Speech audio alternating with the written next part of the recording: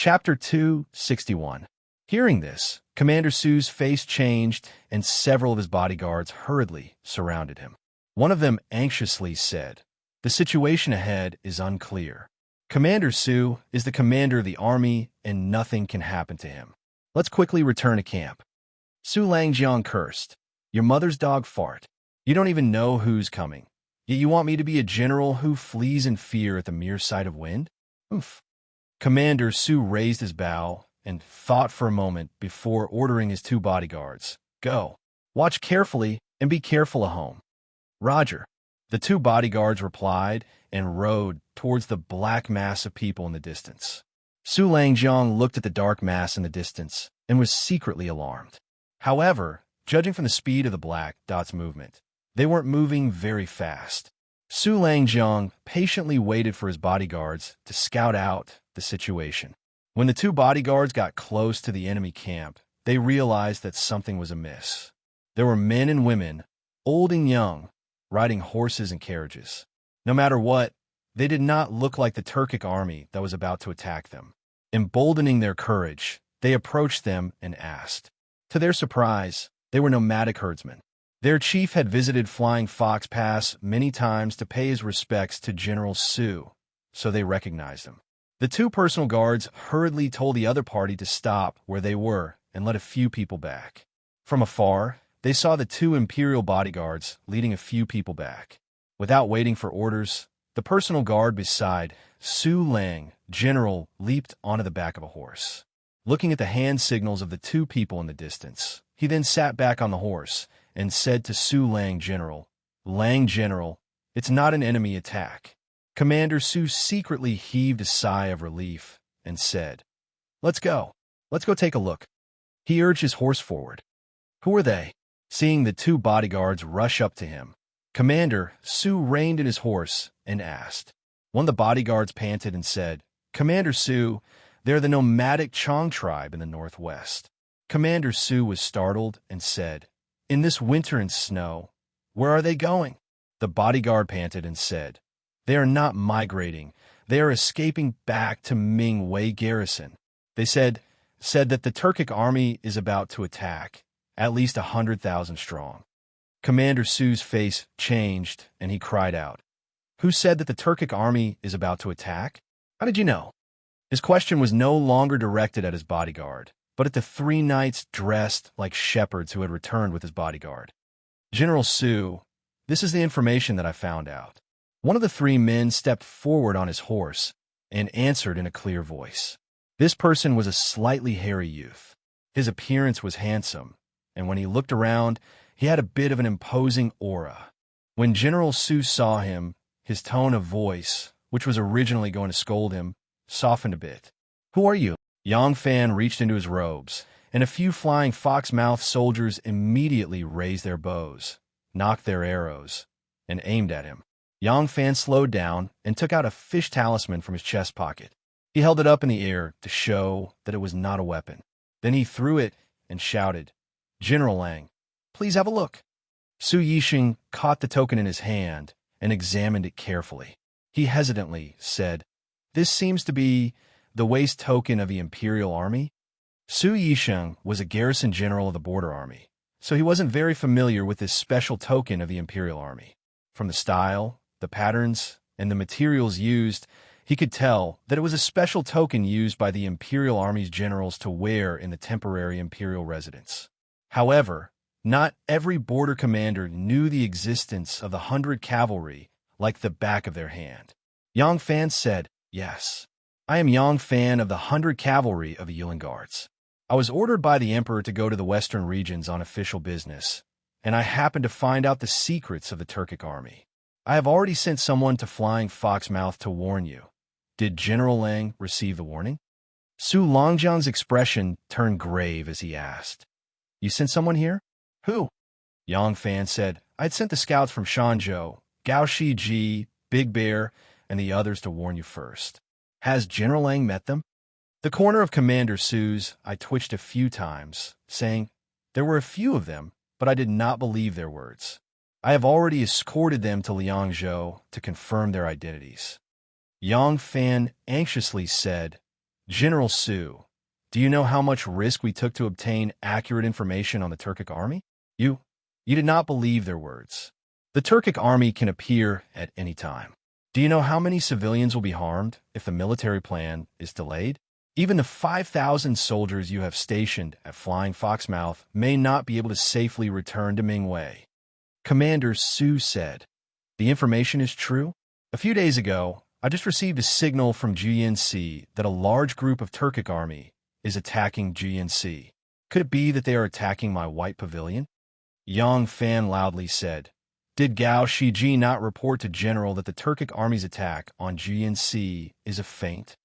Su Yixing's expression was uncertain for a long time. The scouts he sent to the mountains to investigate have not returned yet, so he really could not determine whether Yang Fan's words were true or false. But Yang Fan once again confirmed to him that the Turkic army is coming, and he is a member of the Imperial Army. Commander Su did not dare to ignore him. Commander Su thought for a while and suddenly turned his horse's head, shouting, "Return to camp immediately." Yang Fan called out, "General, wait." Su Yixing reined his horse back and coldly said, "What now?" Yang Fan said, "If we calmly return to Mingwei now, I am afraid it will be too late. General can send people to the various tribes to warn them, and, at the same time, send people back to Flying Foxmouth to light the beacon to call for reinforcements." Su Yixing's countenance changed. "The enemy has not appeared yet, and you want me to listen to your side of the story? Then I will send all the nomadic tribes back to Mingwei, and then light the beacon to report to the border town. If the information is not accurate, who will bear the crime of misinforming the military and mobilizing the troops? Do you want me to use the beacon to play with the feudal vassals?" Yang Fan was also angry. He had risked his life to break into White Pavilion and did not expect this Flying Foxmouth general to be so cowardly. Although it is inappropriate to believe in military intelligence, but the consequences of believing or not believing, can he not distinguish which is more important? Yang Fan angrily said, "Is it a big matter to believe in military intelligence and be alarmed for a false alarm? Or is it a big crime to delay military intelligence and lose the lives of soldiers and civilians?" "Commander Su, you are so muddle-headed." Su Yixing was furious. He circled his horse, his hand on the hilt of his sword, and sternly said, "I have been guarding the border for more than 10 years. My service is great. Since when is it up to you, a young man, to lecture me?"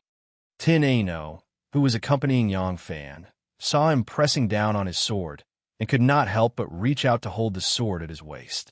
As soon as she moved, the dozens of Flying Foxmouth soldiers immediately grabbed their swords, drew their bows, and both sides were in a state of mutual hostility. When the Yen Air herdsman who accompanied Yang Fan and Tin Ano saw the stance of both sides, he did not know why both sides were fighting since they were both from the imperial court. He was so frightened that he repeatedly waved his hands and tried to mediate. At this moment, a person suddenly ran out from the side of the mountain pass. This person was wearing a sheepskin jacket, which was so big that it hung down to his buttocks. Because it was worn inside out, the wool was exposed.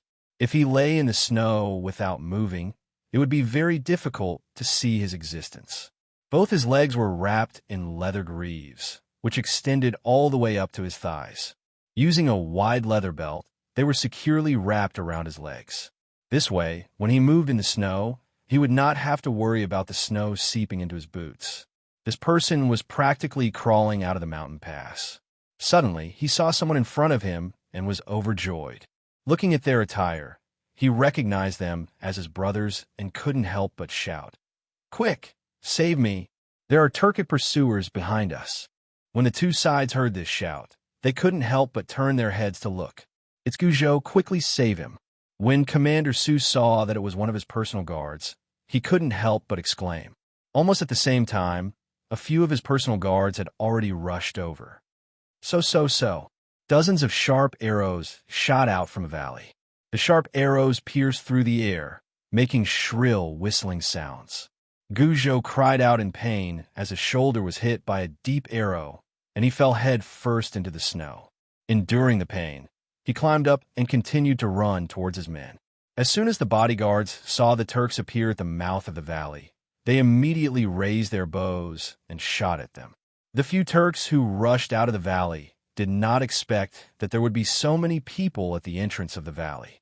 In a moment of hesitation, the Tang arrows arrived. 2 of the Turks could not dodge in time and were shot down from their horses. The rest of the Turks immediately dispersed and retaliated with arrows. Both sides began to shoot at each other with the entrance of the valley as their base. What's going on? Where did these Turks come from? Su Langjiang urged his horse forward and bent down to interrogate Guzhou. Guzhou had an arrow stuck in his shoulder. Enduring the intense pain, Guzhou reported to Su Langjiang. Langjiang, a large group of Turks has arrived. We just happened to run into the vanguard of the Turks. Our brothers are probably all dead. Commander Su was shocked. How many Turks are there? Guzhou said, when we were hiding in the valley, we saw a dense mass of people. Before we could estimate their numbers, we were discovered by the scouts they sent ahead of us. They chased us all the way, and only this subordinate managed to escape. Here, Guzhou gritted his teeth and pulled out the arrow from his shoulder and threw it on the ground. He shouted, "These are the scouts of the Turks. The main force is still behind.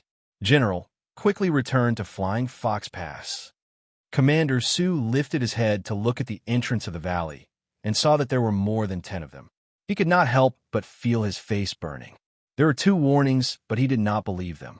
Now that the Turks were right in front of him, it was as if he was slapped in the face. He was angry and regretful at the same time. Su Langjiang hung his bow properly. Shua. He drew a saber and loudly said, "Guzhou, Liang Si. The 2 of you quickly return to Flying Fox's mouth and send a message to Old Shao.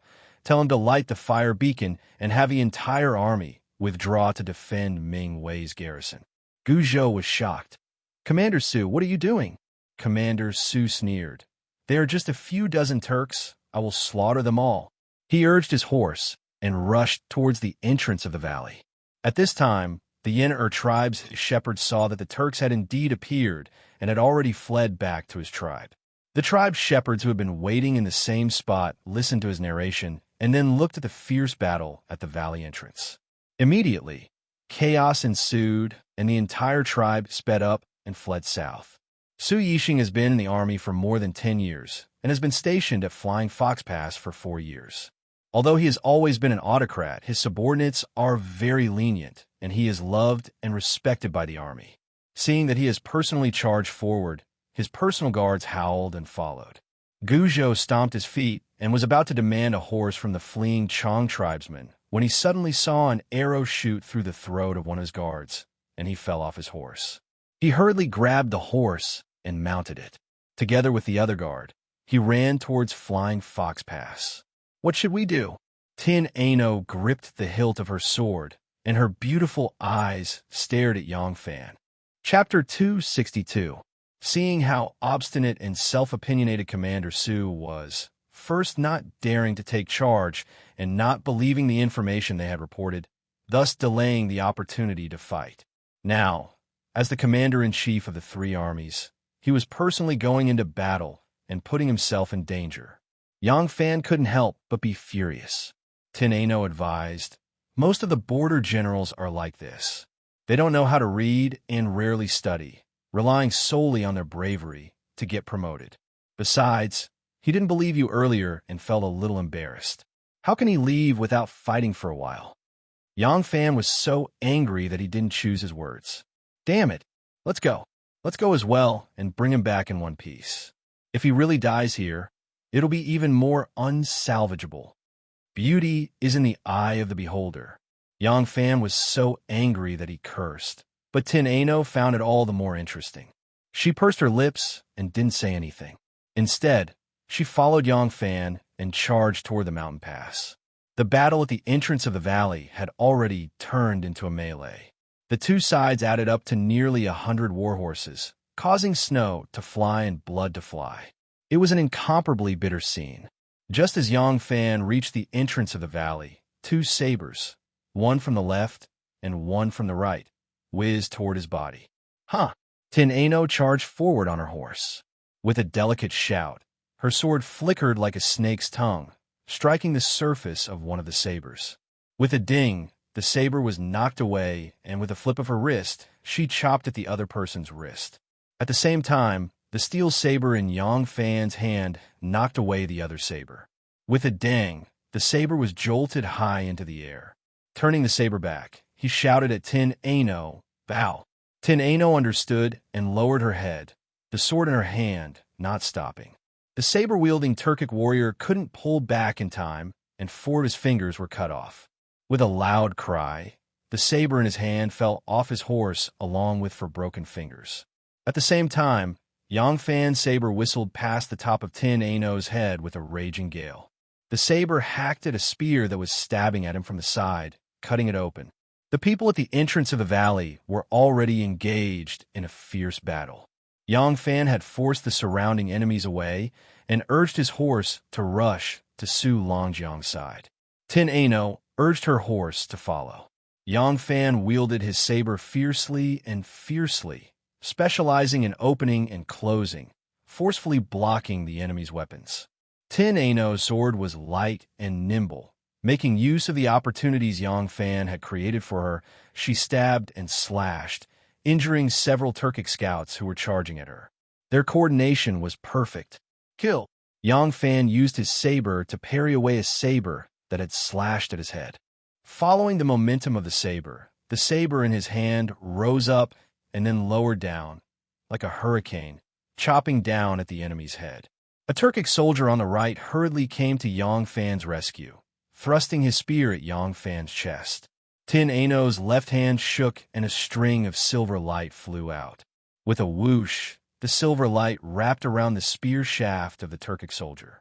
Reaching out to grab the spear, Tin Ano's body leapt off the horse's back, and with a flick of the sword in his right hand, like an agile snake, it slid down the Turkic soldier's throat. Almost at the same time, Yang Fan's saber cleaved the enemy commander in 2 like a watermelon. The Turkic soldier to the side also abandoned his spear and clutched at his throat with both hands. Blood spurted out from between his fingers as he fell backward. Su Longjiang, don't make the same mistake again. You are the commanding general of the army. How can you ensure? Dang, dang, dang. As Yang Fan spoke, the saber in his hand slashed like lightning, knocking away several weapons that were aimed at him and Su Longjiang. He then continued, safely withdraw the 5,000 soldiers from Flying Fox Pass to Mingwei Garrison is your responsibility. Su Longjiang's eyes were bloodshot. He waved the blood-stained saber in his hand and shouted, "Kill! Kill them all before leaving."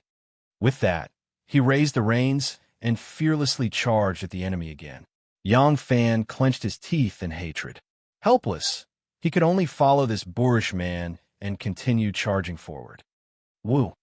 The wind and snow at the entrance of the valley surged, and the arrows pierced through the air, creating a whistling sound. At this moment, the whistling sound of the arrows was several times louder. The sound was strange and sharp. Hearing this, Su Longjiang suddenly pulled on the reins of his horse and said in surprise, "The whistling sound?"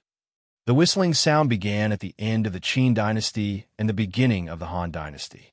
At that time, Mao Dun was the Xiongnu crown prince, but his father had a son with a woman he loved, so he wanted to depose him and send him to the Yuezhi kingdom as a hostage. As soon as Mao Dun arrived at the Yuezhi kingdom, his father launched an attack on the Yuezhi kingdom and tried to use the Yuezhi kingdom to kill his son.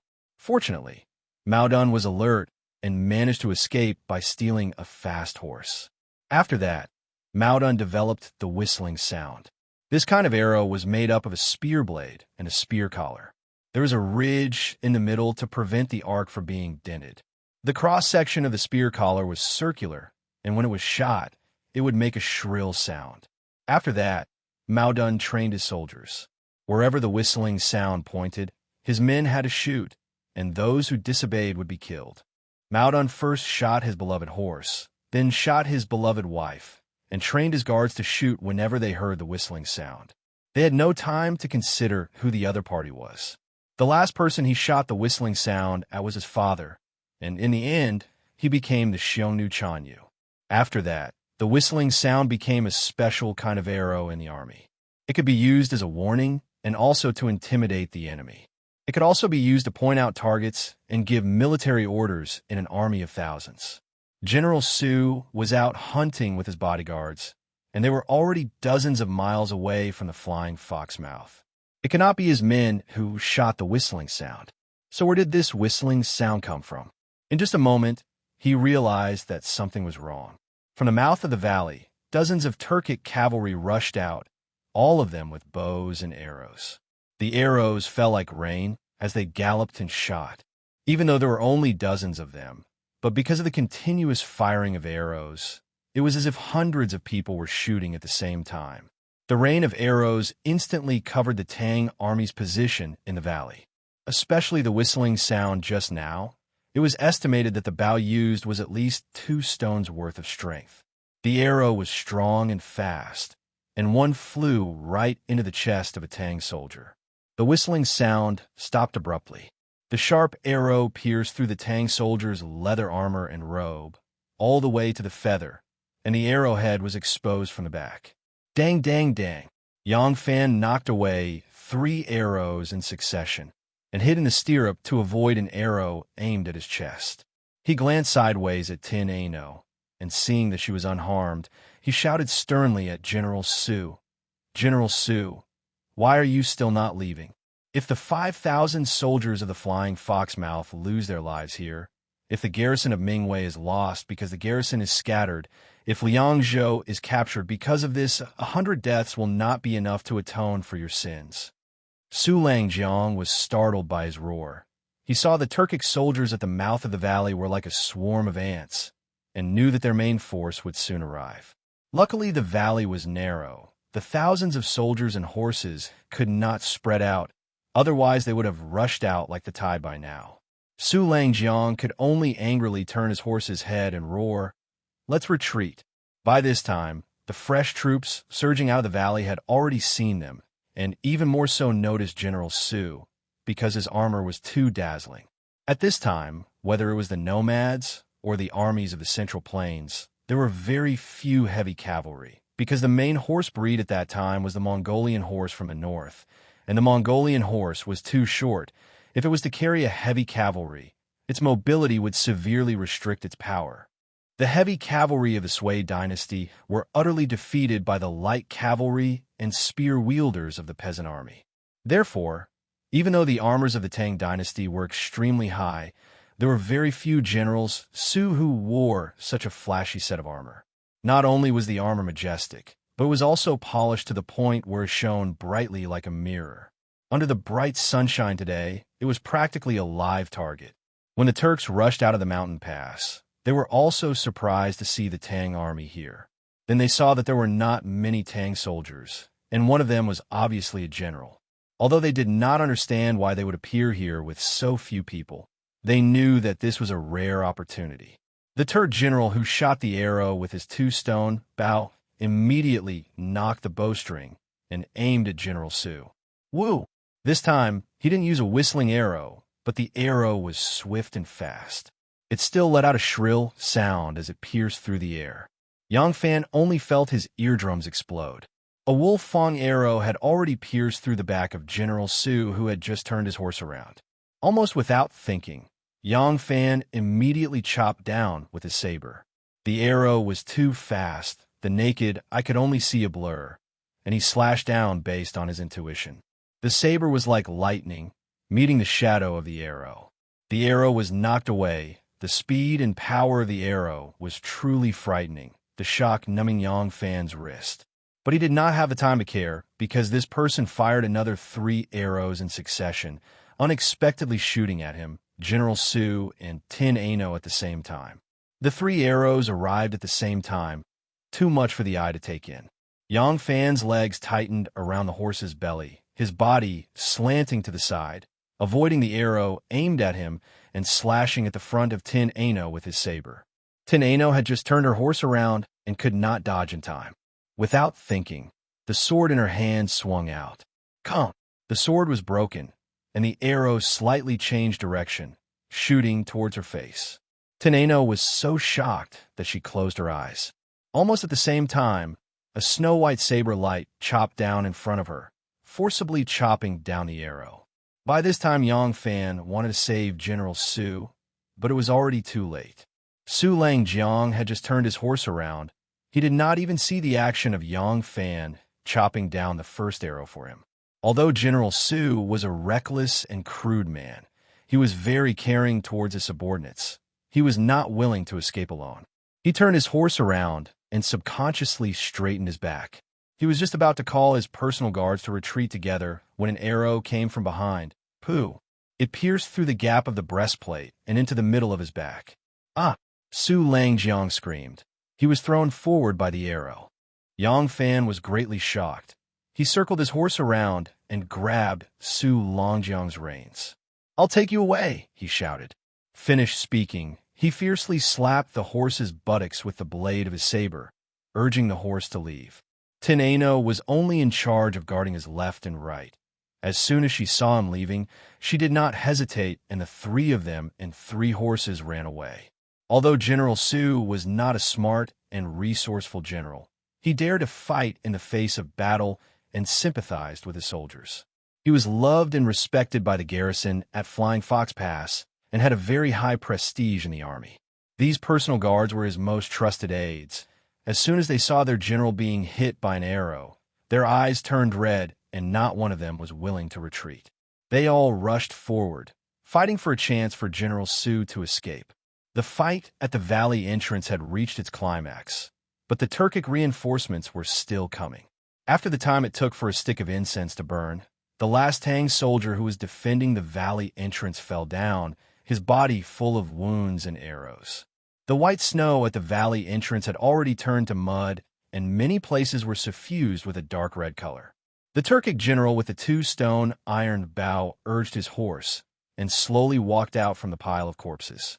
His eyes slowly swept past the corpses on the ground and looked at the 3 indistinct black dots in the distance. He coldly laughed and ordered, "Quickly inform the great Yabgu. We can move faster." With one hand holding the reins, the other pointing the iron bow forward, he said in high spirits, "Today's lunch, we will eat at Flying Fox Pass." Chapter 263. Su Langjiang. Su Langjiang. Yang Fan pulled Su Langjiang's horse and galloped several arrows away. Seeing that there was no danger for the time being, he turned his head to look at Su Langjiang. He saw that Su Langjiang was leaning on the horse and was on the verge of collapsing. His face was deathly pale, and there was a faint trace of blood seeping out of his mouth. The arrow pierced through his heart, and he is already heavily injured. How can he withstand such a jolt? Yang Fan may be in a hurry, but he knows that with some jolts, he may still have a chance to escape. If he stops now, he will be sending Su Langjiang to his death. The invading Turks are all cavalry, and they will not delay him for long. But the thick arrow pierced through Su Langjiang's body, and as he galloped, his injuries are getting worse and worse. His internal organs are in a mess, and it looks like he is about to collapse. Yang Fan saw this and became anxious. The pursuers will be here soon, and if something happens to this Flying Fox commander-in-chief, what should he do? At that time, it is true that the commander-in-chief is the soul of the army. If a commander-in-chief dies suddenly, the morale of the army will crumble and chaos will ensue. But although Yang Fan was anxious, there is nothing he can do. At this moment, Tin Ano suddenly pointed ahead and said excitedly, "Erlang, look, there is a carriage." Yang Fan looked up and saw a chariot moving strenuously on the snowy ground. Beside it was a horse with a shepherd on its back, guarding the chariot like an ant on a hot pan. Yang Fan urged the horse forward, and Tin Ano asked in the dialect of Longyu, "Why are you all so slow?" There is a driver on the carriage, and there are 3 horses hitched to the shaft of the carriage. Beside the carriage is a middle-aged man. When Yang Fan and Tin Ano persuaded their tribe to move to Mingwei, they met these 2 men. The middle-aged man replied, "The carriage is slow, and I am in a hurry." The Tian AI Nu peeked into the carriage and saw that there was an old man, 2 women, and 2 children. The Tian AI Nu asked, "Why aren't you riding horses?" The middle-aged shepherd said, "My family doesn't have any strong laborers, We can't let the horses go. You only sell wine in the tribe, not horses. Why do you keep so many horses at home? Tin Ano looked at Commander Sue, who was about to collapse, and said, I'll give you my horse and exchange it for your carriage. The middle-aged shepherd hesitated. Tin Ano said, What are you hesitating for? The middle-aged shepherd said embarrassedly, There are still many jars of wine in the carriage. Hearing this, Tin Ano looked at the cart again. The back half of the cart was piled high, and the middle and top of the cart were stuffed with felt blankets and cloth, probably to prevent the wine jugs from breaking during the bumps. No wonder the speed of his car was so slow. How could it run fast when carrying so much alcohol? Tin Ano was amused and annoyed at the same time. He shouted, The Turks are about to catch up. We are about to lose our lives, and you still want to drink. The middle-aged shepherd wanted to cry, but had no tears. Miss, my family relies on selling wine for a living. If the wine is gone, we won't be able to live even if we escape. The Tion AI Nu reached in her bosom and found a few golden beans. The Tion AI Nu said, I have some golden beans here, plus these 3 top-notch horses. It's more than enough to trade for your wine. Do you want to trade? She took out a handful of golden beans and placed them in front of him. There were about 6 or 7 of them, and they shined brightly under the sun. The shepherd looked at the golden beans in her hand, and then looked at the 3 good horses. He estimated that they were indeed worth his carriage of wine. He quickly nodded and said, Deal, deal, deal. I'll exchange. Immediately, Yang Fan and Tin Ano dismounted from their horses and helped the dying Su Langjiang down. The entire shepherd family left the carriage and mounted their horses. Although the family consisted of old people, children, and women, they grew up in the grasslands. How could they not know how to ride a horse? They mounted their horses and thanked Tin Ano before urging their horses to leave. Tin Ano shot forward and jumped onto the carriage. He lifted all the felt and fur blankets and quickly pushed the jars of wine out of the carriage. When all the jars of wine in the carriage were thrown into the snow, Tin Ano spread out the felt and fur blankets. He and Yang Fan carried Su Langjiang onto the carriage.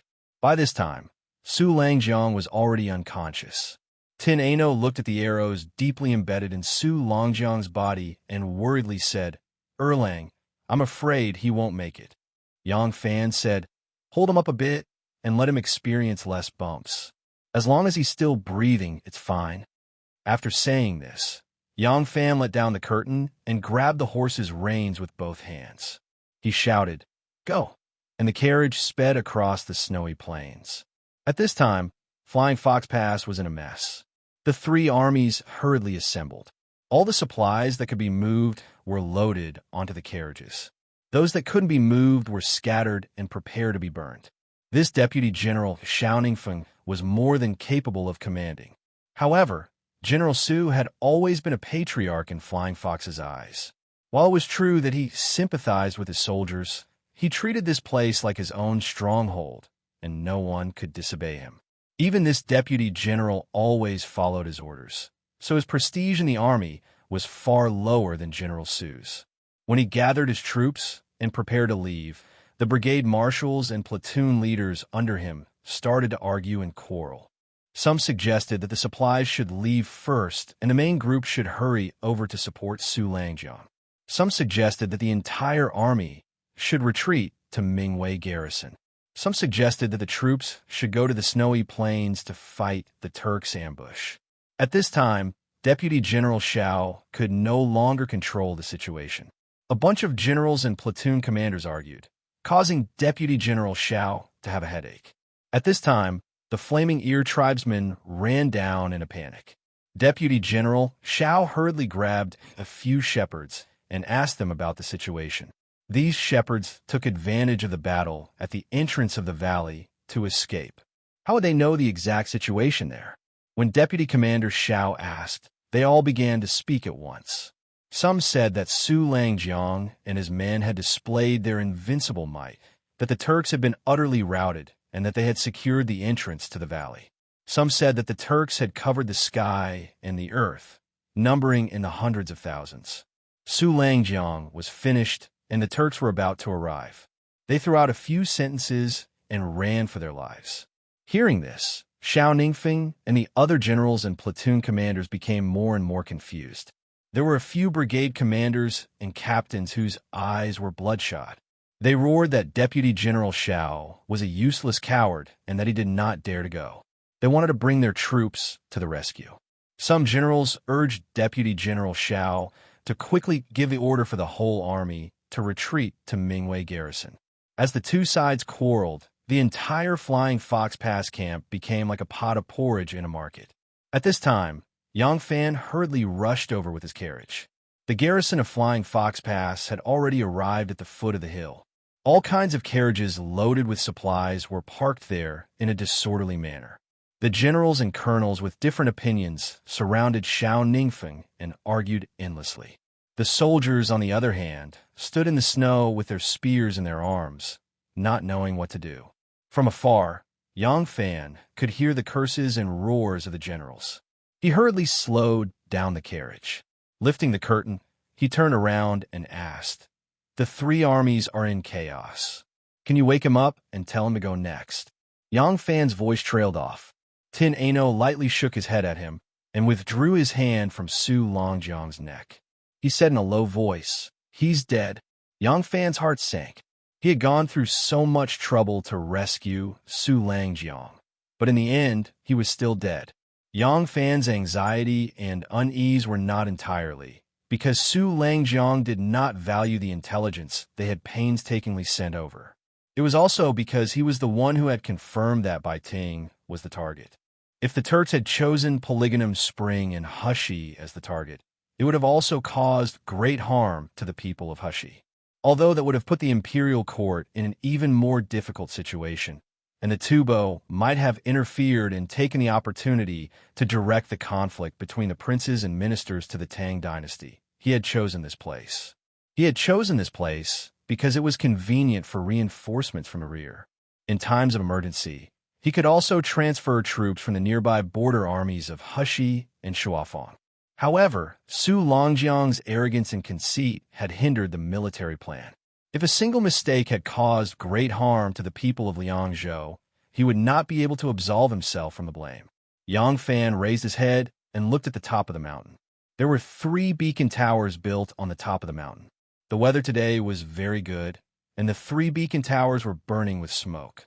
The smoke billowed into the sky, and although it was blown by the wind, it did not dissipate for a long time. With these beacons, at least the garrison in the direction of Mingwei could be prepared in advance. The nomadic tribes large and small outside of Mingwei were all familiar with this warning signal. As long as they weren't too stupid, they would immediately evacuate toward Mingwei. Of course, if they ran into someone who would rather sacrifice his life than his wealth, then there was really nothing they could do. The officers were still quarreling beside his ears when Yang Fan suddenly felt an inexplicable anger. He abruptly turned around and stood at the front of the carriage shouting, "All of you, stop quarreling." The officers who were in the middle of quarreling were all startled. Judging from his attire, he seemed to be a nomad from the grasslands, but his Han accent was perfect. Yang Fan shouted, "The Turks have 2 armies, one from the Gobi Desert and the other from Imachuan, are attacking Bai Ting. Right now, the right army from Imachuan has already reached the mountain pass, and you all are still quarreling here. Why aren't you withdrawing to Mingwei immediately? When the enemy arrives, won't all of your infantry be buried here?" Fei, who was a garrison station here, and most of them were infantry. In reality, because the main responsibility of the garrison at the border was to defend, most of the soldiers in the army were infantry. When there was a need to leave the fortress to fight in the wild, they would deploy another army consisting mainly of cavalry. These soldiers who guarded the border all year round rarely had the chance to use horses, so they wouldn't keep a large number of horses in the barracks and waste the military's resources. Xiao Ningfeng was currently full of anger from the quarreling of his disobedient subordinates. Seeing an outsider shouting at him, he couldn't help but angrily say, "Who are you?" Yang Fan flashed his waist token and said loudly, "Imperial Guard Yang Fan of the Imperial Guard of the Yulin Forest. I was ordered by the Emperor to go west on official business.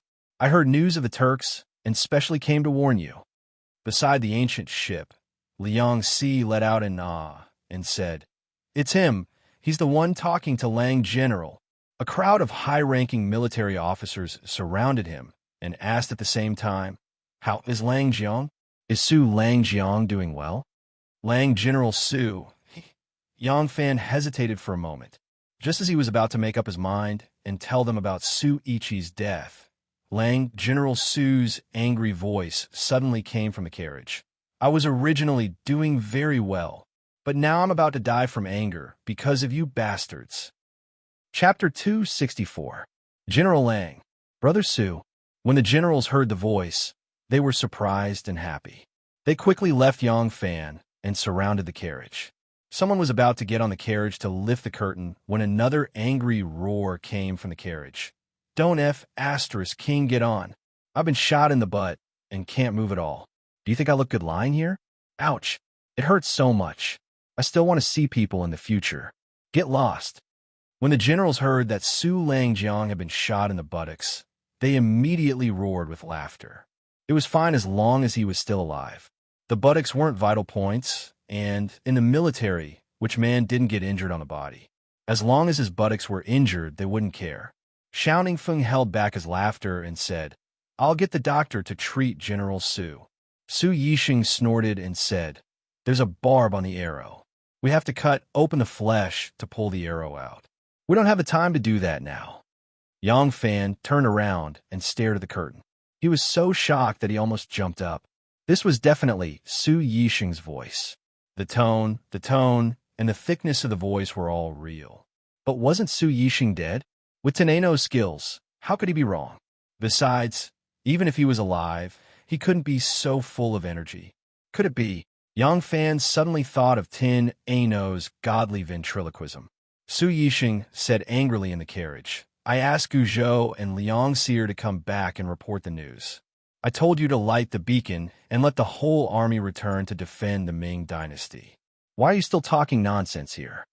Deputy General Xiao said embarrassedly, "General Lang, I've already been ordered to light the fire beacon and warn the troops along the border.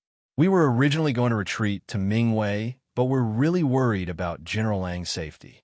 Some of our brothers want to bring people to rescue General Lang. Everyone is discussing here." In the carriage, Su Yixing shouted angrily, "Discuss? The fire has already reached the roof, and you guys are still discussing. Retreat to Mingwei immediately. Quick!" Yes. Xiao Ningfeng's spirit was lifted. He reined in his horse and shouted, "General Lang is back. General Lang has ordered the entire army to return to defend the Mingwei garrison. Set off immediately." The buglers waved the signal flags, and bugles sounded everywhere. Generals and colonels hurried back to their headquarters.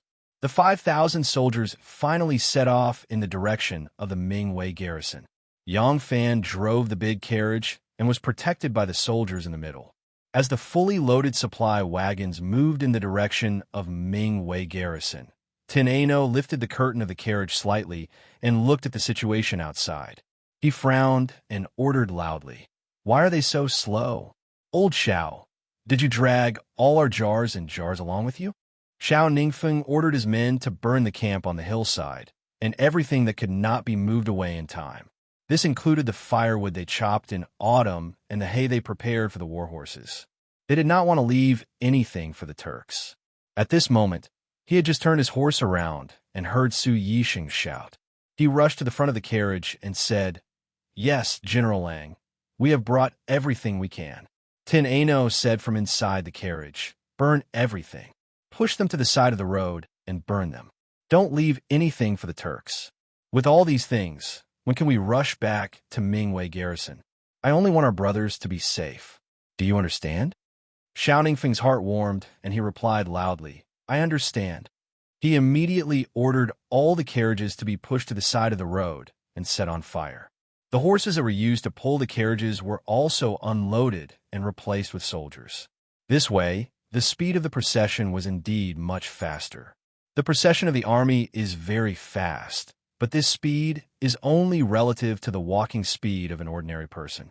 Among the 5,000 people, There are almost 4,000 infantry soldiers. They can only walk on 2 legs, and they cannot run for their lives. They must maintain a certain amount of stamina in case their pursuers get too close. In Yang Fan's eyes, this speed is as slow as a cow. The carriage was sandwiched in the middle of the procession. Deputy General Xiao rode forward and back, nervously watching the procession of the entire army. The various generals were also commanding the orderly evacuation of the soldiers. Tin Ano sat in the carriage and continued to pretend to be Su Yixing. From time to time, he would give a military order. According to her request, the entire procession gradually divided into 4 columns and 4 sections horizontally, forming 4 intersections on the long road. Yang Fan drove the carriage all the way, seeing that everyone was hurriedly marching and no one was paying attention to him. He turned around and lifted a corner of the curtain to take a look inside. Su Yixing's corpse had already been pushed to one side by Tin Ano. The corpse was lying there with an arrow sticking out of his back. Tin Ano sat cross-legged beside Su Yixing's corpse with one hand supporting his cheek. He was frowning and thinking about something. He did not even notice that Yang Fan had lifted the curtain to take a look inside. Yang Fan coughed softly and said in a suppressed voice, "Anu." Tin Ano was startled awake from his deep thoughts and raised his eyes to look at him. Yang Fan swallowed and asked nervously, "What are you thinking about?" The experience of Tin Ano pretending to be Su Yixing was comparable to his experience of pretending to be Mu Si. However, in terms of danger, although Tin Ano's current actions were not as good as his, the responsibility was 100 times heavier than his. Su Yixing did not die, although it had the effect of stabilizing the morale of the army, ending the argument between the generals, and quickly pulling out the camp. Because of this, the responsibility of commanding the army fell on her. In Yang Fan's eyes, it did not seem difficult to command a retreat of the 3 armies. After all, the life and death of the 3 armies were in her hands. Tin Ano stuck out her tongue and said in a low voice, "I am thinking about military books. There are many military books in Young Master's library. I have read many of them before, but they were just idle books. I don't know how many of them I can remember now." Thinking about military books? Is that okay? Yang Fan was speechless. Swoosh! A bright red flag was raised on the snowy plain. Immediately, a knight carrying the flag urged his horse to gallop. There was only him, a horse, and a flag on the snowy plain. However, on the distant horizon behind him, there was a black line surging towards him like a surging tide. Not far in front of him, within the limits of his sight, was a knight on horseback who, as soon as his banner was raised, hoisted his own and galloped off at a gallop, just as he had done. In this endless snowy plain, visibility was very high. Everywhere was white. If there was even the slightest difference in color, it could be clearly seen from far away. The Tian AI knew was thinking hard about the military books that she had read about marching and setting up formations, communication and scouting, engaging the enemy in battle, camping and resting, and all the other knowledge related to war. Whenever she thought of something useful, she would give out orders in Su Yixing's tone. Needless to say, of the military books she remembered, some of them were known to Su Yixing, while others were unknown to Su Yixing. While it wasn't as if there were no literate generals who had relied purely on the knowledge and experience they had accumulated on a battlefield, Su Yixing was clearly not one of them. Raising the flag as a signal was one of Tin Ano's methods of warning. The principle behind it was actually very simple. It was just like the fire beacon, but this one used flags as a signal. It was extremely fast and effective. When the first horseman noticed the Turks and flashed his banner, before he could even reach the position of the second horseman, the signal from the banner had already been sent to the army advancing south.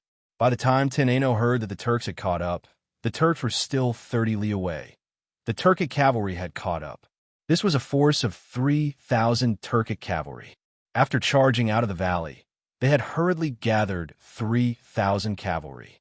Not waiting for the rest of the cavalry to emerge from the call, they had impatiently pursued. They were well aware that even though the garrison of Flying Fox Pass had 5,000 soldiers, most of them were foot soldiers. As long as their formation loosened even the slightest bit, these 5,000 soldiers would become sheep to be slaughtered by their 3,000 cavalry. Moreover, their men were still gradually making their way out of the kernel. As long as they could catch up to the Tang army, reinforcements would soon arrive. Eating up this Tang army in a field battle was extremely useful. The entire garrison of White Pavilion only had 15,000 soldiers, but with the terrain and fortress, these 15,000 soldiers were enough to stop an attack from an army of 100,000. However, if they were to eat up these 5,000 Tang soldiers, it would be hard to say if the remaining Tang soldiers would be able to defend Mingwei Citadel impenetrably. This wasn't as simple as adding and subtracting. If an arrow tower or a corner of a city required 10 people to defend, then if one lacked even one person, there was a chance that the enemy would be able to take advantage of it. Thus, after gathering only 3,000 soldiers, they impatiently chased down. No matter what, they had to bite down on this Tang army first. Lang General, the Turks have caught up. Xiao Ningfeng hurried to the side of the carriage and nervously reported. Tin Ano's heart skipped a beat. He tried to calm his breathing and asked in Su Yisheng's gruff voice, "How much further?" Xiao Ningfeng replied, "From the flag. It's about 30 miles away." Tin Ano thought for a moment and ordered, "Everyone continue to advance. Don't panic. Archers and crossbowmen, gather at the rear and flanks, at the outermost perimeter. The vanguard team is next. The battle team is next. The horse army is on standby at the left and center. All cavalrymen, dismount and walk to maintain their horses.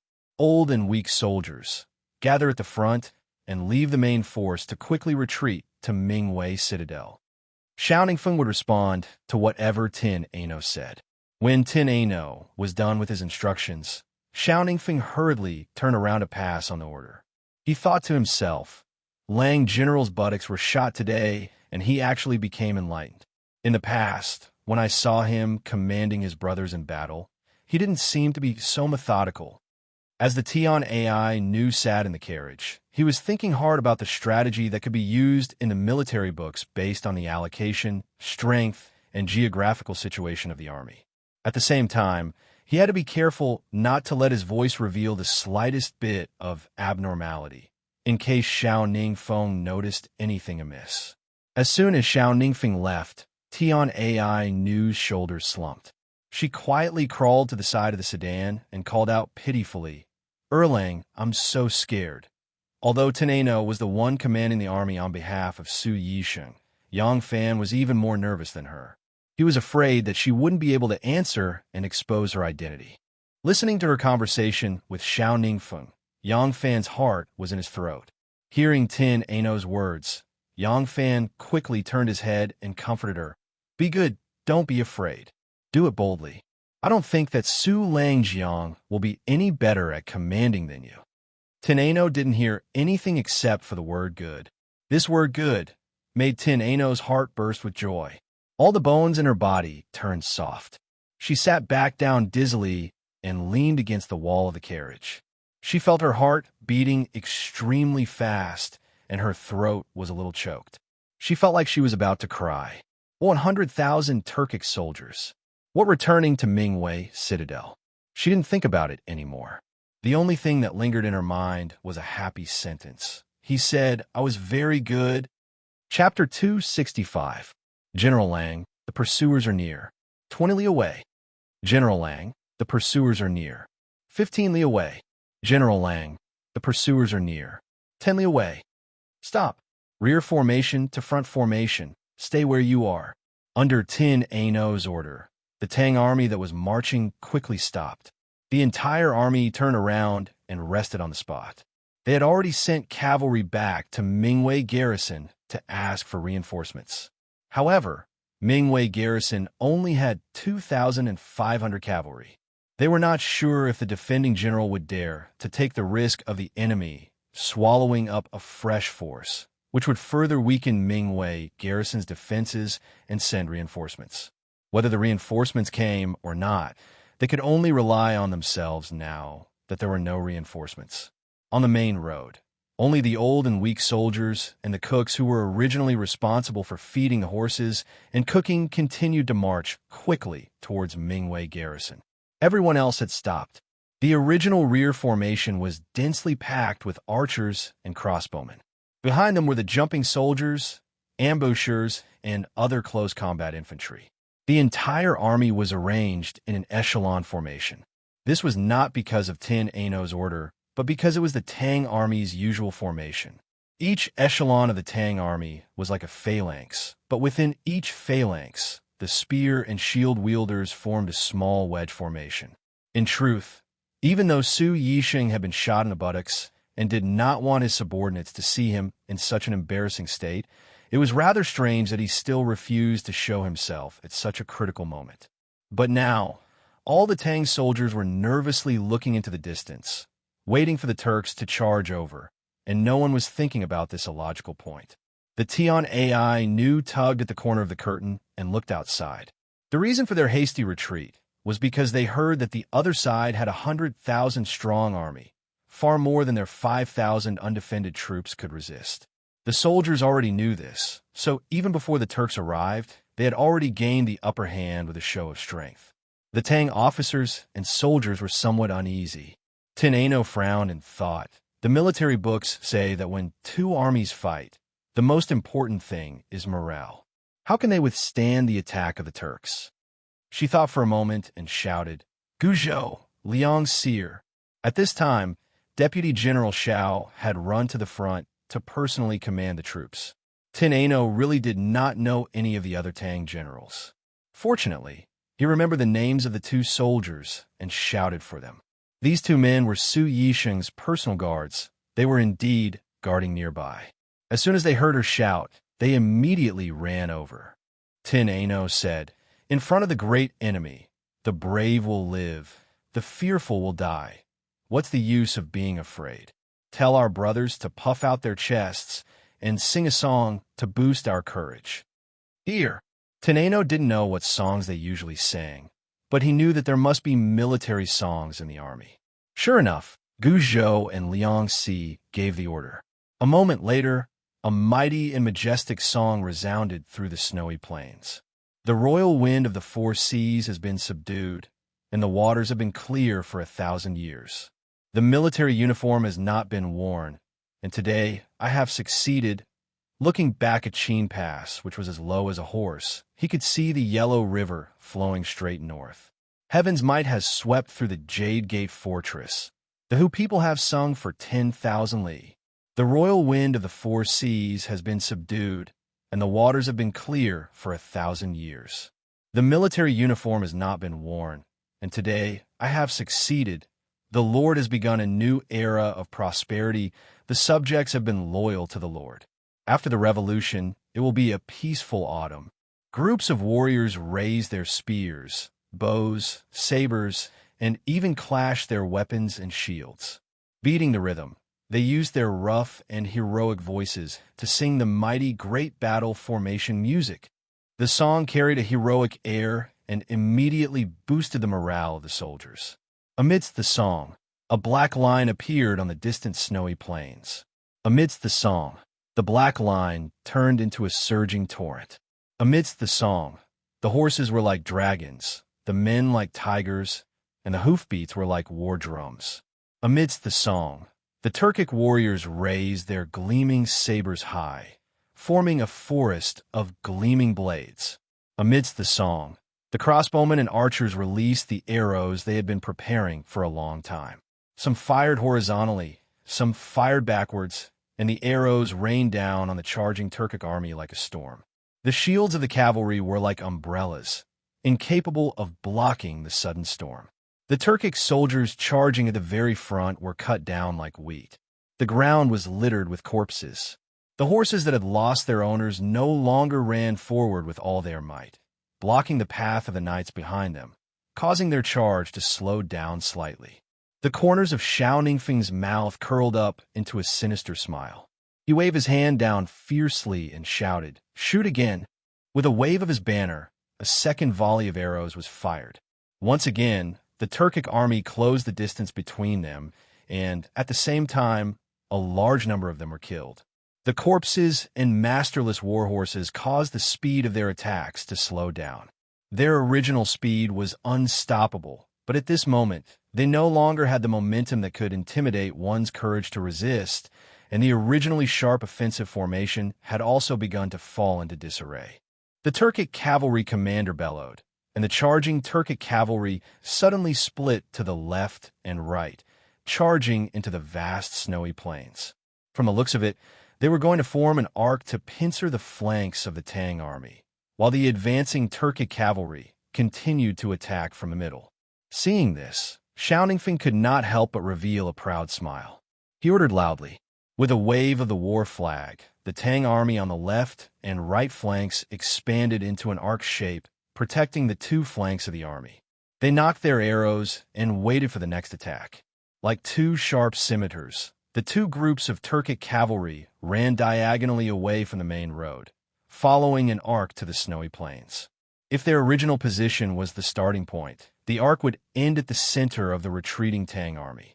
It seemed that they also knew that the Tang army at the back was the weakest, and at the same time, they cut off the long line of Tang army, which was equivalent to cutting off the Tang army's escape route. At that time, the Tang army on two legs would not be able to escape in this vast snowy plains and could only be slaughtered. The two groups of Turkic cavalry were brandishing their whips, desperately whipping their mounts. However, no matter how much they urged, the mounts became slower and slower, as if the hooves of the horses were stuck in the mud, unable to move forward.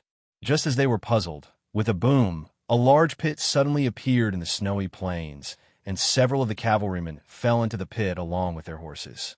A few of the cavalrymen behind could not stop their momentum and also fell into the pit, screaming in pain. The Turkic cavalry was somewhat startled, and their charge immediately slowed down. However, this situation did not disappear, and the snowy plains on both sides continued to collapse, like the giant mouth of a monster, suddenly opening up and sucking in a few men and horses. This situation was too terrifying, and they had no idea what they were facing, and no one knew when it would happen. The frenzied Turkic cavalry reined in their horses in fear as they stared at the flat, snowy plains in front of them. The pure white snow stretched as far as the eye could see, and the wind had smoothed the snow until it was as smooth as a mirror. There was nothing out of the ordinary on the surface, but who knew if they would be swallowed up by the monster beneath the ground if they took even a single step forward. The Turkic soldiers at the front were greeted with a third volley of arrows. They had used their lives to buy a chance for their comrades behind them, but the Turkic soldiers at the back did not make good use of this opportunity. They reined in their horses and looked left and right in shock, not knowing what was going on. There were two lakes in this snowy region, the Bathing Sea and Xiutu Swamp, but these two lakes had originally been connected together. At the time, this place was called Fish Haizi, and the entire lake was massive and majestic. However, as the water source gradually dried up and land was revealed in the middle, it split into two lakes. The large expanse of the lake had been turned into saline land, and the two sides of the road that the Tang army was currently on had originally been the banks of the higher part of the lake.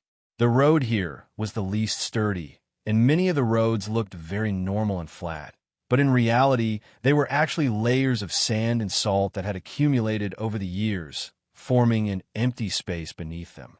And the empty space beneath them was not just a single layer. It was probably a honeycomb of many layers of empty space. The situation down there was extremely complicated, and it was impossible to know how deep it went. Thus, if someone were to fall down, even if they didn't die from the fall, there was nothing they could do but watch. The soldiers stationed here and the nearby commoners all knew of the situation in this ghost region, so they didn't dare to approach. Thus, when Xiaoningfeng saw them charge toward the ghost region of death, a smug smile appeared on his face. In this sort of wretched place, even a shepherd boy leading a sheep could disappear with a boom, and these Turkic soldiers were galloping on top of it, so it would be strange if nothing happened to them. The panicked Turkic soldiers tried to turn their horses around and retreat, but some places were still fine when they came, with clear hoof prints on them. Who would have thought that when they turned their horses around, a huge hole would appear on the ground, swallowing both the rider and the horse? This immediately caused the Turkic soldiers to run around like headless flies. The places with hoof prints were treacherous, and the places without hoof prints were even more treacherous. They moved cautiously, afraid that if they moved too fast, they would stomp a huge hole in the ground. At this time, the soldiers on the left and right flanks calmly began to shoot. They were unhurried, accurately aiming at their targets before firing. These border army soldiers were quite skilled, and every arrow would hit its mark, knocking down the Turkic soldiers who were in a dilemma of whether to flee or fight. Seeing this scene, the Turkic soldiers on the main road also knew that there was something strange about the snowy plains on both sides, so they didn't dare to disperse their soldiers into the plains. Instead, they mobilized their strong archers to shoot at the Tang army. As soon as they drew their bows, the archers and crossbowmen of the Tang army immediately retreated. The archers with shields that were taller than a man swarmed forward and erected the big spears into a strong wall. The archers of the Tang army hid behind and shot forward through the gaps. The two sides fell into a stalemate. Sitting in the carriage, Tin Ano heard the battle report from the ancient boat and couldn't help but be overjoyed. Earlier on, she pretended to be vague and had already asked Liang Seer about the dangerous saline alkali ground, and she knew that the area was only 2 miles wide. Whether the Turkic cavalry came from afar or continued to retreat, it would be a headache to deal with them. The problem was that the Turkic did not know how big the area was, so they didn't dare to send their troops to test it. In this way, there were 2 natural barriers on both sides to block their pursuers, leaving only one path at the back, which was much easier to deal with. Tin Ano immediately ordered, "Leave the rear to deal with the enemy. The rest of the troops continue to retreat." Hearing this, Guzhou was shocked and asked, "General Lang, the brothers left at the rear. Are we going to ignore them?" Right now, Tin Ano was in a good mood and couldn't help but scold with a smile. "Idiot! Retreat calmly. Do not panic. Retreat 100 steps. Get into formation and wait for the enemy. Then order the remaining troops to retreat 100 steps behind us. Get into formation and wait for the enemy. The 2 teams will repeat this cycle and slowly retreat. Also, order the couriers to quickly go to Mingwei to get reinforcements." Chapter 266. Retreating in front of the enemy was the most difficult thing to do. It was a headache for any veteran general with rich battlefield experience. A retreat could easily turn into a rout. Once it turned into a rout, even if you had millions of troops, you would be suppressed by tens of thousands of people, like a pack of wolves rushing into a flock of sheep. A smooth and orderly retreat that left no room for the enemy to take advantage of during the retreat required extremely brilliant commanding skills, as well as an extremely high prestige in the army. This way, the soldiers would have absolute trust in your command when retreating. Otherwise, the act of retreating could easily cause panic among the soldiers. Even if you were faking your defeat, it could turn into a true rout. Tin Ano was very lucky. She was caught up by the enemy just when she retreated to 2 saline alkali swamps. After the enemy saw the impenetrable hole in the sand, they did not dare to attack from the left and right flanks. The troops of both sides were crowded on the main road, and the enemy's advantage in numbers could not be used.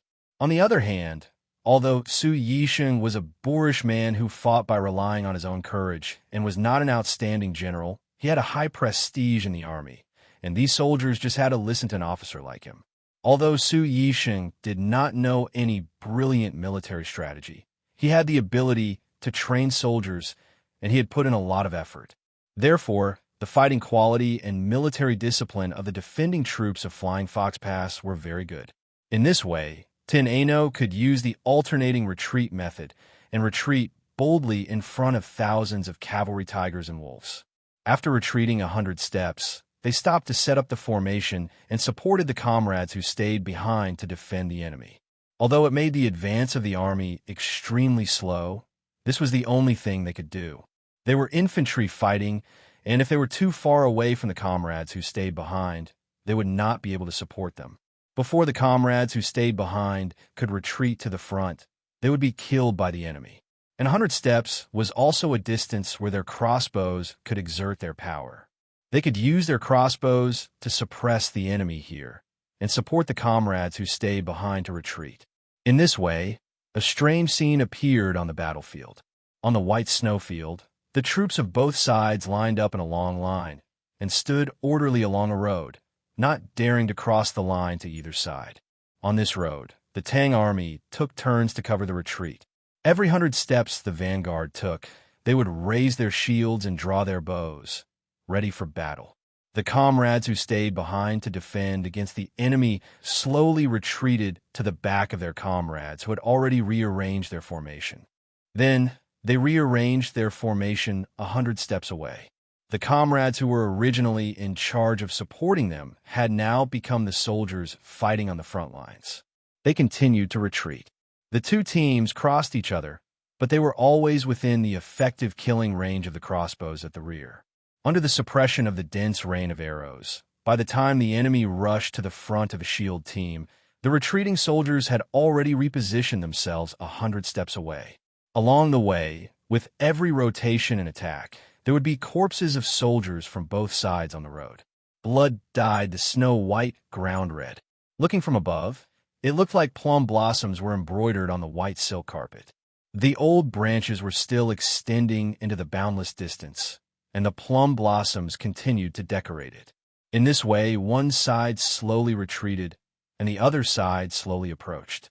It was like a vigilant hunter facing a pack of fierce wolves, retreating step by step in the confrontation. The situation was extremely dangerous, but before one side launched the final attack at all costs, it was relatively calm before the decisive battle. In the distance, a sentry troop galloped over. This troop came from behind the Turks who were like wolves, and they were the 2nd Turkic Cavalry Corps with a total strength of more than 3,000 men. The commander-in-chief was a Dakijan under Mu'an.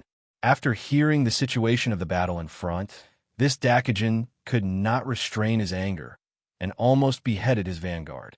The battle had actually turned out to be like this. If he just watched the Tang army safely retreat to the Ming Wei garrison, he would become the laughingstock of the entire grassland. This Dakijan ordered the cavalry to attack with all their might at all costs. Even if they had to use human lives, they had to pave a way out. At the same time, he ordered dozens of cavalry to separate to the left and right of the snowfield. He did not believe that there were potholes everywhere that could collapse at any time. Similarly, he intended to pave a way out even if he had to sacrifice human lives. At this time, the Ming army had already retreated another 10 miles out of the saline alkali pothole area. The Turkic soldiers who stepped onto the snowfield with trepidation first cautiously probed, and then lightly galloped back and forth. When they found nothing out of the ordinary, their courage finally grew, and they rode back and forth on the snowfield. After circling a few rounds, they ran back and excitedly reported to the Dakijan. This Dakijan had already seen the scene of them playing around in the snow. Without waiting for their report, he ordered the vanguard with the iron bow to atone for his crime, and led his men to attack the Tang army from the left and right of the Tang army, in order to tear a gap in the Tang army's defensive line. While the Turks were probing the ground on the left and right, they had already launched an attack on the Tang army at the back, disregarding the sacrifices. Teneno could not help but secretly sigh when she heard the constant reports from her bodyguards. She knew that it was impossible to retreat easily. Stop advancing, get into formation, and prepare for close combat. With the order, all the officers and soldiers knew that it was the most dangerous moment. They immediately rushed to prepare. The injured soldiers were helped to the middle of the formation, and the entire perimeter was set up in a tight defensive line. Those soldiers with arrows in their shoulders and bleeding from their wounds did not give up fighting. The Tang army was made up of archers, and they could no longer fight in close combat, so they picked up their war bows. At this stage of the battle, the blood in every man's heart was stimulated, and no one showed the slightest bit of fear. Teneno gently lifted the curtain of the sedan chair and quietly looked at Yang Fan's back, her eyes full of nostalgia. Her mission had come to an end. The next battle would depend on the bravery and struggle of the entire army. It was no longer a battle of wits. She did not know what the outcome of this battle would be. She also did not know if she and he would be able to leave this place alive under the bite of this pack of wolves. Her only regret was that she had finally fallen in love with a man. She had finally experienced the kind of happiness that a woman felt when she fell in love with a man. It was like drinking wine, but the time was so short. She hadn't enjoyed even a moment of romance. She hadn't even heard him say, "I love you" to her. Yang Fan listened to the faint sounds of battle, and his hand that was gripping the reins was almost sweating. The battle was imminent, and it was unknown whether they could escape safely. He knew that the Tian AI had joined in because of him, otherwise she would not have been in danger again and again. He also knew why the Tian AI had joined in because of him. This debt was too deep and too heavy, and he feared that he would never be able to repay it in his lifetime and might not even have the chance to do so. For Yang Fan, who did not forget to repay even a drop of kindness, it was really difficult to bear. And at this moment, no matter what he thought, he could not change the situation in front of him. Yang Fan let out a long breath and exhaled a cloud of white mist. He slowly turned his head, and the curtain of the sedan chair was slightly swaying, and it was quiet inside. Yang Fan secretly swore in his heart, "No matter what, I will do my best to protect you. As long as I am here, you will be safe." The hand-to-hand combat began, and the Tang army formed a rectangular formation on the road. When the Turkic cavalry rushed in front of them, the archers and crossbowmen pulled out their swords and spears, and together with the other soldiers of the vanguard, formed the first line of defense. At this time, the wind was not strong, but the enemies in themselves were fighting with all their might, and it was like a cold wind on the snowfield. The fighting spirit that had been accumulated during the shooting and the stalemate suddenly exploded, and both the generals and the soldiers were crazy. They raised their spears and halberds, brandished their swords and sabers, roared, and shouted. Like ferocious tigers, they madly pounced on their enemies, and a fierce melee began. Because the Tang army adopted a relatively tight battle formation, the first line of fighting space was limited, and the second echelon of soldiers could only clench their weapons and stare at the front, ready to enter the battle at any time.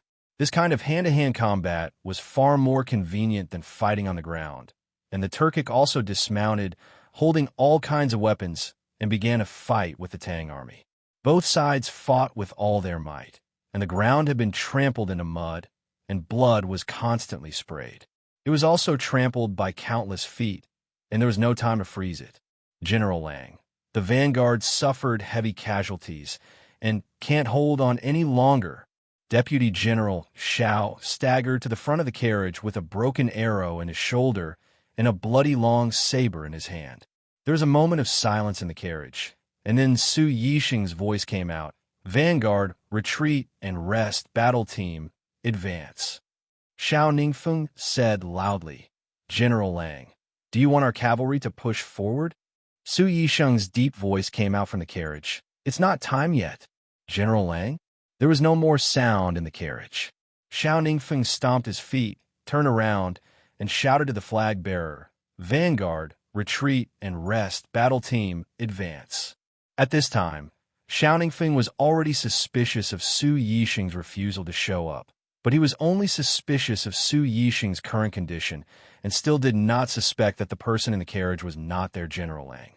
At this time, the battle was urgent, and even if he had doubts in his heart, he did not have time to find out. The battle team, which was formed by jumping soldiers and ambushing soldiers, was already ready. At Su Yixing's order, they immediately rushed forward and took over their comrades' positions.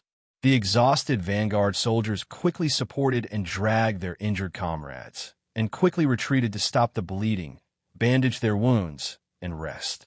The rotation of the troops caused the stalemate between the two sides to be like a tide crashing against a rock. The Turkic army was like the rising tide, taking advantage of the Tang army's withdrawal to take a step forward. However, they were immediately pushed back by the Tang army, who had gained a firm foothold. The Turkic Great Shi Jin rode on his horse, looking at the situation from afar. He saw that his men were wearing heavy leather robes and boots, and that their movements were getting slower and slower.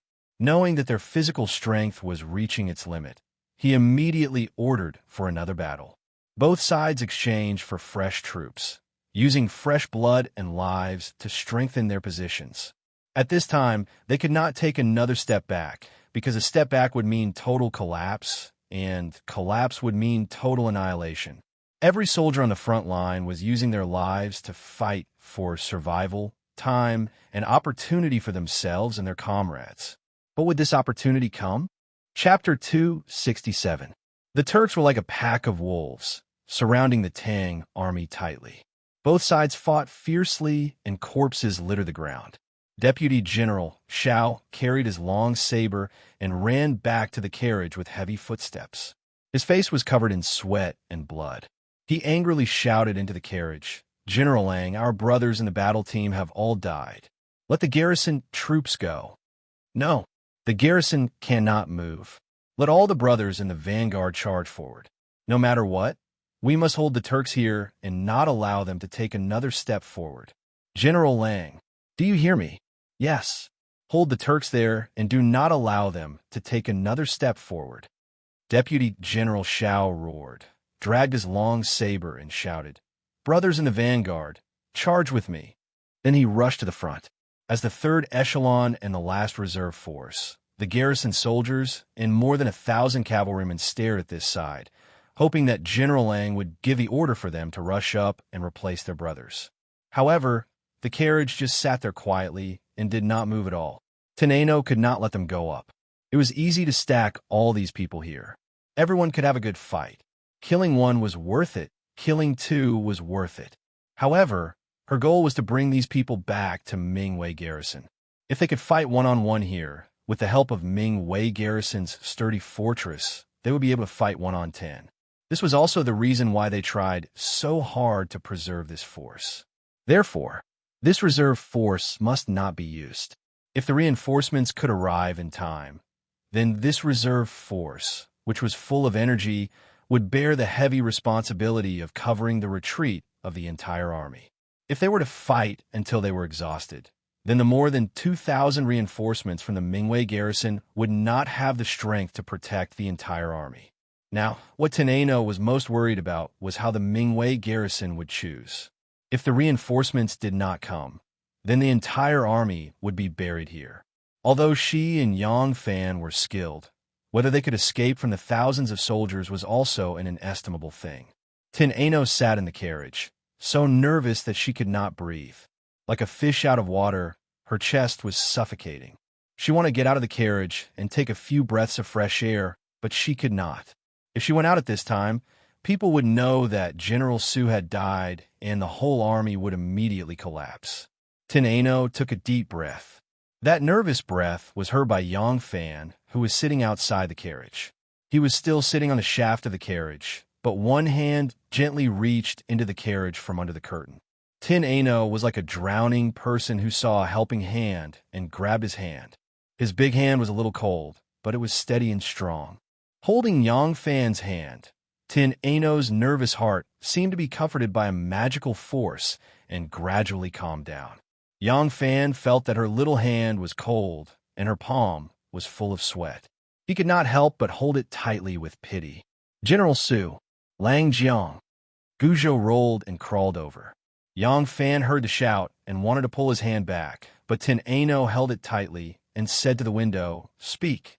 Guzhou said in a sobbing tone, "General Su, Deputy General Xiao has died in battle. More than half of the brothers in the vanguard and battle squads are dead or injured. The remaining brothers are exhausted and cannot hold on any longer. General Su, please give the order for the garrison to go up. Otherwise the brothers in front will all die." Teneno was silent for a moment and asked, "Is there still no news of reinforcements?" Guzhou said no. Not even a shadow can be seen. "Go. Garrison, go. Vanguard and battle squads retreat to rest. Order the cavalry to prepare. After the time it takes for an incense to burn, the whole army will counterattack." "Counterattack?" Guzhou was stunned. They still had the strength to counterattack? Teneno said in a powerful voice, "Yes. Counterattack. The whole army will press forward and counterattack. The brothers in the cavalry will charge towards Ming Wei's garrison. We will cover the rear." Guzhou understood. His lips moved a little, and he replied in a loud voice, Yes. Guzhou puffed out his chest and strode away. Tin Ano suddenly lifted a corner of the sedan curtain and called out in a low voice, Erlang. Yang Fan turned his head to look. Tin Ano frowned and said softly, Erlang, we may lose our lives here today. Yang Fan subconsciously tightened his grip on the hilt of his saber and said word by word, Anu, as long as I'm still breathing, I will definitely protect you. Tin Ano slowly raised his eyes and stared at Yang Fan. He asked softly, You said you like me too. Is that true? Yang Fan pursed his lips and nodded heavily. Tin Ano said persistently, I want to hear you say it. Yang Fan's nose turned sour. He nodded forcefully and said, Yes, I like you. Yang Fan, I like Anu. Tin Ano smiled sweetly. Her tensed body suddenly softened and leaned against the carriage wall. She sighed softly and said softly, That's enough. Death, what's so great about it? Death, what's so great about it? Sometimes, life is the most important thing in life. Sometimes, life becomes the most unimportant thing in life. Whether it's one's life or the lives of others, they're all worthless. Just like now, everyone went crazy. They were like ants. Swords and sabers flashed. When one person fell, another person would immediately take his place. Their bodies were made of flesh and blood, but at this moment, they were stronger than steel. Sometimes, death is really nothing. When it's time to face it, you can only charge forward. On the shaft of the carriage, Yang Fan suddenly stood up. His voice was like spring thunder. He shouted loudly, General Lang has ordered the whole army to counterattack. The messengers standing by the side of the carriage heard Tin Ano's order and immediately raised the flag. The cavalrymen who had been standing by the side of their horses with their fists tightly clenched, their blood pumping and their eyes bloodshot, quickly mounted their horses. The soldiers who had retreated to the inner perimeter to rest, regardless of whether they were injured or not, even if they had lost an arm or a leg, as long as they could still move, they all grabbed their weapons. The bugle horn to charge sounded with a woo-woo sound. Yang Fan turned around and slowly pulled out the long saber at his waist. The saber scraped against the scabbard, giving off a sha-sha sound. He intended to wait for the entire army to counterattack before cutting off the reins and using the horses that were driving the carriages as their mounts. No matter how ferocious the Turks were, he must slaughter a path of blood. He must bring Tin Ano out alive. He owed her. The saber was raised in the air, reflecting the dazzling light of the sun. Then, Yang Fan's eyes went wide as his entire body froze. There was a black dot in the distance, and in a flash, that black dot had transformed into a long dragon. Yang Fan's body trembled as he excitedly shouted, The reinforcements are here! The reinforcements are here! The reinforcements from Mingwei Garrison had finally arrived. To the general of Mingwei Garrison, this was a painful decision to make. He could not bear to abandon his comrades and watch as 5,000 of his brothers died on the way. But if he were to send out the 2,500 cavalry he had, not only would he fail to save the 5,000 soldiers of Flying Fox Pass, he would also have to pay the price of his men. The consequences were also not something he could bear. In the end, he chose to take a gamble. The reinforcements had arrived. Yang Fan's loud shout alarmed the soldiers around him. They all turned to look in the direction of Mingwei Garrison. When they saw the war banners, the war horses, and the brightly armored riders, they couldn't help but cheer. With the sound of the bugles, the 1,500 cavalry who had been resting on the left flank pulled out their sabers. Their entire formation was like a sharp curved horse, charging in a sharp arc toward the enemy's right flank. Based on the speed of their horses, the moment they charged in that arc toward the Turkic camp was the moment when their speed and strength were pushed to the limit. The infantry's reaction was not slower than theirs, but their speed was incomparable. They had only taken a few steps when a tsunami of cheers came from behind them. The soldiers who were ready to charge forward with the determination to die turned around in surprise and immediately found that their reinforcement had arrived. In the carriage, Teneno almost jumped out of the carriage when she heard that the reinforcements had arrived. She calmed herself and used Su Yixing's voice to call out, "Guzhou, Liang Seer." Liang Seer replied, "General, Please give your orders. Tin Ano said, Raise the banner. Let the reinforcements attack the enemy's left flank from the right. All infantry, prepare to retreat. Yes. Liang Seer, acknowledged and waved the banner again. When the Mingwei garrison saw the banner, they were still 100 steps away from them when they charged into the wilderness, bypassing them and charging toward the left flank of the Turks. The sound of hooves thundered like thunder. The Mingwei garrison was like a sharp sickle, piercing into the enemy's formation with the regularity of death. The Turks suffered a loss because they did not have enough time and distance to speed up their horses. For a moment, they were thrown into disarray by the Tang army. It was only when the Tang army's charge slowed that they managed to stabilize their formation. The horses neighed and the men shouted. An evenly matched cavalry battle had begun. When a third group of the Turks arrived at the battlefield, the ground was a mess with countless corpses lying on the ground. The wind blew snow across the plains, and the ownerless war horses wandered alone. Some of the wounded soldiers were still struggling on the ground. They were about to send someone to the front to gather information when they saw the vanguard leading his troops back. It turned out that the Tang cavalry stopped the enemy and protected the infantry as they retreated until they were near the Mingwei garrison. They did not know how many Tang cavalry were left in the fort and were afraid that they would be taken advantage of if they were careless.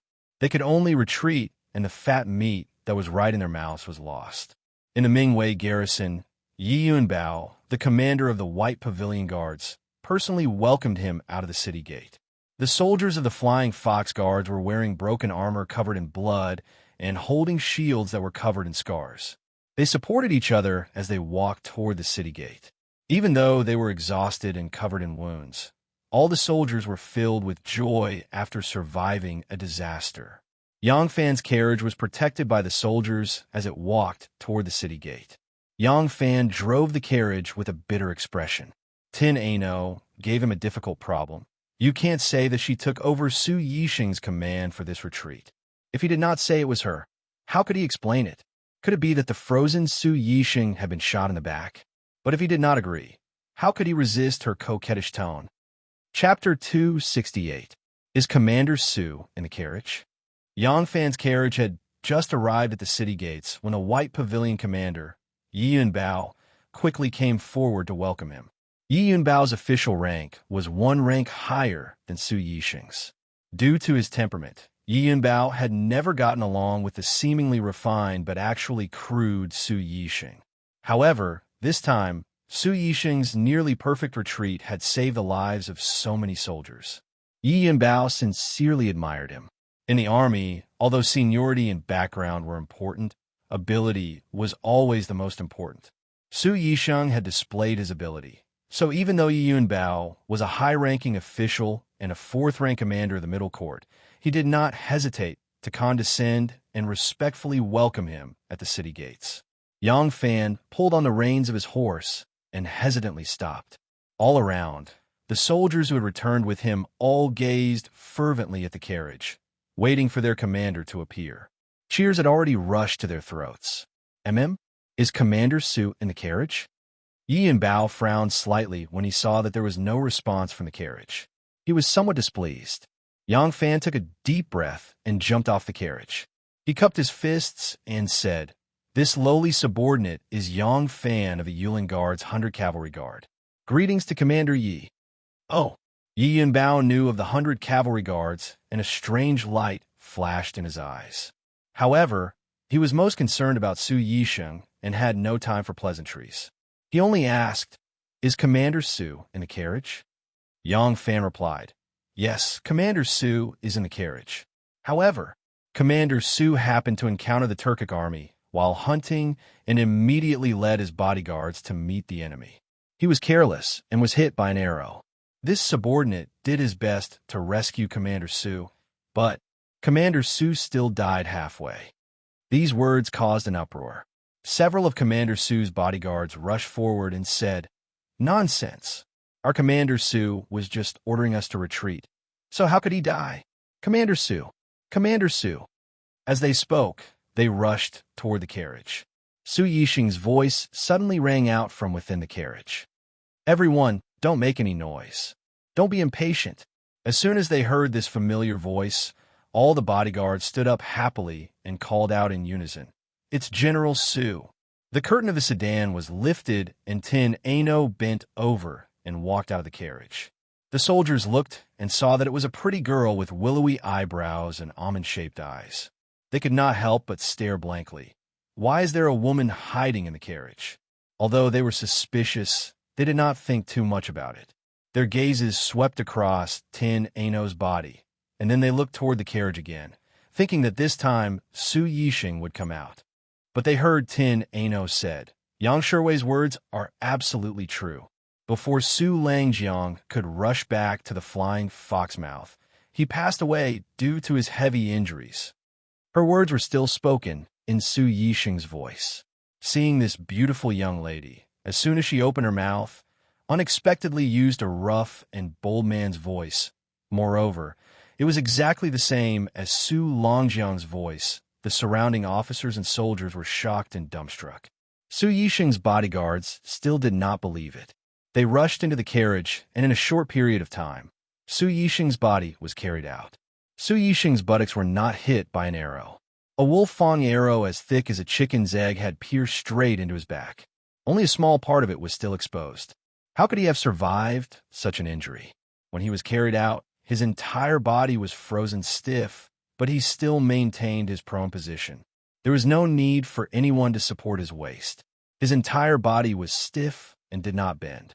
This was not the appearance of someone who had died not long ago. Everyone was silent, dumbstruck. Yi Yunbao was experienced and knowledgeable. He was the first to recover from the shock of Su Yixing's death. He looked deeply at Tin Ano and asked in a deep voice, "Was it this young lady who took over Su Longjiang's command?" Tin Ano did not say anything. She only stared at Yang Fan with a pair of watery eyes. Yang Fan coughed and braced himself to say, "Middle Commander, the person who took over Su Longjiang's command was not this young lady." Yi Yunbao's eyebrows slightly rose. He asked, "Oh, then who was it?" Tin Ano glanced at Yang Fan and rushed to say, "This lowly girl is only a woman. How could I understand the art of war? The one who mobilized the troops and commanded the battle was Guard Yang. However, this lowly girl just so happened to know how to speak. At the time, the situation was urgent. In order to appease the troops, Guard Yang asked this lowly girl to pretend to be Su Langjiang. Guard Yang sat at the front of the carriage and secretly gave this lowly girl instructions. This lowly girl was merely parroting his words." Yi Yunbao suddenly understood. In his opinion, this was also the case. How could a woman understand the art of war? Although Yang Fan was a guard, which general did not start out as a lowly soldier. Yang Fan was in the army and was also a guard of the Yulin Guard. Presumably, he had learned the art of war. Yi Yunbao's attitude toward Yang Fan immediately changed. He smiled wholeheartedly and said, "Bodyguard Yang was able to safely bring back the 5,000 men of the Flying Fox sect despite being surrounded by tigers and wolves. Your military tactics are truly outstanding. This merit is truly great. On behalf of the 5,000 men of the Flying Fox sect, I sincerely thank Bodyguard Yang." After Yi Yunbao finished speaking, he swung his scarlet beard and cupped his hands in a salute toward Yang Fan. When Yang Fan saw this, he hurriedly dodged to the side and reached out to support him. He repeatedly said, "I don't dare, I don't dare." How could Yang Fan accept the general's greeting? Yi Yunbao's thoughts were meticulous, and his shrewdness was far superior to that of a boorish fellow like Su Yixing. Although Yang Fan was a guard of the Imperial Guard, his status was worlds apart from his. There was no need for him to be so courteous to Yang Fan. However, the Yulin Guard was the Emperor's personal guard. It was easy for them to be promoted. Now that the 5,000 soldiers of the Flying Fox Mouth had been brought back by Yang Fan, this merit could not be concealed even if he wanted to. Once this report reached the capital, this little guard's meteoric rise was just around the corner. Who knew what official position he would reach in the future? It was not a bad idea to form a good relationship with him first. As Tin Ano watched from the side, a faint smile flashed across his face. As a woman, what use did she have for this merit? Of course, She would only be happy if it was used by her man to make a name for himself. Although Yi Yunbao wanted to befriend Yang Fan, there was still a huge disparity between their statuses. It was inconvenient for him to appear overly enthusiastic. Moreover, Su Yixing's personal guard was crying bitterly over the corpse. This aftermath also needed to be taken care of. Yi Yunbao nodded to Yang Fan and walked over to comfort Su Yixing's personal guard. He led them into the city and ordered someone to go to the coffin shop to choose a good coffin to store Su Yixing's body. He then urgently summoned the brigade commanders of the Flying Fox Mouth to listen to the details of the battle with the Turks and their retreat, as well as to assess the enemy's strength. At the same time, the beacons in the sky above Mingwei garrison continued to flutter. After listening to the detailed report from the general of the Flying Foxmouth garrison, Yi Yunbao immediately ordered his subordinate to write a military report to Liangzhou. He then immediately went to the city to arrange the defense and inspected the three armies, preparing to receive the first wave of attack from the Turkic army. Because Yang Fan was one of the 100 horsemen of the Featherwood Guard, his status was special, so he and Tin Ano were temporarily placed in the courier station of Mingwei garrison. The courier station here rarely had the opportunity to receive the ministers of the court.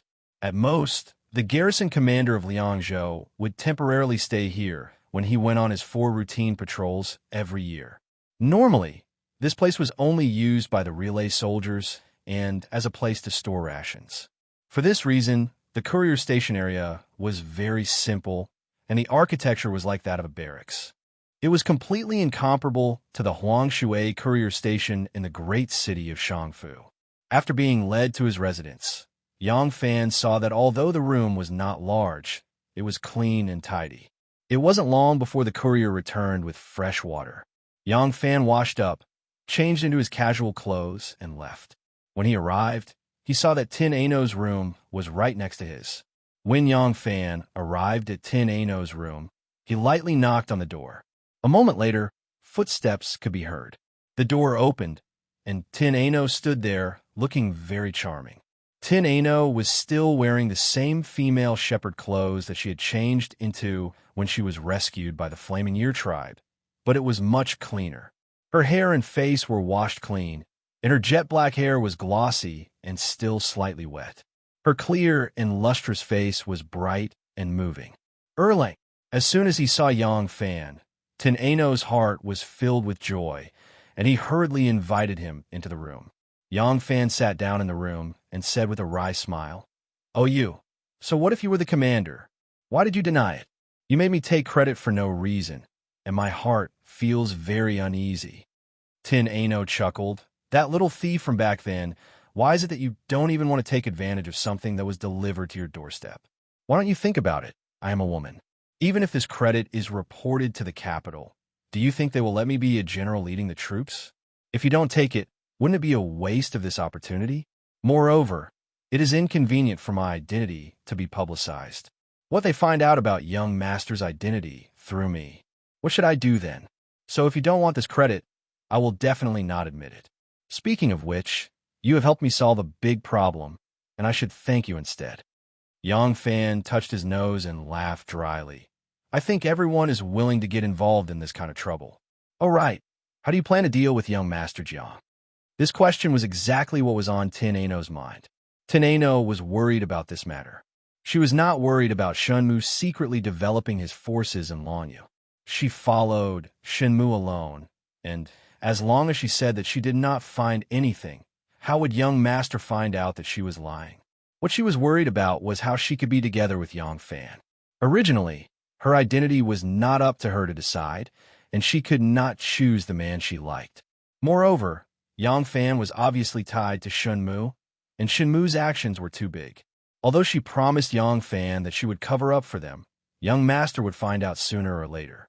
At that time, there would definitely be a fierce battle between young master and Shenmu.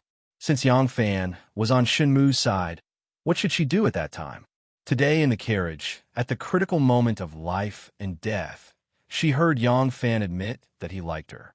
Tin Ano's heart was at ease, but when she thought of the obstruction from her young master, she couldn't help but worry. It would not be easy for her young master to deal with Shenmu. If the two of them were to fight, it would be a battle of wits and schemes.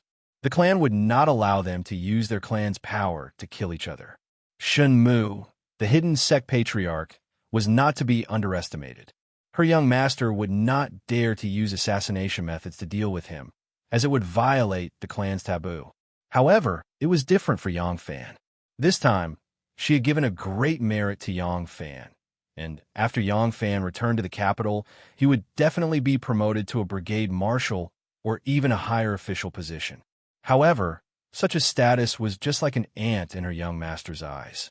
Her young master couldn't even be bothered to deal with him. As long as he gave the order, Yang Fan would die an inexplicable and untraceable death.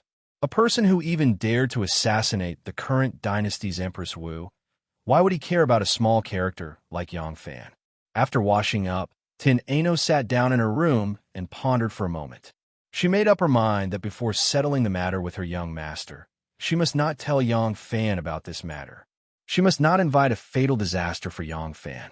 She had to settle this matter properly before getting together with Yang Fan. Chapter 269. Tin Ano hesitated for a moment before revealing a relaxed smile, saying, "Since I have already promised you, are you afraid that I will go back on my word?"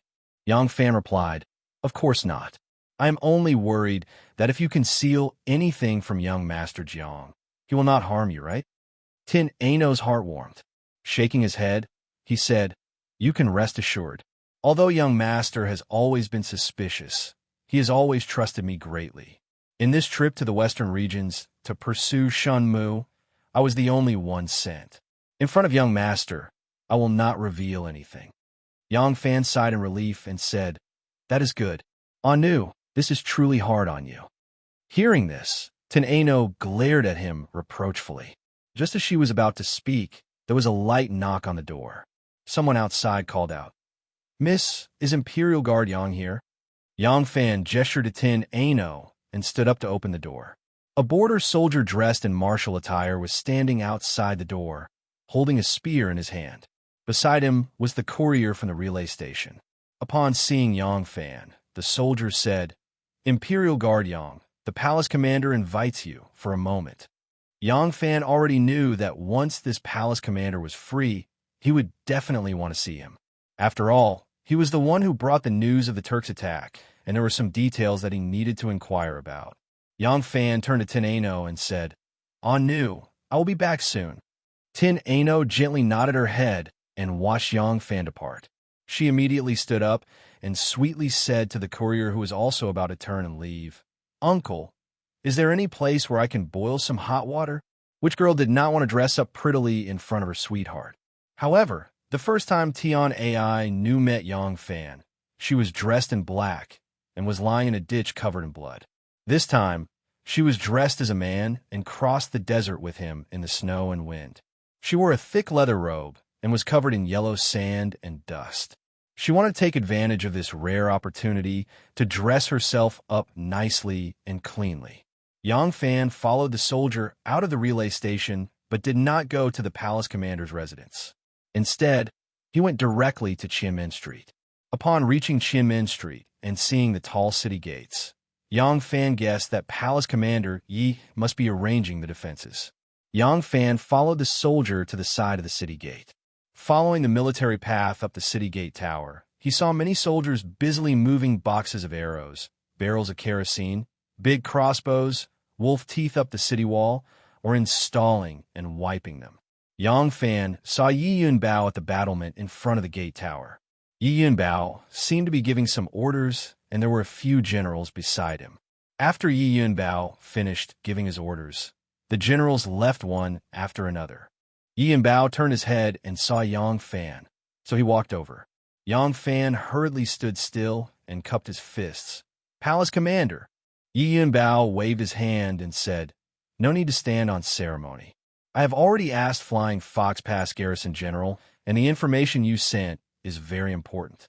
Although Su Yixing was too cautious and did not believe it, your contribution cannot be buried. At the same time, you thought of a way to impersonate Su Yixing and replace him in commanding the garrison at Flying Fox Pass to return safely. This is a great contribution. I have already reported this matter to Liang Zhou, and I believe it will be reported to Luoyang soon. Yang Fan bowed and said, "Many thanks to Palace Commander." Yi Yunbao smiled and said, "I already know that 100 cavalry of the Featherwood Guard have gone to the western regions on official business. Just now, I specially ordered people to investigate the official letters related to you. It seems that you have been missing for a long time. Your captain, Huang Xuchong, even asked the Shanzhou government to send letters to various places to investigate your whereabouts." Yang Fan said, "Yes, I was originally going to the Hushi region to gather information, but I accidentally ran into the Turks and heard that they intend to attack White Pavilion, so I came here." Yi Yunbao said, "Tomorrow I will send someone to escort you to the Liangzhou government and take the road to Luojing from there. What do you think?" Yang Fan said, "Thank you for your trouble, General Yi. But where are my companions now?" Yi Yunbao said, "When the official letters came, they were still at the Huangshui. I do not know where they are now." Yang Fan said, "Since that's the case, I will go to Liangzhou first. Once I have news of them, I will make my move." Yang Fan had once said to Huang Xuchong and the others, "If there is merit, I will not take it for myself. If I return to Luoyang now and leave Huang Xuchong and the others of the Huangshui, what would that mean? Even if I wanted to share the merit with them, it would be impossible, so I have this plan." Yi Yunbao indifferently said, "You can make your own arrangements for your journey. This general will send someone to escort you safely to Liangzhou." After Yang Fan expressed his thanks, Yi Yunbao said, "Although Su Langjiang did not believe the news of the Turks' attack and wasted an opportunity to make early preparations, the information you obtained isn't completely useless. I want to know how many soldiers the Turks have sent this time, who their commander is, which tribes are participating, and what is the relationship between them. Do you understand these things?" Yang Fan replied, "This lowly one knows a thing or two. I will report it all to General." Yang Fan told Yi Yunbao what he had learned about the two armies, the three commanders, and the strength of the major tribes involved. He especially described the conflict between the Ashina tribe and the Ashina tribe in great detail. Yi Yunbao listened attentively, unwilling to miss a single detail. At this time, Mu In and Mu Si's forces had already set up camp at Flying Fox Pass. Their yurts spread out for 10. Li Mu In and Mu Si had around 50,000 men, and besides these people, they also had tens of thousands of cattle and sheep, which were their rations. At the same time, they had circled around the edge of the desert, taking a detour from the Miquelchun River. This way, they could resupply themselves with fodder from the tribes garrisoned there. Thus, they did not move very quickly. They could not march in a straight line through the desert to Flying Fox Pass. The cattle, sheep, and horses could not withstand the extreme cold of the desert at night. Moreover, they could not bring the fodder and drinking water needed by the tens of thousands of livestock. If they had come from the desert, all the cattle, sheep, and horses would have died in 10 days. The camp, fodder, and firewood at Flying Fox Pass had all been burned down by the Tang army. However, Mu In and Mu Si still chose this place as their encampment because the terrain was suitable for setting up camp. Although this place was a little far from the Mingwei garrison, they could not immediately surround it because they still lacked siege weapons. Flying Fox Pass was on two hillsides, and not far from it was a forest. They could use the local materials to build a large number of scaling ladders, nest carts, catapults, trench bridges, battering rams, and other siege weapons. At the same time, they could wait for the other army, led by Zhu Tu, to arrive. Zhu Tu's journey to the Gobi Desert was further than theirs. Moreover, he needed to send light cavalries to feign an attack on Jianhai, so he would arrive later than them. By the time Zhu Tu arrived, the Mun Kingdom would have produced a large number of siege weapons. Mu In and Zhu Tu's plan was rather efficient. Since Yang Fan wanted to tell Yi Yunbao the news, he had to mention what he had done in Shui Yintawa City. The information he mentioned was very detailed and important because he had once impersonated Mu Si and heard Mu In's instructions. These secrets were not easily understood by outsiders. Yi Yunbao was a very steady and vigilant general. Not only did he have to analyze the value of the information Yang Fan mentioned, but he also had to analyze the authenticity of Yang Fan's information. It was not that he doubted Yang Fan's identity. If Yang Fan was a fake, he would not need to protect so many Flying Fox Pass soldiers and strengthen the Mingwei garrison's defense. He only needed to lead the few remaining soldiers and escape back. Besides, if the Turks wanted to work together, sending 1 or 2 people in would be useless. Yi Yunbao was worried about whether the information Yang Fan had gathered was reliable. If that was the case, Yang Fan would have no choice but to tell him that he had impersonated Mu Si. Yi Yunbao was already amazed when he heard that Yang Fan looked the same as Ashina Mu Si, the son of Silent Shui. When he heard the thrilling story, he was even more amazed. This time, he believed Yang Fan's information without a doubt. Yi Yunbao praised, "Amazing, truly amazing. You are young, brave, and intelligent. Today, when you led the Flying Fox Pass soldiers to retreat, you also displayed brilliant military tactics. Such a talented young man will have a limitless future." Yang Fan felt guilty and repeatedly said that he did not dare. Yi Yunbao saw that he was humble and polite and had a good impression of him. He could not help but praise him, saying, "This information is very important. The flames of war have been lit. I believe that Liangzhou will soon send reinforcements. When the time comes, I will have a good discussion with the commander of the reinforcements to see how we can make use of the information you have provided." Yang Fan looked at the tense situation on the walls and worriedly asked, "The Turkic army of 100,000 is surging over. Can this garrison of Ming-Wei be defended?" Yi Yunbao calmly said, "In this world, there has never been an impregnable fortress that cannot be breached. Whether the garrison of Ming-Wei can be defended or not depends on the strength of both sides, the strength of the commander, the use of tactics by the commander, whether reinforcements can arrive in time, and luck." He held onto the battlement and looked out at the vast snowy plains outside the city. There were many messy horse tracks and hoof prints on the snowy plains. Because the sun was setting in the west and twilight was deep, the originally bright and beautiful snow had become dim. The places that had been trampled on seemed to have withered into mud. Yi Yunbao pointed at the bottom of the city and said to Yang Fan, "Ever since this garrison was built during the reign of Emperor Taizong, it has been attacked 5 times and successfully defended 7 times. Whether it can be defended this time, we'll know in a few days." Yi Yunbao's manner of speaking had always been very calm, and his expression and demeanor were both dignified and gentle.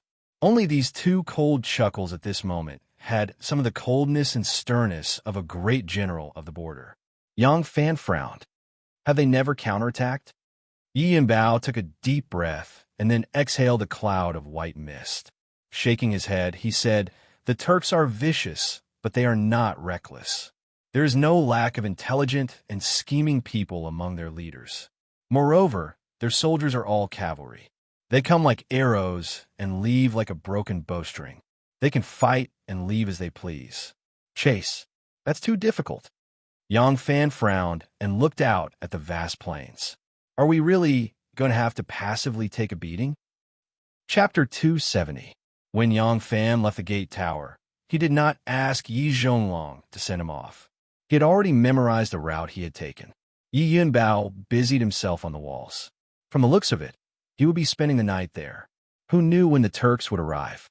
No one had swept the snow on the streets, but there was a lot of ash and dirt on it, so even though the snow was very firm, it did not feel slippery. Yang Fan slowly walked down the street. He had arrived in a hurry and did not pay attention to his surroundings. Only now did he realize that the new year seemed to have just ended in this small city. There were still fireworks on the streets, but they had been crushed by the hooves of horses and carriages and were now stuck to the snow. The residences and shops on both sides of the street still had peach talismans and other auspicious objects hanging on them. There were many people on the streets, all of them in a hurry. The commoners already knew that the Turks would soon launch an attack. Many of them closed their businesses and packed up their belongings, preparing to flee to Liangzhou the next day. If the Mingwei garrison was really breached, the next target would be Liangzhou. They could not possibly flee to the ends of the earth, and these commoners did not have the ability to do so. Some of them were unwilling to leave. They had lived here for generations, so where could they go? They did not have the ability to make a living elsewhere, nor did they have the ability to take care of the old and young. These people placed their hopes on the garrison. Even though they were uneasy, they continued to live their lives. There were many people on the streets. Regardless of whether they were Han, Uyghurs, Khitans, Chongs, or Tibetans, most of them were busy preparing to evacuate the next day.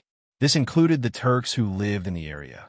When the Turks charged into the city, they would not show mercy just because they were Turks. For the sake of the grasslands, the Turks fought with the various tribes, killing each other to the death. Who cared if the Turks in the Ming Wei garrison were of the same race? Everything was for their own survival. They had no concept of race in their hearts. At the intersection, Yang Fan saw a small eatery.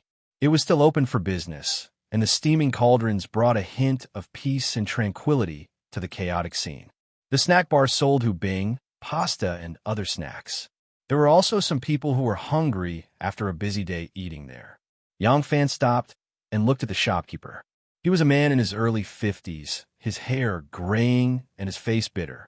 Even though business was knocking on his door, his forced smile could not conceal the worry on his face. The Turks were about to reach the walls, so who could remain indifferent? The entire city was oppressive, and this atmosphere had unknowingly affected Yang Fan, causing his footsteps to become increasingly heavy. When Yang Fan returned to his place, Teneno immediately ran over and greeted him happily. "Hi." Teneno had already taken a bath. Just as she had hoped, she looked fragrant and clean. There was no rouge or makeup on her face. Because she had just taken a shower, there was a natural blush on her cheeks. There was no lipstick on her lips, so her youthful and tender lips were naturally tender and moist. She was still wearing that woman's nomadic robe, but she had tidied it up very cleanly. The lapels were also neat and the belt was tightly fastened, showing off her slender waist as much as possible. She had her hands behind her back as she looked at Yang Fan with a smile. Her jade-like skin was soft and smooth, and her thin and clear skin was both attractive and lovely. Because he was preoccupied, Yang Fan did not notice Tin Ano's beautiful face. He only warmly smiled at her and asked, "I am back. Have you eaten?" Not receiving praise from her sweetheart, not even the slightest bit of surprise, Tin Ano's shoulders immediately slumped. Like a child who was waiting for praise but did not get it, she slightly pouted and said unhappily, "Not yet. The food is here. I wanted to wait for you to come back to eat together, but it's already cold. I will get the courier to heat it up." Yang Fan said, "I will go find it." "Right. Let's go to Liangzhou tomorrow." "Oh," Tin Ano responded listlessly. Yang Fan stood at the entrance of the courtyard and shouted a few times, but no one answered. Tin Ano suddenly remembered something and said to him, "Oh, I remember now. The courier has been called to the warehouse in the west. I heard that they're going to distribute military rations to the 4 cities." Yang Fan said, "Oh, then let's go out to eat. Do you want to wear more clothes?" Tin Ano pouted and said, "I am not cold." Yang Fan smiled and said, "Then let's go." The place Yang Fan took her to was the snack bar he had seen at the intersection. When Tin Ano was led to the front of the shop, her eyes slightly curved when she saw the steaming hot soup pot. In the soup pot, the noodles that looked like little fish were flipping up and down in the boiling water, swimming happily, and the thick fragrance of the noodles assailed her nostrils. Tin Ano couldn't help but think of the day she was saved by Yang Fan, the bowl of pasta soup that she had belittled to be worthless, the toothbrush that had lost its hair, and that sunny morning Tin Ano's heart warmed. She secretly glanced at Yang Fan and thought contentedly, "Although this guy has eyes but can't see and can't bear to praise me, but his mind is still quite meticulous." When Yang Fan and Tin Ano walked into the shop, there was only one customer left. That person didn't order anything other than a bowl of pasta soup. Probably because the Turks were about to arrive and the soldiers were in a panic, that person didn't have the mood to stay outside for long.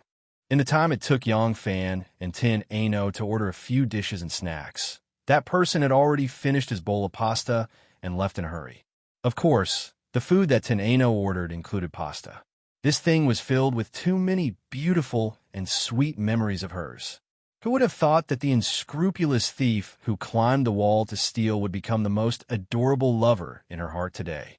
As Tin Ano ate a mouthful of pasta, she glanced at Yang Fan. Thinking back to the memories of the two of them together, that bowl of pasta was even sweeter than honey. Yang Fan picked up a mouthful of braised lamb face and looked at Tin Ano, saying, "Why are you only eating noodles? There are so many dishes, you should eat some as well. Is your stomach still not recovered?" "Not at all." With a smile, Tin Ano automatically took Yang Fan's words as her sweetheart's thoughtfulness towards her. She sweetly said, "This soup is clear and fresh. The texture is chewy and fragrant. I like it." As she spoke, her smiling eyes glanced at Yang Fan. It was unknown if she also felt that this pretty gentleman in front of her. "The soup is clear and fresh. The texture is chewy and fragrant. The texture is chewy and fragrant." Seeing that there were no more customers, the shopkeeper also returned to the shop. Just as he sat down at an empty table, a smile appeared on his tired face when he heard Tin Ano's words. He happily said, "Miss, you really know your stuff.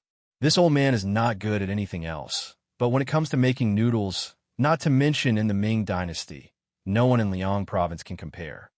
Tin Ano pursed her lips into a smile and said to him, "Yes, shopkeeper's words are not an exaggeration. This little girl is also good at cooking, but it is very difficult for me to make noodles with such a good texture. It's just that your seasoning is a bit lacking, and the taste of the side dishes is also average." The shopkeeper awkwardly laughed and said, "Who said it wasn't so?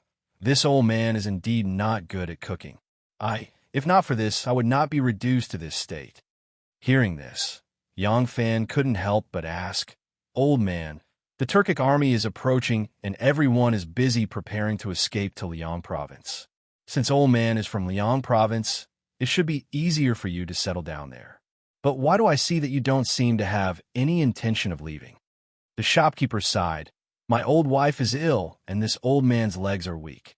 I only have one daughter at home, and she has long been married off. What are we going to do? Let's just hope that the imperial army can defend the Ming Dynasty. If the Turks really enter the city, at my age, if I die, then so be it. This old man does not have the face to return to Liang province." Yang Fan and Tin Ano looked at each other. They knew that this old man must have a sad story on his mind, so the two obediently did not ask any more questions. The old man seemed to be very talkative, or perhaps he did not have much hope for the imperial army to defend the Ming Dynasty and felt that his death was imminent, so he wanted to pour his heart out to someone. Without waiting for the two to ask, he continued, "Back then, my brother and I opened a restaurant in Liang province. I was good at making noodles, and he was good at grilling. Our business was very prosperous. My brother was not my biological brother, but our two families have been friends since our ancestors. This old man doesn't know when it started, but since my grandfather's generation, our two families have been as close as one family. Our restaurant's business was very good. Few people in Liang province could compete with us. Whenever it was time to eat, customers would line up in front of our restaurant, but the restaurants next to it would be empty." Seeing that the shopkeeper had said it himself, Tin Ano couldn't help but ask, "If that's the case, why did old man move here and just open a small snack shop?" The shopkeeper smiled mournfully and said, "I was schemed against." He was silent for a moment, then faintly said, "The food of the other restaurants couldn't compare to mine no matter how well they cooked. We were forced to close down, so how can we not hate them? They just want to punish us." Our two families lived next to each other. There was a big stone roller in front of our door. Our ancestors pooled money to buy it and used it to roll rice and wheat in autumn. Later, our business grew bigger and bigger, so we didn't grow our own food anymore. That stone roller had no use, so we just left it there. In any case, it was so heavy that we weren't afraid of people stealing it. Later on, a home merchant came. It was probably the first time he had seen such a rare toy, so he insisted on buying it at a high price. He offered 10 hangs. That broken toy wasn't even worth a hangs. At that time, my wife happened to be at the door, and as soon as she heard the price the other party offered, she was tempted. It was just a stone roller. It was rare to meet a foreigner who didn't understand anything, so she sold it to him. It's not a big deal to sell it. It's just that my wife was possessed for a moment and thought that the stone roller wasn't worth much. If she kept this a secret, she would be able to take advantage of it. She would go back and tell my brother's wife that someone happened to buy the stone roller and sold it for a whole string of money and gave her half of it. Hearing this, Yang Fan vaguely understood. He couldn't help but exclaim in admiration, "What a good plan to sow discord. This was done by your enemy, wasn't it?" The shopkeeper slapped his thigh and said, "Who said it wasn't?" My wife wanted to conceal this matter, but that merchant insisted on going to our restaurant to eat, and even had people roll that stone roller there, and loudly showed off to the others. In the end, they told him that the object was not worth 2 chien. He turned pale with fright, and said that he had spent no less than 1,000 chien to buy it. At first, my brother and I thought it was a joke, but when he told us which family he bought it from, we were glad that we met a dumb foreigner. In the end, when we returned home, my brother naturally heard from his family that he only got half a hangs. My wife had no choice but to tell the truth, saying that he only received 10 hangs, but that guy didn't believe her. There is no good way to fight, and no good words to scold. In the end, my brother's wife was so angry that she scolded, "If you tell a lie, you will die without descendants." And coincidentally, my family only has one daughter, and she doesn't have a head. At this point, the old shopkeeper's eyes were filled with remorseful tears. This hit me where it hurts. I was also really angry, so I rushed up and hit her. In the end, us two brothers also fought. Naturally, our business split up. We each only specialized in one thing. So once we split up, it wouldn't be good for the customers to buy half of the food and the other half, right? Our business became worse and worse, but we still couldn't accept it and continued to put up a front.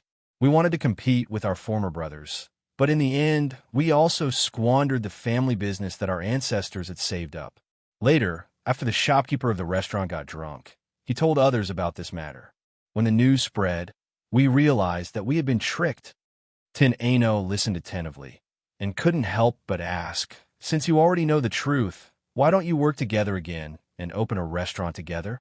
The old shopkeeper glanced at her and lightly shook his head, saying, "Little girl, you are too naive. There are some things that you can't make up for just knowing that you have fallen into someone else's trap. Can you forget the harm you have suffered in the past? If it wasn't because of remorse, how could my wife have fallen so ill? What has already happened? How can it be so easy to go back to the past?" At this point, the old shopkeeper laughed self-mockingly and sighed deeply, saying, "People all have weaknesses. It doesn't matter if they are father, son, brothers, or friends. As long as they have the intention, even a broken stone can destroy the relationship between you two." Yang Fan and Tin Ano fell silent.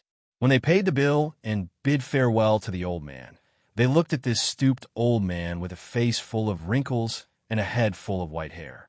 When they thought of his past glory in Liangzhou and the harmonious relationship he had with his friends, they couldn't help but sigh. By the time the two returned to the post house, the sky was already dark.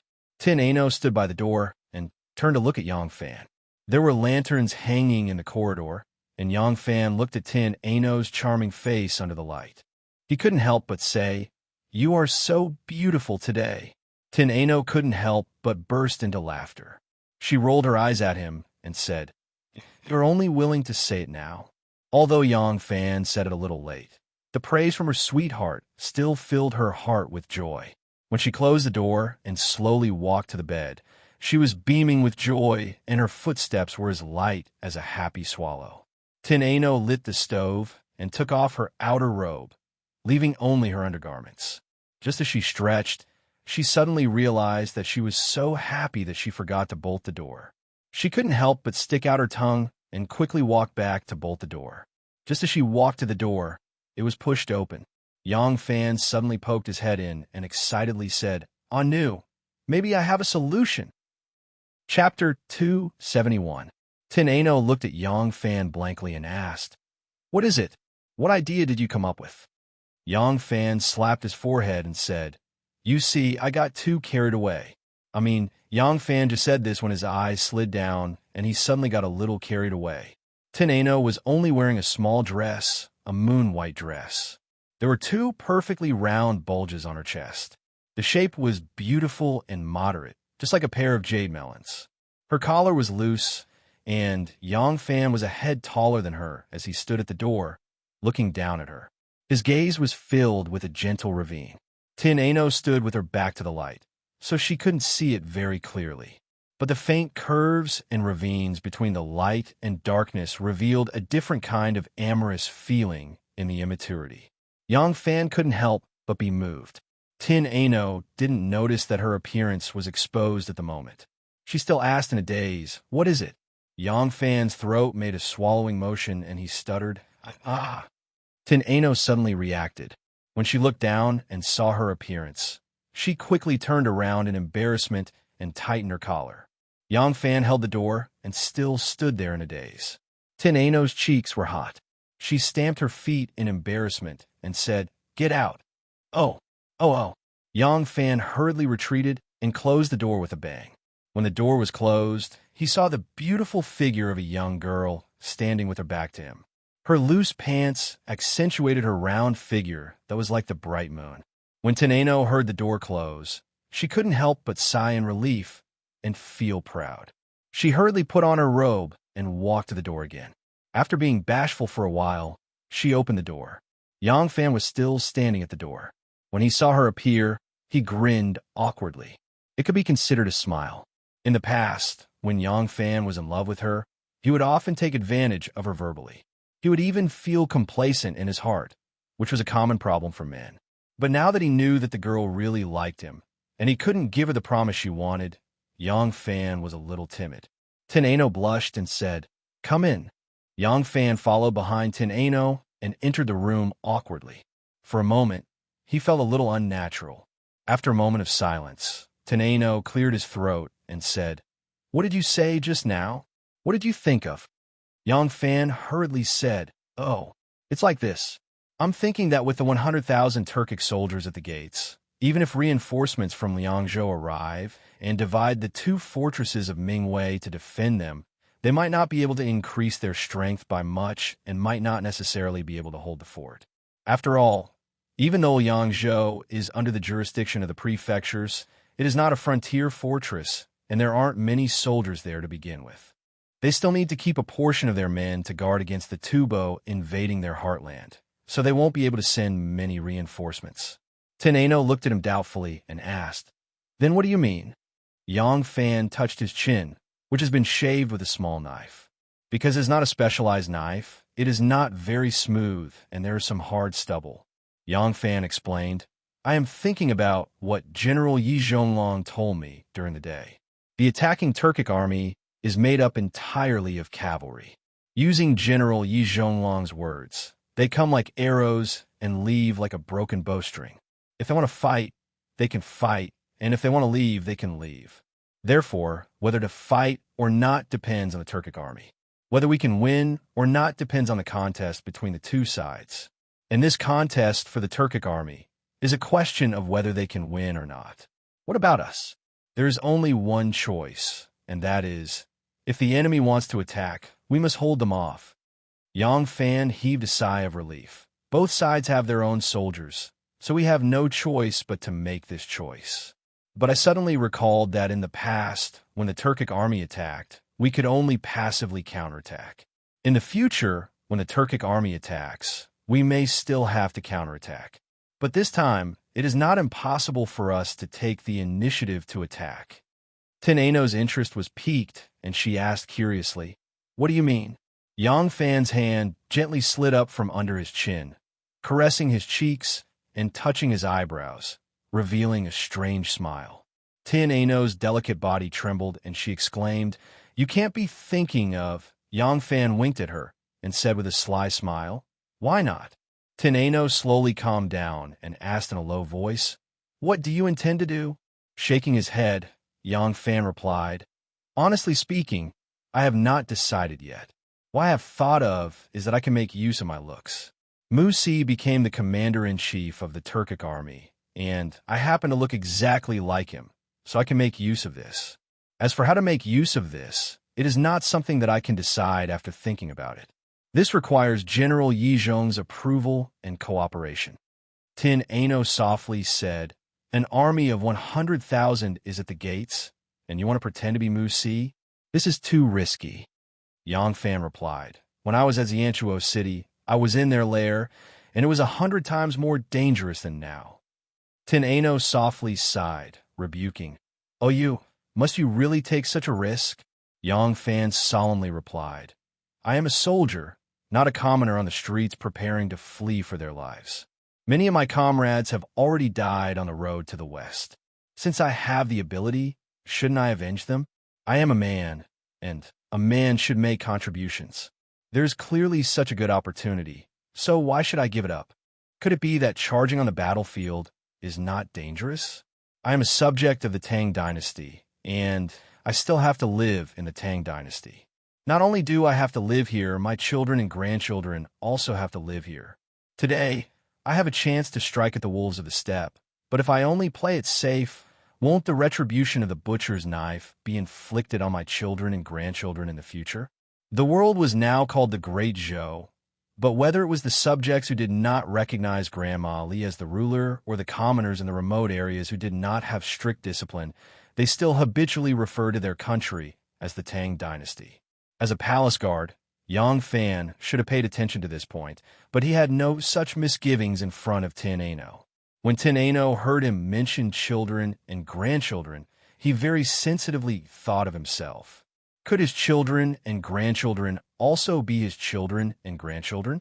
To marry with him, to have children with him, to grow old together with him. When he thought of these things, Tin Ano's heart became intoxicated.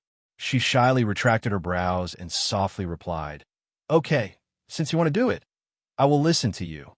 Neither of them noticed that Tin Ano's attitude was becoming more and more like a wife following her husband's song. The next morning, Yi Yunbao sent 4 soldiers to the courier station to find Yang Fan, to escort him and Tin Ano to Liangzhou. But Yang Fan went with them to the top of the city walls. Yi Yunbao was busy on the top of the city walls. In a place like this, one could not lower his voice.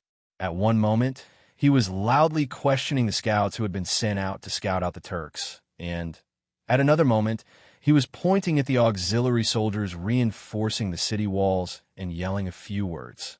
Several generals and deputy generals were following behind him, running around in circles under his orders. Why haven't you left yet?" Yi Bao turned his head to look at Yang Fan and couldn't help but ask in surprise. Yang Fan cupped his fists and said, "Palace Commander, this one suddenly thought of a plan last night that might be of some help in our counterattack against the Turkic army." "Oh, what plan did you think of?" Yi Yunbao's eyes instantly brightened. He had already asked the commanding general of Flying Fox about the entire retreat process and was filled with admiration for Yang Fan's ability to have someone replace Su Yisheng in commanding the army with a ventriloquist to stabilize the morale of the army. Not even he would have been able to do such a thing, so Yi Yunbao did not dare to treat this person's plan lightly. Yi Yunbao was rather thirsty after yelling for so long, so he invited Yang Fan into the tower. After drinking some water, he sat down and said to Yang Fan, "There's no need for so many rules. Sit down and talk. What plan do you have?" Yang Fan said to Yi Yunbao, "Yesterday, when we were talking about our encounter at Shui Yinhua City, this one said that this one and Muzi's son, Muzi, are extremely similar in appearance. Even though we're close relatives, it's difficult to tell them apart." Yi Yunbao's eyes brightened as he leaned forward. "What is it?" Yang Fan said, "The 2 armies of the Turks have 3 commanders, and one of them is Muzi." Yi Yunbao hurriedly nodded. "That's right. You want to use this identity again?" Yang Fan said, "I pretended to be Muzi in the Turks to persuade the tribes, and even participated in their conference. These matters might not have been brought up on the march, but once they return, they'll notice sooner or later. At that time, I won't be able to use this identity. But it's different now. Doesn't Palace Commander think that we can use my appearance as an excuse? If someone pretends to be Muzi," Yi Yunbao excitedly asked, "what do you plan to do?" Yang Fan spread his hands and said, "Palace Commander, I need to get your approval first. If you agree, then we can discuss in detail. After all, how to deploy the troops, the surrounding geographical situation, and many other aspects. General, you are the one who knows them like the back of your hand. Yi and Bao froze. So you still haven't thought of a concrete plan? Yang Fan said, I feel that if we plan carefully, we can make use of this point. Oh, Yi and Bao slowly began to pace around the tent. After some thought, he suddenly stopped and said to Yang Fan, the Ashina tribe and the Ashina tribe just had a conflict at Shui Yintaw. The Ashina tribe even set up an ambush to kill Musi, killing many of his soldiers. Is that correct? Yang Fan replied, correct. If Moshe hadn't forcefully suppressed this matter and invited a prestigious tribe leader to come and testify that Musi had been a guest at his place at the time and couldn't have pretended to be a bandit to plunder the tribes, the two sides would have already begun fighting. Yi and Bao said, I have a plan. What do you think? Yang Fan's spirits rose as he hurriedly said, General, please speak. Yi and Bao said, we have 2 gates here, and this mound in the middle is built between 2 mountain passes. Their 2 tribes don't get along, and this was also the reason why they split up. Once their main army arrives, they will also be responsible for 1 gate. After all, even though they have an army of 100,000, if they're all spread out in front of my gate, the majority of the people will only be able to stand back and watch. There will be no place for them to stand. Yang Fan said, correct. Yi and Bao smiled. Since that's the case, what if this general gives you a group of soldiers dressed as Turks and pretending to be Musi to launch a sneak attack on the Ashina camp and incite them to kill each other? What do you think? Yang Fan was dumbfounded.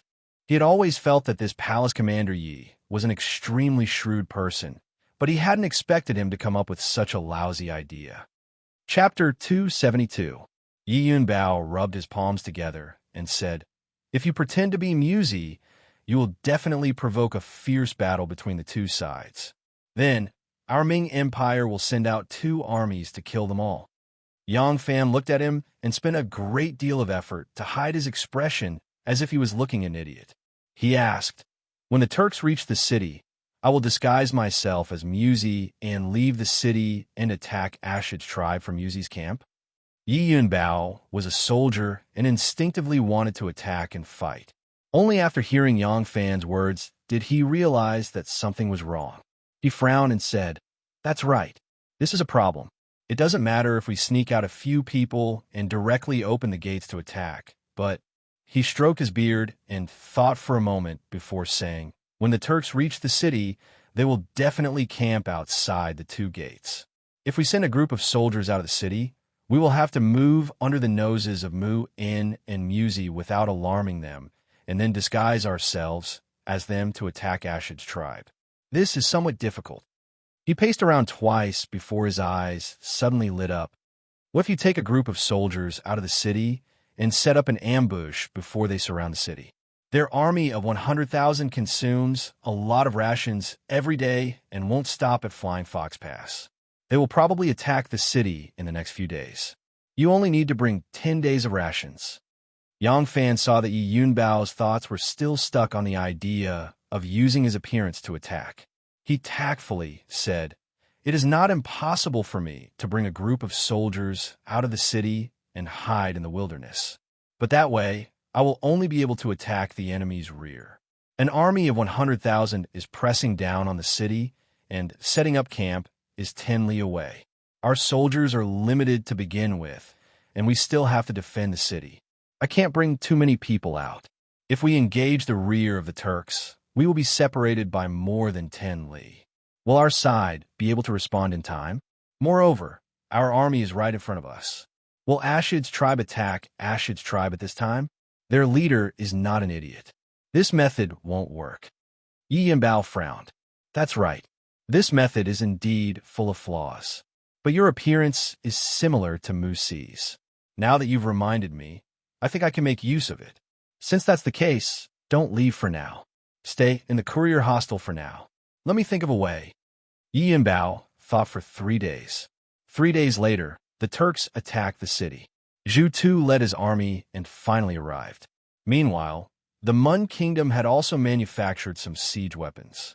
When they arrived, they had brought along the crucial components of the siege weapons. At this moment, they were only cutting wood to make some thick supports and levers. Therefore, The craftsmen produced a batch of them quickly. Both sides didn't stop for a second and immediately launched their attacks. Mingwei garrison was actually two fortresses. To be specific, one was called Mingwei, and the other was called Wuan. Together, they were called White Pavilion. Between the two garrisons was a steep rocky mountain with a city wall built on it. Putting aside the fact that it was winter, they only needed to pour some water down from the mountain to make the walls as slippery as ice, making them impossible to climb. Even in the heat of summer, it was impossible to climb up such a steep mountain. A small garrison was more than enough to deal with them, so the Turks would not attack from here. Their attack route could only be through the two frontier fortresses, Mingwei and Wuan. These two fortresses were connected to the rocky mountain in the middle. On their left and right sides were the desert and some mountain ridges of the Helan Mountains. If they wanted to enter Longyu and directly take Liangzhou, they had to pass through these two fortresses. The two small cities of the Tang army relied on the fortifications of the fortresses and mountains to fortify their defenses. They relied on the danger to defend themselves and acted as horns to each other. Huge stones were used to block the city gate. Many backup weapons were piled up on the side of the horse track. Rolling logs and stones were scattered all over the city wall. The disc fort, the arrow tower, and the city gate were all heavily guarded. It looked impregnable. Below the city walls, the Turkic army stretched for 10 miles. Looking down from the city walls, they were so densely packed that one could not see the end of them. Yurts, groups of cavalry galloping back and forth, fluttering flags, and a forest of spears and halberds emitted a vast killing aura towards the top of the city walls. What was especially frightening were the huge stone catapults, moving arrow towers, and battering rams. This type of catapult was purely pulled by manpower. It required more than 200 people to use it, but the Turks used war horses to replace manpower. A few dozen war horses were enough to make one catapult work. When the Tang army fought against Goguryeo, they also used this type of catapult and caused great damage to the simple and crude Goguryeo stronghold. This type of catapult first appeared in the Warring States period. Therefore, the Turks learned how to build and use it very early on. It could launch more than 300 caddies of stones at once. These two fortresses were built on the mountains. Even though there were no stones to be used in the desert and grasslands, there were plenty at the foot of the mountains. Even though it was not easy to gather large stones, but if more than 300 caddies of stones were to be thrown up, even though it would not cause much damage to the city walls, the damage to the defending troops would be multiplied. There were also catapults and ballistae installed in the city walls. But compared to the Turkic army, one was a fixed target while the other was a moving target. Obviously, the killing effect of the catapults was not as effective. The war drums above the city walls thundered and bugles sounded below the city walls. At the same time, a war broke out in Wuan and Mingwei. Stones flew in the air. On the top of the city walls, golden kerosene, rolling logs, and stones fought against the dense rain of arrows. Flowing flames, rolling stones, arrows piercing through the air, and corpses littered the ground. Fresh blood stained the top of the city walls and the ground. Broken ladders, battering rams, and trench bridges were scattered on the ground. Yang Fan and Tin Ano stood in the watchtower and frowned as they looked at everything in front of them. The ones attacking this side were the Mun Kingdom and Muzi's army. As Ashid's great Yabga's army had just arrived after a long journey and was exhausted, the main focus of the attack was on the Mun Kingdom. They fought fiercely, and one part of the city wall was breached by a few ladders and flying ladders. Under the cover of the rain of arrows, the Turkic army climbed up the city wall and charged in with all their might.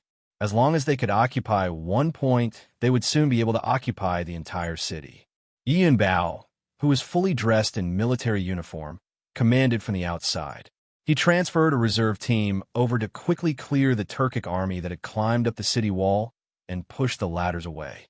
Then, barrels of kerosene, wooden logs, and rolling stones were transported over. Tin Ano suddenly looked into the distance and pointed, "Look over there."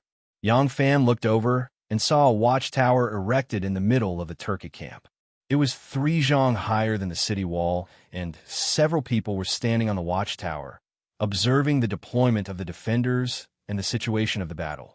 From here, the people on the watchtower were only small figures. Even their robes could not be seen clearly, much less their faces. Yang Fan said, "Those standing on the watchtower should be Mu-In, Musi, and the Turkic commanders." Tenano glanced at him and asked, "You are still thinking of that idea?" Yang Fan replied, "I feel that this idea can be used, but I can't think of how to use it." Yang Fan pointed at a soldier on the wall. His comrade had died in battle, and he alone could not move the wooden logs. The other soldiers did not have time to fill in the gaps. Seeing a Turkic soldier climbing up the ladder, he could only give up on the wooden logs, grab his saber, and charge over. Yang Fan said, "I'm just like him now. I clearly have a powerful weapon in my hand that can kill a large number of people with just one swing, but I have no way of using it. In the end, I can only fight like this." Standing beside him, Tenano stole a glance at him and coughed, explaining, "I thought that Shinmu was with you, so I followed you to the Turks. When you were pretending to be Musi at Shui Yinda'al, I saw that by your side. There was a Turkic girl." Yang Fan was still racking his brains on how to use his looks to deal with the Turks. Hearing her mention Muhiue, he recalled that unusually charming scene and felt guilty. He hurriedly pretended to be calm and replied, "Yes, she is the daughter of the commander of this Turkic army, Mu'in, Musi's fiancée." "Oh," Tenano said, "she didn't notice that you are a fake." Yang Fan laughed and said, "How is that possible? I don't have much contact with her." Tenano said, "Isn't she and Musi already engaged? The grasslands do not have as many rules as the Central Plains. She did not have any intimate actions with you, Musi." Yang Fan's mind suddenly flashed with the many erotic images of the galloping ox cart. He hurriedly said, "Of course not. Miss Yue is different from other grassland girls. Her father is the chief of the Mwaha tribe. She married Musi clearly, so that her father Mu-In and Musi's father Moshe could form an alliance. It was for this reason that they were engaged." Tenano waited for a moment, but he did not continue. She could not help but ask, "Is it because of this reason?" After she finished asking, she still did not receive an answer from Yang Fan. She could not help but turn her head to look at him. She saw that Yang Fan was staring at the battlefield in front of him without saying a word. She could not help but ask worriedly, "What is it?" Yang Fan slowly said, "Don't say anything. Let me think. I think I have an idea." Yang Fan quietly thought for a while, then said, "I think I have a way to make them retreat." Tenano asked in surprise, "What way?" Yang Fan said, "The queen of the Ashina tribe of the Turks has always been chosen from the Ashina tribe. This is because the Ashina tribe is the strongest Turkic tribe besides the Ashina tribe. Their marriage is to form an alliance." Tenano said, "That's right." Yang Fan said, "The Turkic Kagangu Dulu is seriously ill. This time, it is very likely that he will not be able to hold on. His younger brother Moshe wants to obtain the position of Kagan, and the Ashina tribe will definitely stand on the side of Gudulu's son because they're related by marriage. In this way, Moshe has no choice but to seek outside help. He has chosen the third strongest tribe, second only to the Ashina and Ashina tribes, the Mu'in tribe, to form an alliance with him. And then, I think I know the purpose of his army this time. First, he wants to win a great battle and strengthen his reputation for the position of Kagan. Second, he wants to find an excuse to mobilize the main forces of the Ashina tribe to prevent them from interfering in his bid for the position of Kagan. And then, several stray arrows flew over and nailed into the window frame beside the two of them. However, the two of them stood there quietly, neither of them moving. Yang Fan turned to face Tenano and said with a smile, "There's no need to send anyone out of the city. I only need to pretend to be Musi and spread the news that Gudulu is dead. Moshe has seized the throne, and the Ashina tribe is squeezing out Gudulu's tribe. Then, their army of 100,000 will immediately retreat." Chapter 273. Yang Fan smiled at Tenano and asked, "What do you think of my idea? What if Musi can't speak?" Tenano pulled out her sword, and with a flash of cold light, An arrow that was about to run out of strength was slashed away by her sword. Her sword returned to its sheath with a cha sound. Her movements were clean and elegant, deliberately revealing military secrets to others. With this sentence, the actions of pulling out the sword, slashing the arrow, and returning the sword were done in one go. Her speed and tone of voice were completely normal. Yang Fan said, "He only needs to show his face. The specific words can be done by the people around him, just like when I pretended to be him and plundered the Turkic tribes." Tin Ano said, "Then how can you be sure that he still can't speak?" Yang Fan said, "Wouldn't it be better if he could speak? I only want to learn a few simple sentences of Turkic language. What's so difficult about that?" Tin Ano said, "Have you heard his voice before? Are you sure that the people who heard you have not heard Musy speak before?" Yang Fan was startled and said, "This of course not. But when I left the Turkic tribes, he still couldn't speak. He shouldn't be able to speak now, right?" As Yang Fan said this, he couldn't help but look into the distance. There was a tall watchtower there, and there were a few figures on it. The watchtower was very tall, even taller than the top of the city wall. This was the wilderness, and, standing on the watchtower, the north wind whistled, biting cold. The people on the second floor were all wearing wolfskin jackets, wolfskin pants, cowhide boots, dogskin hoods to cover their ears, and large woolen cloaks. They were all wrapped up tightly. Muin and Musy were on the watchtower. Of course, they could afford to wear expensive fur coats, but expensive fur coats had long lost their purpose of keeping warm and had become a symbol of status. Therefore, the leather was tailored to be elegant and luxurious, completely ignoring the function of blocking the wind and keeping out the cold. Wearing such a fur coat here, as long as there was a small gap in the neck, the cold wind would rush in, even if wrapped in a sea dragon fur coat. On the other hand, the wolf skin was not any worse than the sea dragon skin. It was just that it wasn't as durable. If we were able to take down the 5,000 Tang soldiers in the Flying Foxmouth, they would have a hard time using their military power if we were to attack the Mingwei garrison. Unfortunately, I think the reinforcements from Liangzhou will arrive soon. In this way, we still have to exhaust their forces before we can break through the city. The one who spoke was Muin. His voice came from under the thick scarf, and it was still loud and powerful. His face was also covered with a scarf, revealing only a pair of eyes. The upper edge of the scarf was covered with a layer of frost because of the heat dissipating. His eyebrows were also covered with a layer of frost, and his pair of cold eyes revealed an awe-inspiring murderous aura. Next to him, a man in the same attire, with a scarf covering his face, said something in a hoarse voice. His voice was not only hoarse, but also rough and unpleasant, like the sound of gravel rubbing against each other. It was very uncomfortable to hear, but no one heard what he said. His voice was too low and hoarse, and once it left his mouth, it was blown away by the wind. Muin frowned, turned his head and asked, "What did you say?" That person turned around and pulled off the scarf with his back to the wind.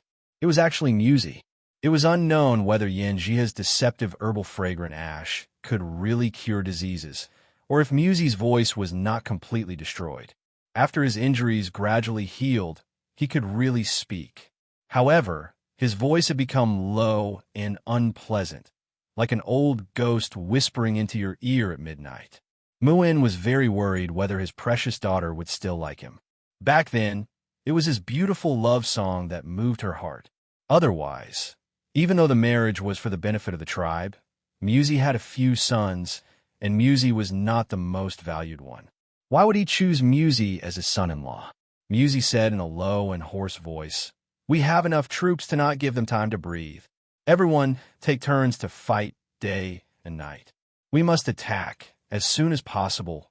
The wind was very strong, and Musy's ghostly voice was really too low and hoarse. Even though Muin listened carefully, some of his words were still muffled. However, he had already understood Musy's meaning. Gudulu's illness was too serious. It was completely unpredictable whether or not he could last through this winter. If Gudulu had already passed away, and they had not returned with a full load from the Han people's territory, then this operation would not only be unable to play the role of strengthening Musy's prestige, it would not even be able to play the role of icing on the cake. It would completely lose the meaning of sending troops. Mu'in nodded in understanding. Tonight, your troops will be the first to attack the city. Muzi nodded forcefully. He looked at the top of Mingwei's city wall with a fiery gaze. He could speak, but it was even more uncomfortable than when he could not speak. This ghostly voice, if not necessary, he did not want to speak at all. He hated the Ashid tribe, hated Zhu Tu and Xiao Mumu to death. He was even more worried that he would lose his originally unfavored position among the brothers because of this. Therefore, he desired a great victory more than ever.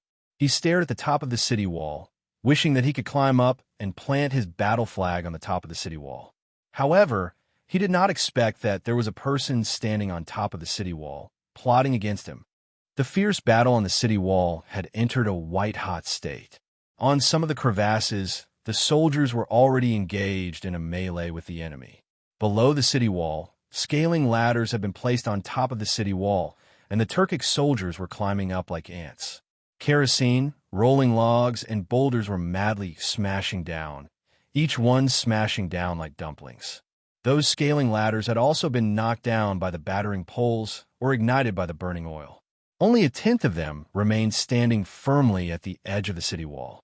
But even if there was only one person climbing the city wall, it was still a very tense matter. They had to be suppressed immediately. A dam of 1,000 li could collapse with an ant's nest. A small gap could be fatal. The grassland warriors were skilled in riding and archery, and they excelled at fighting on horseback. Galloping on horseback, that kind of fighting style suited the taste of the fierce and untamed Turkic people the most. Sieging a city was not their forte, but the valiance and bravery in their bones made up for it. Even though it was extremely strenuous for them to attack the city from the back, they howled and charged up the city wall, as if they were completely indifferent to their own lives. This was a pack of wolves roaming the grassland. However, the Tang soldiers who had gone through professional training were no longer farmers carrying hoes. Especially these professional soldiers who were stationed at the border and dealt with the enemy all year round. Their valiance and bravery were not inferior to their enemies. Fierce attacks, fierce battles, heads were cut off, blood was splattered, and the soldiers on both sides were fighting with their lives on the line. "Commander, the reinforcements have arrived." Yi Yunbao was commanding at the top of the city wall when a bodyguard suddenly ran over excitedly to report. Yi Yunbao roared, "Tell them to send reinforcements immediately when they're here." "Damn it, the house is on fire. Do I still have to go and greet them personally?" The bodyguard mumbled, "Supervisor Liu has come personally." Yi Yunbao did not even turn his head. He pointed to a platoon and said, "Where's the gold juice? Go and collect some more from each household. That stuff can't be easily healed if it burns on the body." "What, who's here?" The bodyguard said, "Commander, the governor of the Huyuan Road, General Liu Shirda, has personally arrived with his troops." Yi Yunbao turned his head. His movement was too violent and his neck cracked. He exclaimed in shock, "General Liu is here? Lin Zhongbao, come here." Lin Zhongbao, the left commander of the Ming Wei garrison, ran over with a bloody saber in hand. He was the left commander of the Ming Wei garrison and Yi Yunbao's deputy. The two had always been close and were like brothers. Because their names had the word leopard in them, they were known as the two leopards of Ming Wei. Yi Yunbao said, "General Liu is here. I'll go and greet him. You take command here and don't make any mistakes. Otherwise, General Liu will think that we're useless." Lin Zhongbao loudly said, "Don't worry and go. Leave this place to me." Yi Yunbao spat a few times and cursed. "Where am I going? What a disheartening thing to say." Saying this, he hurriedly led a few of his bodyguards down the city wall. This time, Liu Shirda had personally led reinforcements to the Ming Wei garrison. As the commander-in-chief of Longyu, Liu Shirda had originally been stationed in Shanzhou. After the Turkic spies escaped, they had taken important military intelligence with them. So Liu Shirda was not worried that the Turks would seize the opportunity to attack the strategic pass on the border and might even succeed. The few fortresses are more than 1,000 miles away from each other. The entire Longyu and Hushi regions have been oppressed by the Turks and Tubo into a narrow strip of land. It is impossible for him to choose a perfect location to command and take care of all the fortresses. However, he is truly worried and he needs to make a decision.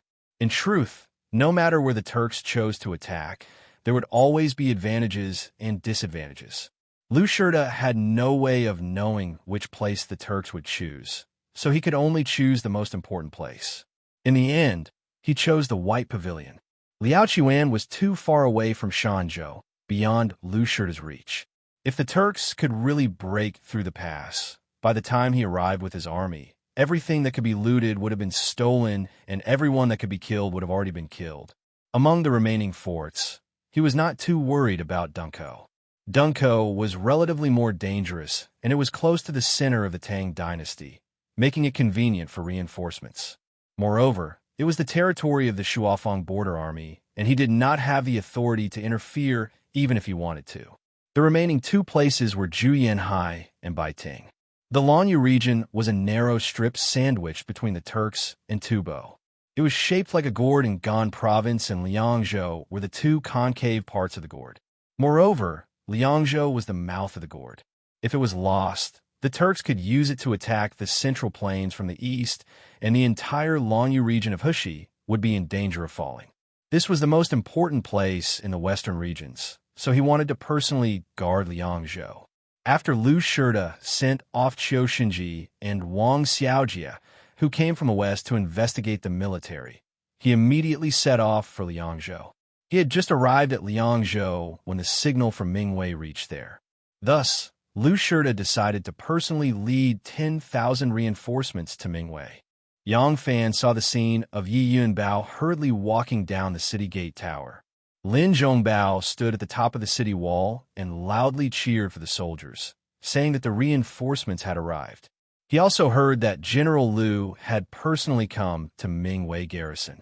He didn't expect that Shun Mu would actually come as well. Chapter 274. The battle came to an end in the evening, and the Turkic army retreated like flowing water. Very soon, smoke rose from the yurts in the distance. Below the city walls were corpses lying in a pool of blood. The smoke that drifted into the wilderness with the wind was for survival, and the corpses were also for survival. The soldiers on the city walls tiredly cleaned up the mess and replenished their defensive weapons. They carried the corpses of their fallen comrades down and helped their injured brothers down to bandage their wounds. It was a busy scene after a battle. Yang Fan said to the Tian AI Nu, "Let's go back. General Yizhong is busy receiving the reinforcements. He won't have time to see me. I'll go back and think about the plan. I'll tell him tomorrow." The Tian AI Nu gently nodded. As soon as the two of them walked out of the gate tower, a guard hurriedly walked toward them. As soon as the guard saw Yang Fan, he stood still and said, "Guard Yang, the commander of the palace guards invites you over." Yang Fan turned his head to look at Tin Ano. Tin Ano nodded and said gently, "I will wait for you at the post house." Yang Fan followed the guard and left, all the way to the palace of the commander of the Mingwei garrison. This was not a very spacious house, and the entrance was heavily guarded. Soldiers armed with swords and spears guarded the entrance and patrolled the surroundings. Under the guidance of the guard, Yang Fan stepped through the gate and walked along the straight path paved with square stones into the main hall. Under the screen with the tiger's mite, there was a table and two chairs. On the right was a fat old man in his 60s. He was wearing a military uniform, but it was impossible to tell his rank. On the left was Lieutenant General Yi Yunbao, who was talking to him. Yang Fan gave his name, and Yi Yunbao introduced. "Yang Fan, this is our Heiyuan Road's Commissioner and Chief of Army, General Liu. After General Liu heard about you, he wanted to meet you." When Yang Fan heard this, he couldn't help but be secretly surprised. This fat old man was all smiles and had a kind face. He didn't have the temperament of a veteran at all. If he didn't wear this military uniform, he would be no different from an ordinary old man on the street. Yang Fan quickly returned the greeting. "This lowly officer Yang Fan greets General Liu." "Huh, no need to be so polite. This old man has heard about you. Amazing, amazing. The younger generation will surpass us in time." Lu Shurta stood up and grabbed Yang Fan's arm. He smiled. Come. You do not belong to me, so there is no need to stand on ceremony." Let's sit down and talk. As he walked, Yang Fan realized that there seemed to be something wrong with one of his legs. His feet had no strength when landing on the ground. He was completely dragged by the other leg, so his movements were slow. His left and right shoulders were also shaking. Yang Fan hurriedly supported him. Lu Shirda stroked his beard and said, "This old man has already heard from Cloud Leopard about your actions in the Turks. Cloud Leopard has already sent a letter to the Liangzhou government, which will then send it to the capital. The imperial court is certain to reward you." Lu Shirda stroked his beard and said, "This old man has just heard from Cloud Leopard about your actions in the Turks. Cloud Leopard has already sent a letter to the Liangzhou government, which will then send it to the capital. The imperial court is certain to reward you." Lu Shirda suddenly changed the topic. "Cloud Leopard said that you are so similar to the Turkic commander, Ashina Musi, that you can pass off the fake as the real one. You want to use the conflict between the Ashina and Ashina tribes to incite them to kill each other?" Yang Fan bowed. "Yes, this lowly officer has discussed this matter with General Yi Zhonglong, but there are too many loopholes in this plan, and it won't be easy to carry it out. In the last few days, General Yi Zhonglong has been racking his brains, and this lowly officer has also been thinking of a solution. Just now, while watching the battle from the walls, this lowly officer suddenly thought of a plan that seemed feasible." Lu Shirda was rather interested. "Oh, this old man called you over to discuss this matter and see if we could brainstorm a solution. I didn't think that you'd already come up with one. Quickly tell me so that this old man can hear it." Yang Fan told Lu Shirda about the plan he had come up with on the walls. Lu Shirda slightly closed his eyes and quietly thought for a long time before slowly saying, "This plan truly is more feasible than the one you came up with." Yi Yanbao said, "Chief Steward, that miss and news words are a problem. What if Musi can already speak? What if the person who hears Yang Fan's words has heard Musi's voice before?" Lu Shirda nodded, and then he shook his head. "There's no need to worry about this. When this old man was a soldier in the army, I once saw a brother who had his throat injured. Even if his throat is much better now, it's impossible for his voice to completely recover in such a short period of time. Moreover, Musi's voice doesn't belong to his tribe, so there won't be many people who have heard his voice before. Even if they occasionally hear a few words, it won't be easy for them to distinguish whether it's him or not. Coupled with the resemblance, it's enough to pass off as the real one, so this plan is feasible. This old man thinks that there are two things that we should be worried about. First, after pretending to be Musi, who should we spread this fake news to? This news must be spread to the Ashid tribe, so it must be found out by the Ashid tribe or a vassal tribe of the Ashid tribe to be effective. If we spread this news in Musi's own camp, he will notice something unusual before it reaches the ears of the Ashid tribe. Second, if we let the Ashid tribe know, then who should we let know? Musi is the commander-in-chief of the army, and he has just fought with the Ashid tribe. What kind of reason does he have to get close to the Ashid tribe? With his identity, it's impossible for him to get close to a small soldier, and it's even more impossible for him to leak such important news as the Khan's death to a small soldier. It can only be a general of the Ashid tribe. This is another problem. Lu Shirda was indeed good-tempered. He sat there calmly, counting his fingers as he slowly explained. Finally, he chuckled.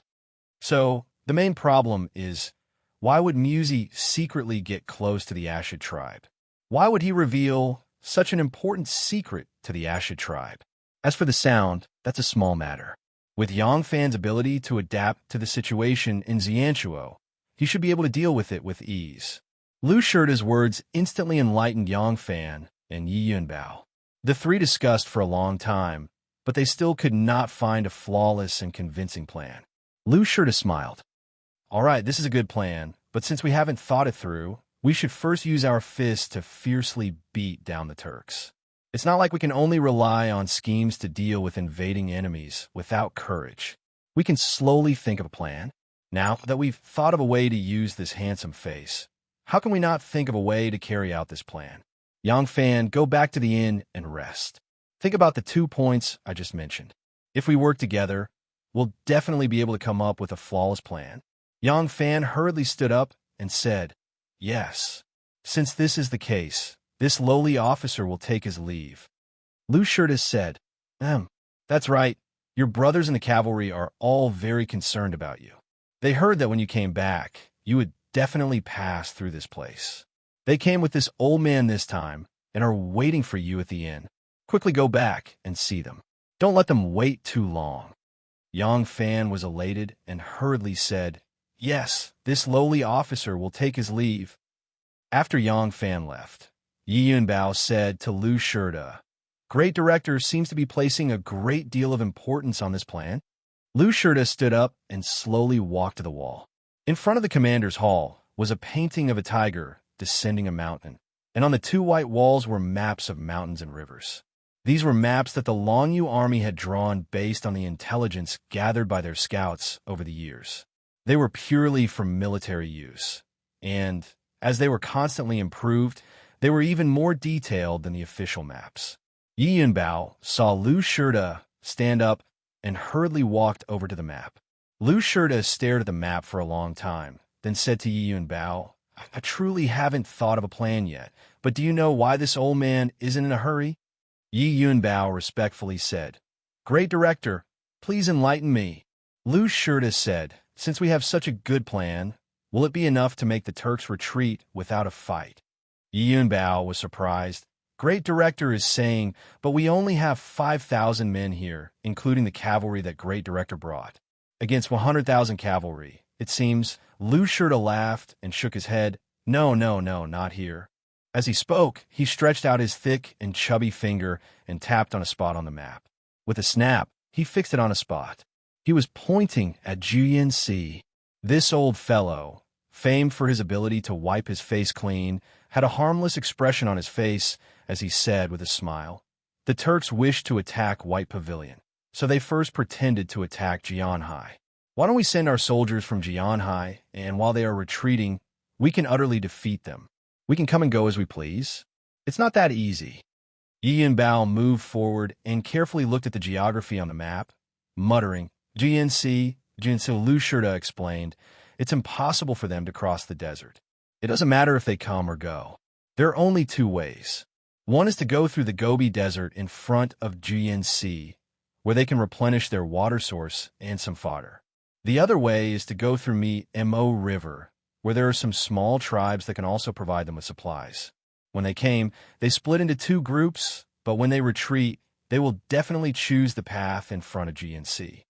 Yi Zhibao thought for a moment, then said, Because they retreated because Khan Gu Dulu is dead, and Mo Ku has usurped the throne. Gu Dulu's son refuses to accept it, and the tribes of the steppe are fighting openly and covertly. It's very likely that a civil war has already broken out. Lu Shirta said, That's right. This is the fastest way to return to the Khagan's court. If they go through Mo River, they will have to make a big detour through the Turkic steppe. Thus, not only will they choose this path, they will also abandon all their excess cattle and sheep, only bringing with them 10 to 20 days' worth of rations, and return as quickly as possible to determine what has happened. Lu Shirta put his hands behind his back and smiled like a heavenly official was giving him a blessing. Jianxi has rivers and lakes with abundant water sources and lush pasture. It is an extremely important breeding ground for the imperial court, so not only are there many soldiers stationed there are also many horses. After the Turks feigned an attack on Jianxi, the reinforcements sent to Jianxi have not yet returned and are still stationed there. The two armies of the Turks are on guard against each other. They can't eat or sleep well, and they are exhausted from rushing back. When they reach Jianxi, if countless cavalry suddenly swarm out from the gorge. Yi Yunbao's blood boiled as he heard this. He punched the map and laughed. Damn it, I'm not the defending general of Jianxi.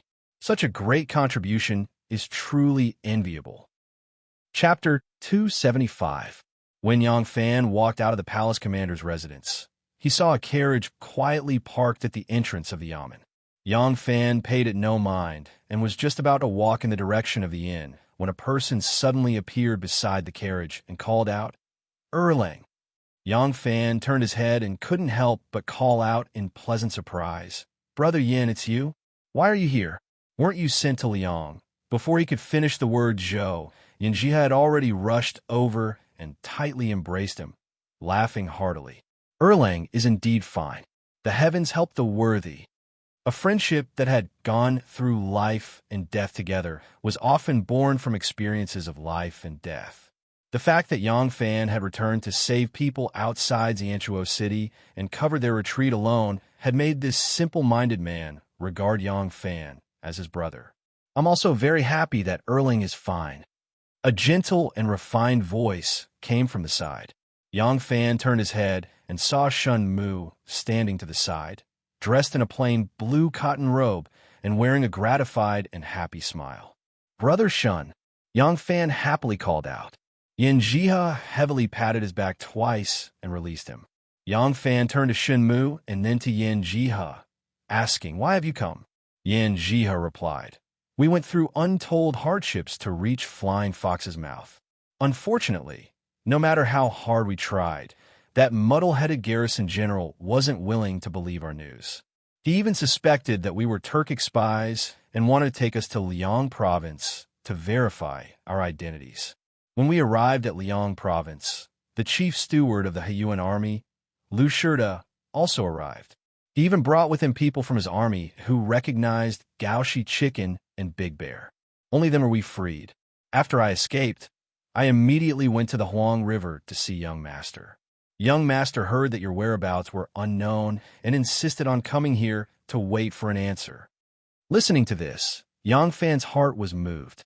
He was a person who attached great importance to kinship and friendship.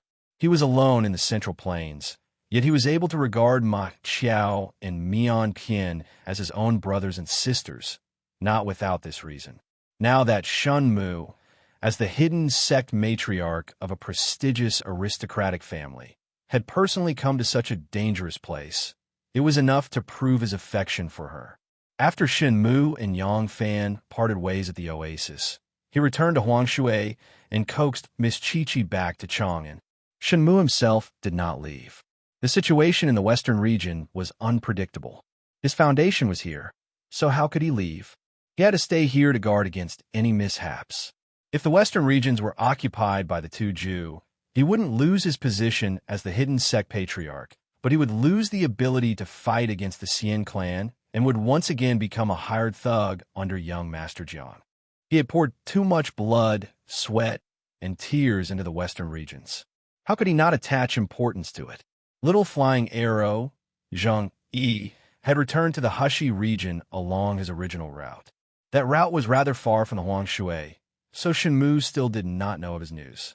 However, Yanjia had returned with Gaoshi Chicken and Big Bear. After they were sent to Liangzhou, Lu Shida also happened to arrive. The generals accompanying Lu Shida confirmed their identities, so they were naturally released. Gaoshi Chicken and Big Bear stayed with Lu Shida, while Yin Jiha quickly rode to Huangshui to report to Shenmu. After hearing his story, Shenmu immediately set off for Liangzhou. This was Shenmu's uniqueness. Why were so many people willing to be used by him? Was it just because he could provide everything one needed, help one achieve one's dreams, and pave the way for one's future? Although Yang Fan was one of his targets and did not have much value, Shenmu still cared about his life and death. He wanted to know if Yang Fan was dead or alive. Although it was unknown if Yang Fan was dead or alive, as long as he was alive, Bai Ting should be his only choice. So Shenmu also came. Huangshui and Shanzhou were not far apart. When Shenmu arrived in Liangzhou, Lu Shida had already decided to personally attack Bai Ting. Shenmu simply went to see Lu Shida. Shenmu knew Lu Shida. How could he not be acquainted with the feudal officials of the western regions when he managed the western regions? He was the one who told Lu Shida about the idea of running inns like the Shanzhou Courier House and the Huangshui Courier House, so that the two sides could earn quite a bit of money for the garrison. The two sides had long been friends.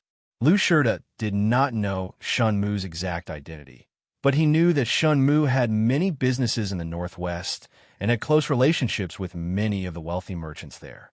He was a very powerful and mysterious merchant. The great clans and wealthy merchants of the northwest all had considerable hidden influence in the area, and they even had their own private armies.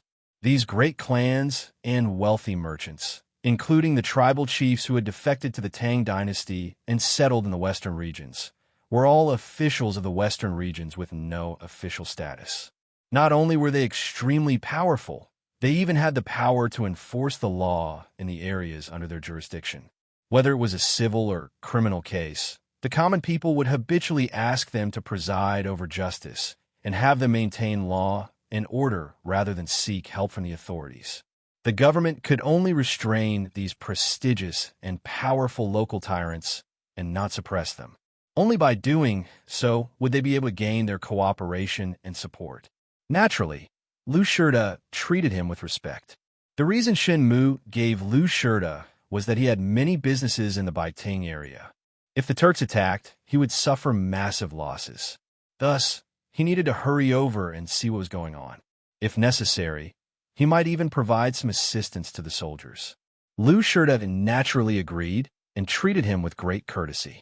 Walking to Yang Fan's side, Shen Mu grasped his hand and shook it vigorously, lamenting, "Erlang's journey to the Turkic Khaganate has been fraught with danger, and it has been tough on you. I truly believe that you are doomed. I didn't think that Erlang would be able to pass through the desert and return safely. One who survives a great calamity is bound to have good fortune later on. Come, get on the carriage. Let's return to the inn first. Your brother has already prepared a banquet to help you calm your nerves." As Yang Fan followed him to the carriage, he asked, "How did Brother Shin know how I returned?" "Ah, you're also staying at the inn. Could it be that you've already met Lady Anu?" Shin Mu gave him a mysterious glance and smiled. "I truly did meet Lady Anu. I truly didn't expect that the two of you would end up together. The affairs of the world are truly hard to predict. However, the news of you crossing the desert to White Pavilion, impersonating someone else, and commanding the Flying Fox Pass army to return safely did not come from Lady Anu's mouth. It was Yi Bao who told me." Yang Fan was even more baffled. Just as he was about to ask again, Yin Jiha explained on his behalf. "My young master has a wide network in the western regions. He is friends with many of the generals in the army." Upon hearing that the matter involved someone else's privacy, Yang Fan immediately shut his mouth. The two of them boarded the carriage, and the carriage headed for the inn. Because Yin Jia had already told Shin Mu about Yang Fan's actions at Shui Yinta, and the experience of commanding the Flying Fox Pass garrison to retreat had also been told to him by Yi Yunmao, Yang Fan only linked these events together and gave a simple explanation. He then moved on to the current predicament of the Ming Might garrison. When Shen Mu heard of Yang Fan's plan, he couldn't help but exclaim in surprise, "Erlang is truly resourceful. This plan of yours, and it's commendable. If it's used well, I think it won't be as simple as forcing the enemy to retreat." Yang Fan asked curiously, "My plan is to force the enemy to retreat.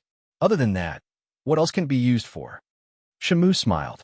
If the one who designed this plan was Ming Might Garrison's General Yi Yunbao, the purpose of this plan is naturally to force the Turks to retreat and relieve the siege of White Pavilion. But now that Lu Shida, who is in charge of the entire Longyo's safety, has arrived, I'm afraid it won't be so simple. Yang Fan's face was full of confusion. "Little brother is slow-witted. Please enlighten me." Shamu patted his shoulder and laughed. "If you were slow-witted, would there still be smart people in this world? Ha! You can't imagine. It's not about strategy, but about status. With strategy, one must also have the corresponding status. Only then will one stand at the corresponding height to think about things. You thought of this plan because of the danger of the Ming Might garrison. Yi Yunbao is only guarding White Pavilion, so his thoughts naturally lie here. Lu Shida is the same as me. Our interests lie in the entire Longyu, so when we think about things, we will naturally not limit ourselves to this. Lu Shida is a famous general of his generation. If I can think of it, I believe he will also think of it." After Shen Mu finished speaking, he raised his leg and stamped twice on the pedals. The carriage came to an abrupt stop. The driver, Yin Jiha, turned around and asked, "What orders does young master have?" Shen Mu said, "Return. Meet Chief Steward Liu." Yang Fan asked, Why did Brother Shin return? Shamu smiled. Didn't Lu Shurta say that there are two problems? One is why Musi secretly contacted the people of the Ashid tribe, and the other is why he revealed such a secret to the people of the Ashid tribe. Haha, this Shun will help him solve these two problems, so that he won't have a good night's sleep. Tin Ano hid in his room to eat dinner, take a bath, and change into a new set of clothes that he bought today. He leisurely sat down under the light in front of the window. This was a woman's outfit. Although the material was ordinary, the style and color were good. When Tin Ano was outside, he always liked to wear men's clothes. Now, for some reason, he liked to wear women's clothes, so he bought it. It was extremely noisy outside. Lu Shurta had brought another 10,000 soldiers, as well as a large amount of military supplies. They had to enter the warehouse to collect, and they had to leave the warehouse to pay. The warehouse next door was filled with loud noises. In the front hall, Huang Xuchong, Zhang Shitong, Zhang Qi, Tian Yin, Wei Tongchuan, and a few others had drunk a little too much. They were laughing loudly and arguing endlessly. Tin Ano had long gone into hiding. Ever since Shun Mu found out that she was here, Huang Xuchong and the others knew that she was the woman who crossed the desert with Yang Fan. They all asked her questions one after another, so she found an excuse to hide. Huang Xuchong and the others were simply a bunch of ruffians. What kind of things were they asking? How was she supposed to answer those questions? Was she supposed to tell them that it was very, very cold in the desert, that when she went to relieve herself, her buttocks were almost frozen into two pieces? Was she supposed to tell them that in order to keep out the cold, she hugged Yang Fan to sleep for the entire night? If these people were loathsome, then Shun Mu was terrifying. This guy who always had a cheeky smile on his face had a very powerful pair of eyes. He had only exchanged a few words with her, and there was a look of understanding in his eyes. Tin Ano was very afraid of that kind of gaze. The kind of gaze seemed to see through her, into her heart, and discover all of her secrets. Yang Fan was still the best. It was enough for a man to be as smart as Erlang. A crafty man like Shinmu always gave people a feeling that he was unreliable. Tin Ano held her chin and thought sweetly. She thought about the past, the present, and the future. Gradually, she was immersed in her own thoughts and did not notice that the sky was gradually getting dark. The lights in the corridor were already lit, and among the laughter in the front hall, Yang Fan's voice could be heard. Chapter 276. It's so rare for us brothers to reunite. So how could we disperse after drinking so little? What a disappointment. No, I can't drink anymore. I'm really drunk, Which room are you staying in? Tin Ano sat in front of the table, resting her chin on her hand as she thought for a long time. She suddenly realized that it was already dark, but Yang Fan had still not returned. She couldn't help but grow anxious, so she lit a lamp and decided to go outside to take a look. Just as she reached the door, she heard Yang Fan's voice coming from the courtyard. His voice was somewhat indistinct, as if he was drunk. Tin Ano hurriedly pulled back her hand and listened. After Yang Fan and Shun Mu returned to the Palace Minister General's office, they met with Lu Shurta. Shin Mu explained his plan and was able to filling in the gaps in the plan. The entire operation was flawless, and Lu Shurta was overjoyed. He immediately ordered for a banquet to be held in honor of the two. The Turkic army was right outside the city, and when they were looking out from the walls, they had noticed some strange activity in the Turkic camp. Presumably, they would attack the city tonight, so they had already reported this news to the Palace Minister General's office. Lu Shurta naturally did not dare to drink too much, only offering 3 cups of wine and water. As the commanding general, Yin Bao did not even dare to drink a cup, only drinking water in place of wine. Among the 4 of them, no matter from which aspect, Yang Fan was the youngest. How could he still pretend to be reserved? He had drunk a little too much wine. After returning to the station, Shun Mu returned to his room to rest. Yang Fan had originally planned to discuss the plan with Tin Ano, but when he entered the reception hall, he saw a group of brothers from the 100 Cavalry drinking to their heart's content. These people were soldiers, and although they were not responsible for defending the city, they knew that this was not the time to drink too much, so they had restrained themselves at the start. But once one was stained with alcohol, one could no longer control it. Moreover, they had put aside their worries and were extremely happy. They had been recuperating at the Huang Shui, waiting for Yang Fan's news. From autumn to winter, from yellow leaves falling to the ground to heavy snow, they still hadn't seen Yang Fan return.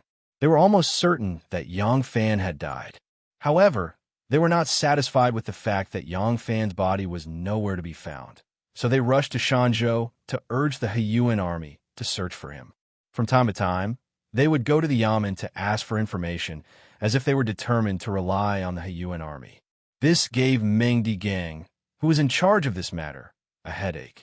Gaoshi Chicken and Big Bear brought news of Yang Fan. Meng Digang felt like he had received a treasure. He hurriedly sent this news to these masters from the capital. As a result, Huang Xuchong and the others followed him to Mingwei Garrison.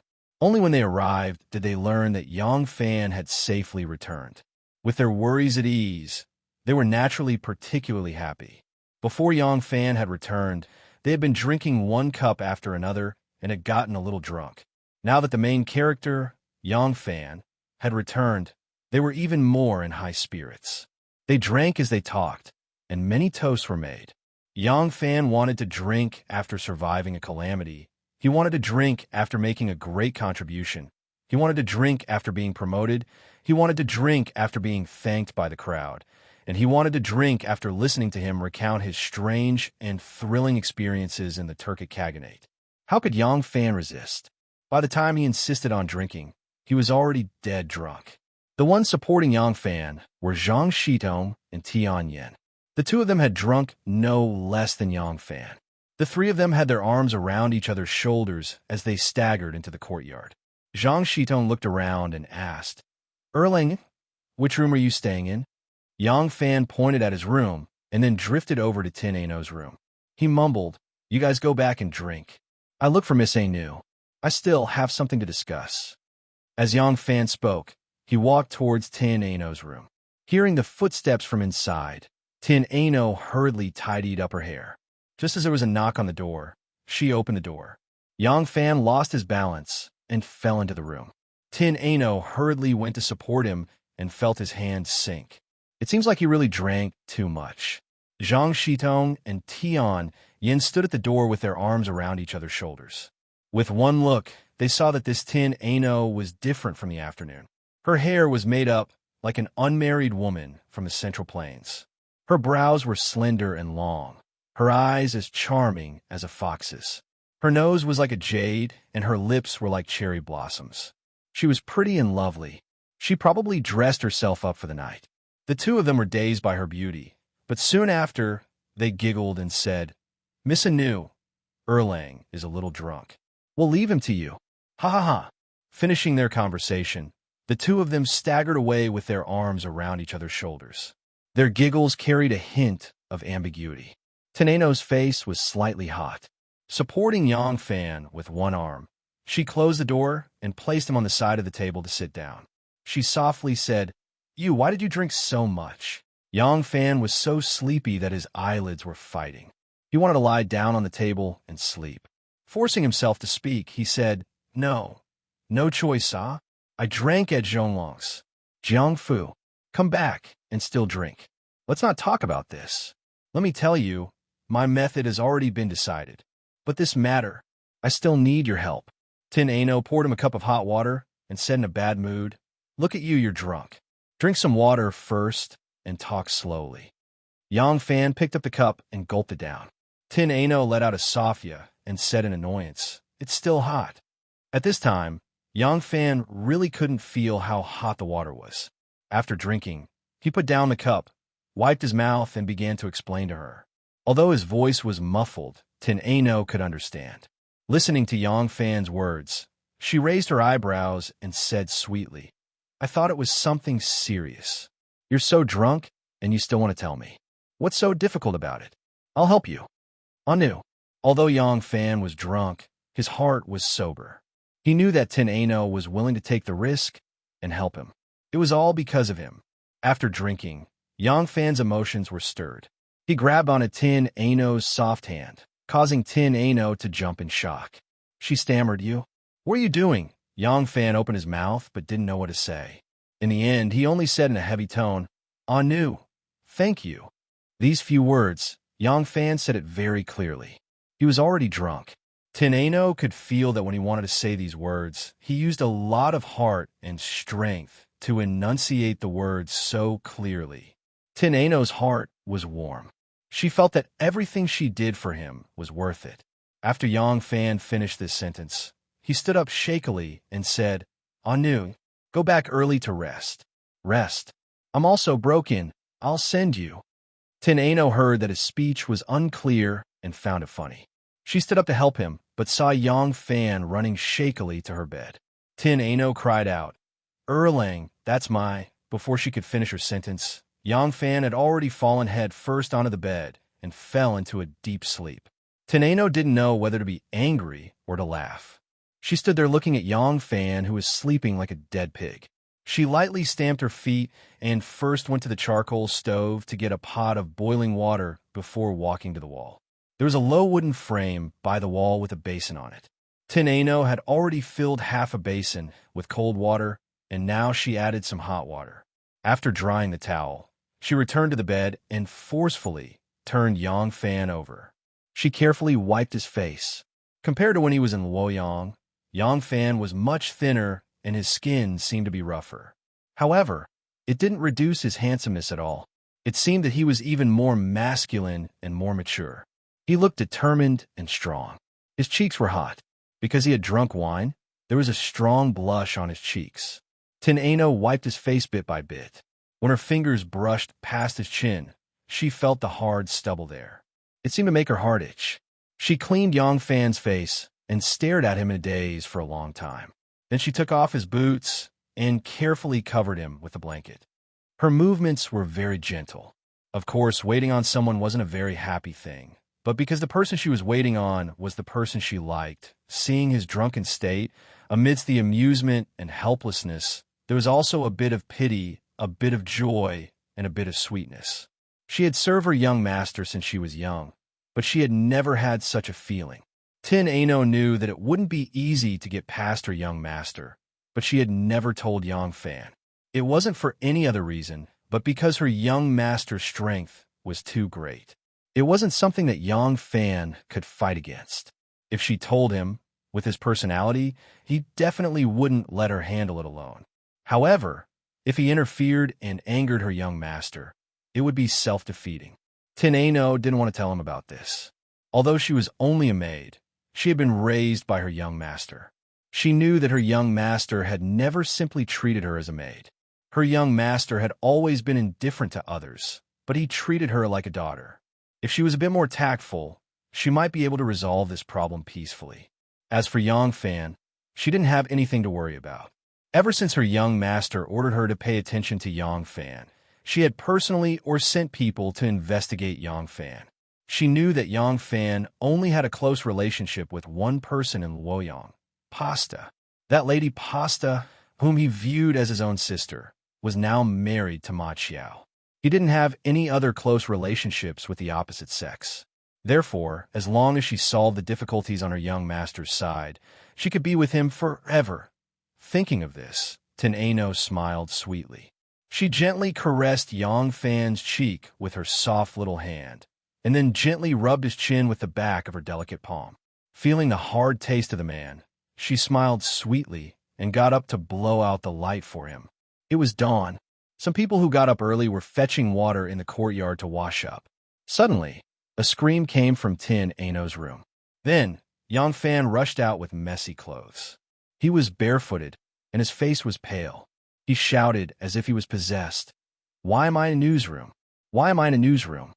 Everyone in the courtyard looked at him in surprise. Some were holding loofah kernels in their hands, some were holding willow twigs, and some were holding toothbrushes that had been ground until they were half-bald. Their mouths were full of foam, and a very strange expression gradually emerged on their faces. At this time, the door that should be Yang Fan's room opened with a squeak. Tin Ano walked out slowly. She glanced at Yang Fan and said loudly to him with a red face, "Who asked you to be so drunk last night?" I changed rooms with you. She said this to Yang Fan, but the tone and tone were clearly explaining to everyone. However, everyone was confused. He drank too much. Why did he want to switch rooms? Yang Fan asked this question for everyone in days. Did I drink too much? Why did I change rooms if I drank too much? Tin Ano couldn't bear it anymore and shouted loudly. Because you refused to leave my room. You lay on the bed and didn't move. Where do you want me to sleep? Oh, the onlookers suddenly realized and looked at Yang Fan with ambiguous eyes. Yang Fan couldn't stand it anymore. And Tin Ano also found that the more they explained, the more they made things worse. The two doors were closed one after another, and the couple retreated in embarrassment. Chapter 277. Under Mu Si's command, the Turks attacked Mingwei garrison for an entire night. Their battle cries echoed throughout the night and could be heard clearly even from deep within the city. At daybreak, the Turks retreated and both sides rested for a short while. Smoke rose once more, and many people were no longer able to enjoy their breakfast for the day. Some parts of the city wall were damaged, and a few of the crenellations on the wall were almost flattened by stones. The soldiers were pouring water over them again and again, and a layer of water and grass was spread over them. Soon a thick ice wall was built. Unless it was hit by a large stone weighing hundreds of kilograms, it would be impossible to destroy it. Mu Si's men carried the injured soldiers and retreated like a receding tide, preparing to take over his tribe and enjoy their breakfast. At this moment, the Turkic soldiers on guard suddenly saw several people being lowered from a rattan basket tied to the top of the Mingwei garrison's walls. The Turkic soldiers immediately reported this news, and soon, a Heelan military officer came out to welcome them. At the same time, a similar scene was playing out in Wuhan garrison. There were 7 people coming down from the city walls. There were flag bearers, trumpeters, messengers, interpreters, and guards. When they came down from the city walls, they waved a white flag. In the laws of war, a white flag was not a sign of surrender, but a temporary ceasefire. The flag bearer waved the white flag and walked in front, followed by a few people. On the opposite side, the Heelan led a dozen armed warriors to welcome them. The man, who was obviously the emissary, was wearing a round-collared robe and a scarf on his head. He had a mustache and was smiling like a merchant. As soon as he saw Heelan walking over, he immediately stopped and cupped his hands in salute. A thin interpreter with a mustache said, "Our great Zhou's Zhonglong general has sent an emissary here to discuss important matters with Mu Un's Great Yi Protector and Mu Si's Great Yi Protector. Please introduce them." The Heelan official was dressed in leather armor and had a large saber hanging from his waist. His face was dark red and his eyes were sharp, exuding a valiant aura. He coldly looked at the sleek merchant emissary, then looked at the frail translator, curled his lips in disdain, and said, "Follow me." Heelan led them into the main camp. Just as they were about to reach the central camp, the squires lined up on both sides of the central camp suddenly drew their sabers at the same time. Chong, chong, chong. A series of ear-piercing noises were heard as the long sabers formed a saber formation.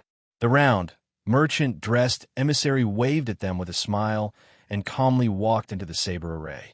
The Heelan official turned around and saw his calm demeanor. He was secretly impressed. Looking at his slick demeanor, he didn't expect him to have some guts. Mu Si was also in the big tent. He had just returned from commanding the siege for a whole night. He wanted to give Mu In some instructions before going to rest, but he heard that the Tang had sent an envoy, so he stayed behind. Tang emissaries, sign up. Heelan entered the tent to report and came out after a while. He stood at the side of the tent and shouted loudly. His eyes were filled with disdain and arrogance. The Tang emissary dusted his robe and said loudly, "I'm Jing Yan. I've been sent by General Mingwei to seek an audience with Muon's Protector Yi and Special Attendant Mu Si." As he spoke, he strode into the tent. The only person accompanying him was the skinny translator. The rest of the people were left outside the tent. Apart from the flags and bugle horns, all the weapons they carried were taken away. As it was morning, the leaders of the tribes had just woken up and had not reported to Mu In. At this moment, there were only Mu In, Mu Si, his son-in-law, and some guards in the tent. Misty was tall and slender. He was wearing a wolfskin robe with a high collar and long sleeves, which made him look even more ferocious. Although Muan was an old man in his 50s, he stood as straight as a spear. He wore riding boots and tightened his belt, which made him look burly and valiant. He didn't look old at all. "What does Yunbao want to say to me by sending you here?" Muan spoke in Turkic language. The frail translator repeated it to Jing Yin in Chinese. Jing Yin smiled and bowed to him, saying, "This must be Muan's protector Yi. Ha ha, I'm a merchant from Longyu, not a government official. This time, the Turks have invaded our territory and the two countries are locked in a fierce battle. We merchants of the western regions are very uneasy, so we persuaded General Yi Zhonglong to send someone to request an audience with Great Yi Protector General. Our two sides can discuss this matter and decide that it is best not to fight this battle if possible." Muan listened to the frail translator's translation and frowned. "You're not government officials? Then what do you want to talk about?" Jing Yin said with a smile, "Everyone here is a hero of the grassland. You live in yurts, drink horse milk, live by water and grass, shoot eagles under the blue sky and white clouds, herd sheep and sing. Longyu is not a good place for you to live. Why must both sides fight each other and kill so many people? I was elected by the merchants of the western region to represent them to negotiate peace with Great Yi Yunbao. As long as you agree to withdraw your troops, we are willing to offer some money and women to make up for your losses. Isn't it good for everyone to live in harmony?" Muan was furious when he heard the translator's reply. "Presumptuous! Are you guys toying with this old man? I've mobilized 100,000 troops to conquer the city and conquer the land. He's just a Ming Wei garrison general. How dare he send a small merchant like you to try to bribe us with some money and ask us to withdraw? What a joke!" Jing Yin quickly said, "Great Yi Yunbao, please don't be angry. You've misunderstood. That General Yi Yunbao is just a Ming Wei garrison general. How would he dare to negotiate peace with you on behalf of the imperial court? According to General Yi Yunbao, he wants to live and die with the city." Muan sneered. "Is this considered a threat? All right, since he has such intentions, let's have a contest." Jing Yin hurriedly said, "Great Yi Protector, the garrison of Mingwei is indeed not a lot, but now another 20,000 troops and horses have been transferred from Liangzhou. Relying on the danger to defend, it will not be easy for you to attack, right? Moreover, not only is the Liangzhou garrison general recruiting troops, the imperial court has already sent reinforcements, and they're on the way. What was the point of two armies fighting to the death? Isn't it for benefits? I might have been too direct with my words, but I'm a merchant. Merchants only care about profits, and they only care about profits. Although this is a war between two countries, it's still a struggle for profits. You're no different from us merchants." Jing Yin talked incessantly while the interpreter translated every sentence. Hearing this, Musi couldn't help but feel a little moved. To be honest, the pasture in Hushi Longyu was not as plentiful as the Turkic grasslands. They attacked Hushi Longyu for wealth, but their long-term goal was to use it as a stepping stone to covet the colorful world of the Central Plains. Now that Gugulu was gravely ill, it was impossible for them to take the Central Plains at this time. With the current strength of the Tang Empire, they could not do this. Therefore, the purpose of this expedition was to win and plunder. They had attacked Longyu in the past, but did not manage to gain a foothold. In fact, the main purpose of these grassland tribes was to seek wealth most of the time. Unless the Central Plains weakened and there was a possibility of occupying it, they would not have the determination to start a war with the purpose of occupying it.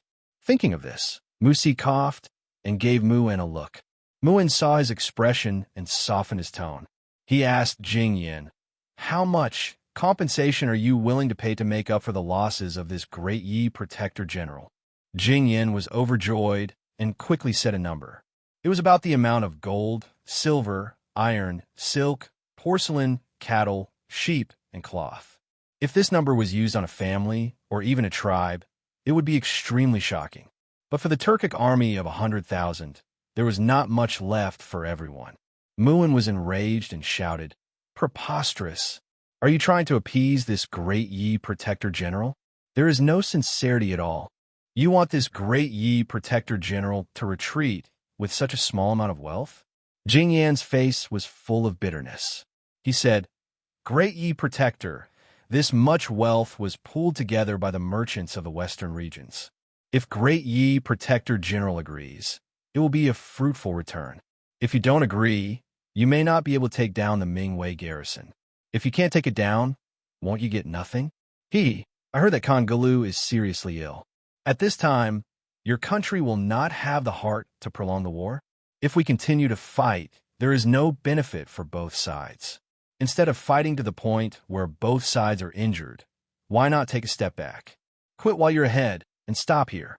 Is Special Agent Musi here? Why not discuss this with Special Agent Musi? I am Musi." Musi took a step forward, and his ghostly, hoarse voice startled Jing Yin and the translator. Seeing this, Musi felt a sense of bitterness and irritation in his heart, but he had to endure the voice that even he himself could not endure. He continued to express his opinion. "If you want us to retreat, that's fine, but you have to show enough sincerity.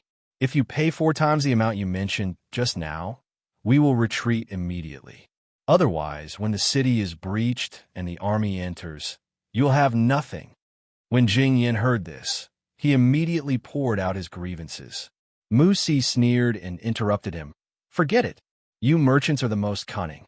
Do you want to lose money to avoid disaster, or lose both? Think about it yourself." After a round of discussion, there was no result. Jing Yin could only smile bitterly. "To tell you the truth, we originally estimated that we would need twice as much as this. Now, such a large amount, I really can't make the decision alone. I hope Great Yi Protector General and Special Agent can give me a few days to discuss with everyone." Muin sneered. "Sure, you can go back and discuss, but we will continue to attack the city. If you don't come to a conclusion before we enter the city, then you don't need to discuss anymore."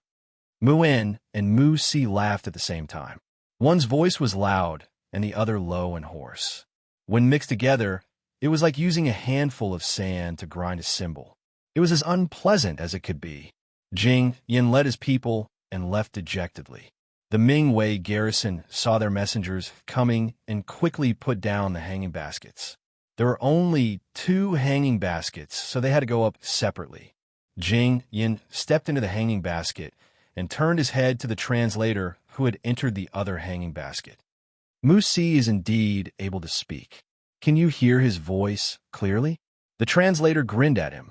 He was obviously a skinny man with a dark face, but he had the mischievous charm of a girl. Yes, the clothes, the voice, the tone, everything is clear. His voice was exactly the same as Musi's. The rope on top of the city wall swayed, and a snowflake fell down and hit Jing Yan's neck. Hearing this ghost-like weeping sound, Jing Yan couldn't help but shiver. Chapter 278. After another day of fierce fighting, Lu Bugu returned to his tent, took off his heavy leather armor, and threw it on the edge of the bed. He sat down on a blanket and let out a long sigh. His personal guard brought in food, a plate of steaming hot chunks of mutton, still dripping with blood, and dried vegetables stewed with blood sausage. There was also a stack of biscuits and a pot of steamed horse milk wine. Lu Bugu took a knife from his waist and began to cut the juicy mutton, a hint of worry on his brow. He was the chief of the Khitan tribe, the strongest of the Khitan tribes, with more than 10,000 young warriors under his command. When he had submitted to the Turks, both the Ashina and Ashid tribes had tried to recruit him. Later on, because the Ashid tribe had offered him even greater conditions, such as a large and fertile steppe, Lu Bugu had sworn his loyalty to Zhu Tuesday. Lu Bugu was worried because his tribe had been the main attacker today and had suffered far too many casualties. Lu Bugu had just returned from inspecting the camp and inspecting the losses. The heavy casualties made him very uneasy, so he decided to report the losses to Zhu Tu tomorrow morning and request that his tribe be used as a supporting force. Zhu Tu had always been generous to him, so he was confident that Zhu Tu would agree to his request. At the same time, on the rocky mountain between the Ashina and Ashina tribes, several thick ropes were noiselessly hanging down. Several figures climbed the ropes and slid down the steep rock face, which was as smooth as a mirror covered with ice. By himself, Lu Bugu ate a large plate of mutton and a pouch of horse milk wine. Somewhat tipsy, he lay down on the couch. He had just pulled the wool blanket over his body when his personal guard lifted the curtain and walked in. In a low voice, he said, "Lu Bugu, Lu Bugu." Although Lu Bugu was the chief, his tribe did not have a strict hierarchy, so his subordinates were used to calling him by his name. Lu Bugu had just begun to feel sleepy, but when he heard the call, he immediately sat up and habitually reached for his saber, shouting, "What is it?" The personal guard whispered, "Special Agent Misty has arrived and wants to see you." Lu Bugu woke up and composed himself. Flabbergasted, he asked, "Misty, where is he?" The personal guard said, "Just outside the camp. He said he has a secret matter to discuss with you. Do you want to see him?" Lu Bugu thought, "Misty wants to see me?" In the past, there was no harm in meeting him, but now Ashina and Ashid are like enemies. If I meet him and Zhu Tu finds out, he will definitely think that I am betraying the Ashid tribe. It is better not to meet him. Lu Bugu rolled his eyes for a while, then waved his hand and said no. If he has anything to say, he can come to Protector Zhu Tui's tent tomorrow to discuss it. The guard said in a low voice, "Misty said that this matter concerns the future of our tribe, so she wants you to meet her." Lu Bugu pondered for a moment, then ordered, "Call him in. I want to see what kind of tricks he has up his sleeve." The bodyguard replied. He refused to enter the camp. "There are Zhu Tui's men patrolling the perimeter from time to time." He was worried that it would not be easy to get out after coming in. He said that you can come and go as you please, so he wanted to invite you to meet him outside the camp. "What is this kid trying to do?" Lu Bugu muttered to himself as he raised his saber and ordered the bodyguard, "Call a few people and follow me outside." Since they were right next to his camp, Lu Bugu was not worried that Misty would plot something, not to mention that he had no enmity with Misty. When Lu Bugu walked out of the camp, the top of the city wall was brightly lit with torches. The tribe responsible for the night battle was attacking the city. Although Lu Bugu's tribe was stationed at the back, the battle cries could still be heard clearly. Lu Bugu left the camp area with more than 10 bodyguards. After walking for more than 1 li, he saw 4 people standing at the foot of a mound in front of them. As soon as they saw them, one of them quickly walked over to greet them. Lu Bugu stopped in his tracks, and the person walked in front of him. The person cupped his fists and said, "My clan special forces have been waiting for a long time. Great leader Lu Bugu, please." Lu Bugu turned his head to look. The mound was constantly rising and falling, some high and some low. From here, he could no longer see the situation at the camp. He waved his hand, telling the bodyguards to stay behind. He only brought 2 bodyguards with him and walked over. When he was about 2 zhang away from the 4 people, he stopped and cautiously sized them up. The person in front of him was indeed Misty. Today's moon was very round. It was probably just after the Shangyuan festival. The bright moonlight shone on the earth, and the light from the snow increased its brightness. He could clearly see the person's appearance. Sure enough, it was Misty. On each side of Misty stood a saber-wielding warrior. They seemed to want to stop him from approaching, but seeing that he had already stood still, the 2 of them retreated. Behind Misty stood another person. His figure was slightly thinner, and his back was facing them. From time to time, he would look left and right, appearing to be very cautious. Lu Bugu stood still and cautiously asked, "Special Agent Misty, why have you called me out in the middle of the night?" Yang Fan, who was disguised as Misty, smiled at him. His hoarse and rough voice rang out, "Lu Bugu, I have come on my father's orders." Lu Bugu involuntarily cried out, "Lord Moshe's orders? Could it be that he is here?" His voice paused, and Lu Bugu looked at Yang Fan, his expression becoming even more cautious. "You're saying that before we set off, Lord Moshe told you that he wanted to meet with me?" "That's right." The guard behind Yang Fan looked around. His figure flickered, and his finger lightly tapped on Yang Fan's buttocks. He opened his mouth and said, "Before we set off, my father told Misty that the time was not right, and that he could not invite you for a discussion. Today, I received a message from my father on horseback, which is why I invited you out." As soon as his finger touched Yang Fan's buttocks, Yang Fan's mouth immediately opened and closed. Only the two guards on his left and right knew that from beginning to end, he had not made a single sound.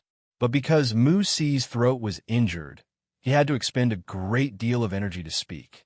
The movements of his face were rather strange, and his voice was low, unpleasant, and erratic. Thus, when the guard behind Yang Fan spoke for him, Lu Bugu was able to see nothing wrong with Yang Fan's expression or the shape of his mouth. "Lu Bugu, when you submitted to the Turks, my father regarded you with great importance, and he completely agreed to any request you made. But at the time, my uncle was the one making the decisions, and if he didn't agree, my father couldn't do anything.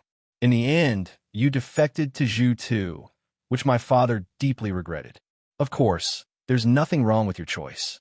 Our conditions weren't as good as theirs, so you naturally had to consider your own tribe. But it's different now, haha. So, I hope that you can reconsider and make a choice between Ashina and Ashina." Lu Bugu's expression flickered. What he was concerned about was that it's different now. What was different now?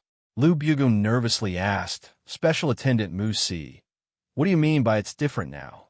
Yang Fan calmed down and looked at him, a mysterious smile on his face.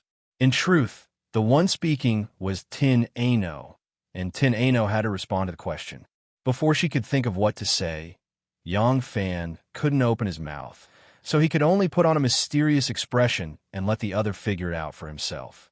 Alas, Lu Bugu wasn't a very smart person. He couldn't guess what Yang Fan wanted to say based on that Mona Lisa smile.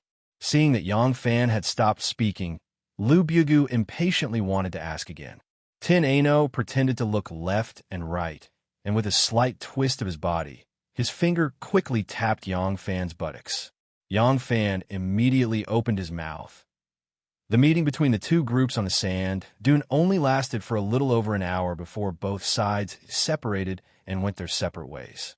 Lu Bugu walked with a heavy heart. From time to time, he would stop to look at the backs of Mu Si and the others. When he was about to reach his own camp, he turned around and could no longer see Mu Si and the others. In the distance, several dozen riders on horseback were rushing over with torches in their hands. They were the sentries sent by Zhu Tu to patrol the night. They raised their torches high, and when they saw that it was Lu Bugu standing there, they greeted him and loudly asked, "Lord Lu Bugu, why haven't you rested yet?" Lu Bugu casually replied, "Oh, too many of my brothers died today. I couldn't sleep, so I came out for a walk." The patrolling riders comforted him a little, then urged their horses to continue forward, circling the entire camp. Lu Bugu gazed at the receding figures of those people and ordered in a deep voice, "Call Shi Ning, Wudagai, Safabuan, and Delagu to my tent. I have something to discuss with them. Hurry." Yang Fan's group of 4 pretended to walk back, but because they were worried that Lu Bugu would discover that they weren't walking in the direction of the Mon Kingdom's main camp, they could only brace themselves and continue forward. When they could no longer see Lu Bugu and the others, the 4 of them immediately stopped, lowered their bodies, and stealthily sneaked toward the rocky mountain.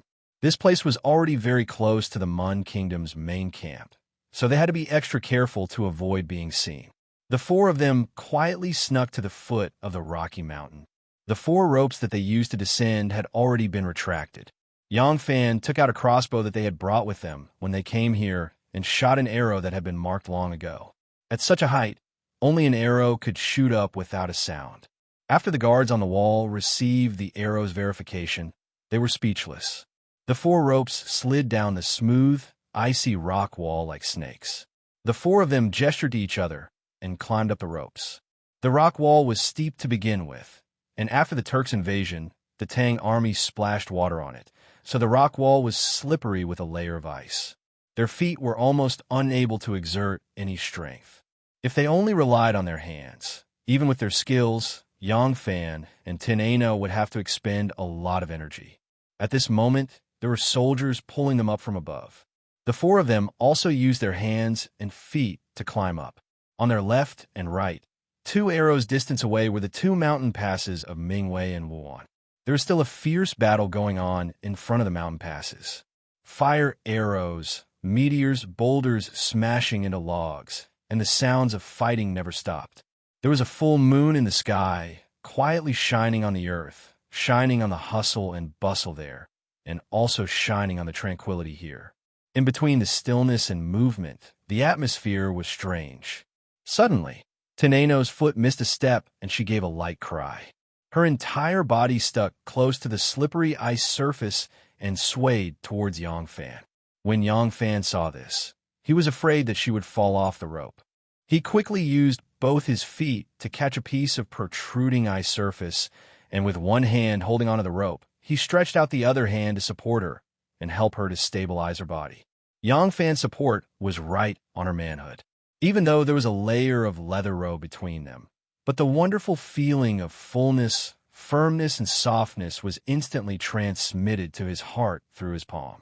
Probably because he had completed his mission and was about to return safely, he was in a particularly relaxed and excited mood. Yongfan could not help but use his arms to exert strength and climbed up to the same height as Teneno. He moved closer to her ear and said with a light laugh, "Not bad, very soft." As soon as these words came out of his mouth, he was filled with regret.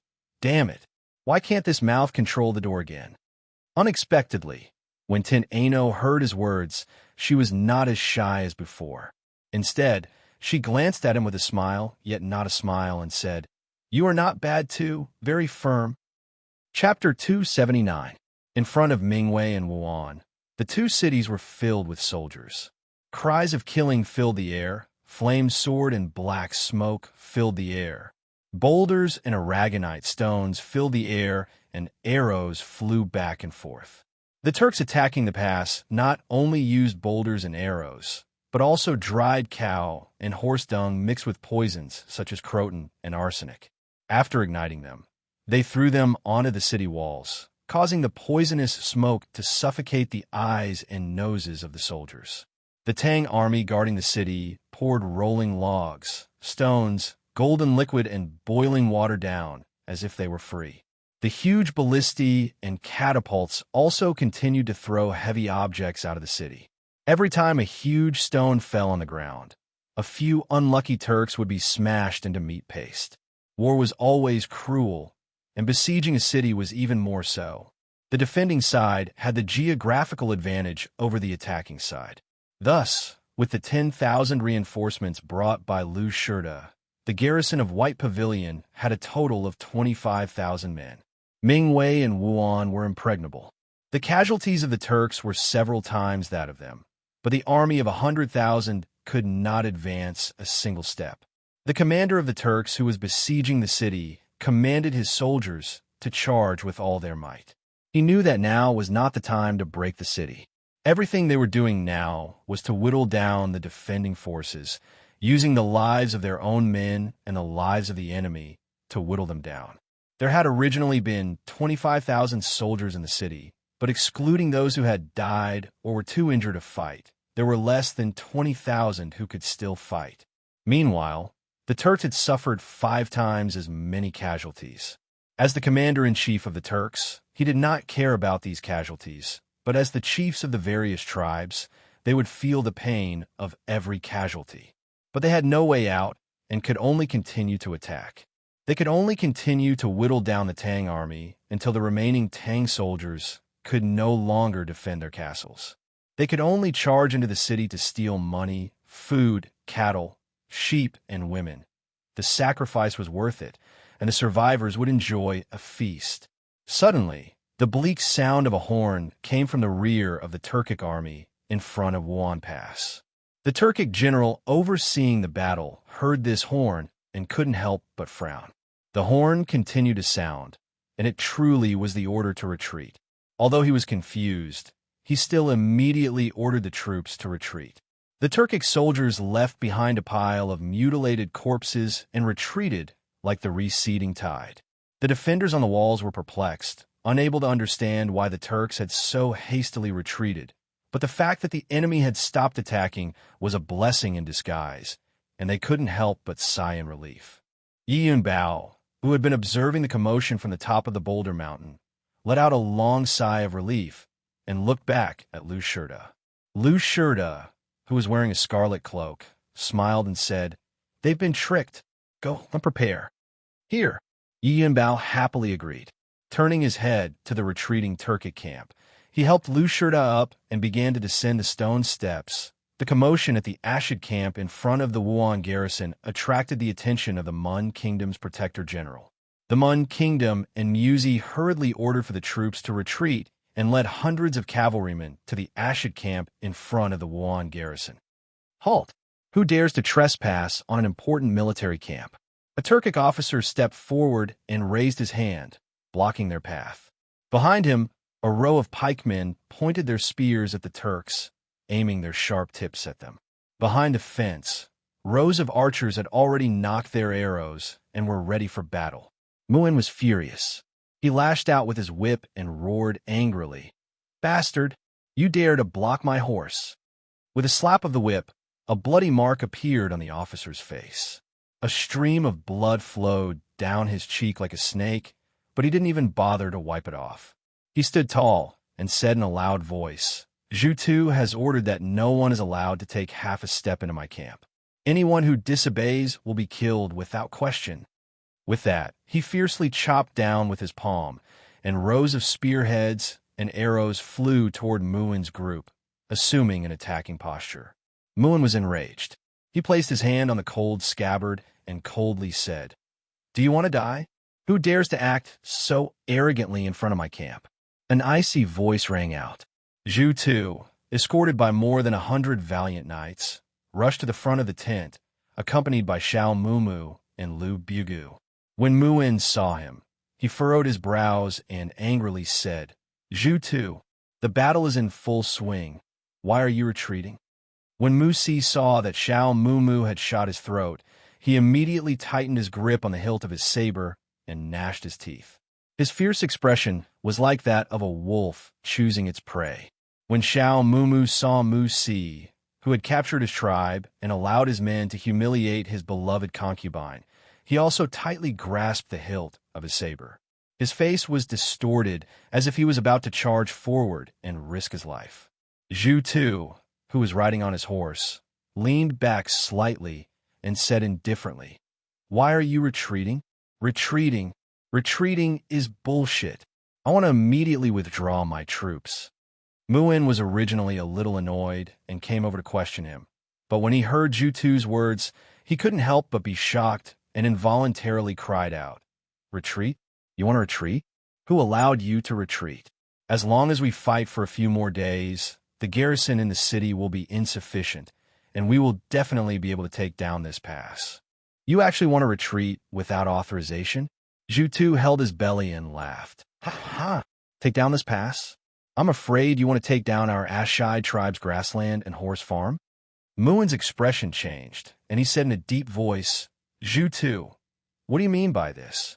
Zhu Tu sneered, "Muin, don't resort to insinuations in front of an honest person. Do you still need me to explain it clearly? Let's go." Zhu Tu turned his horse and left.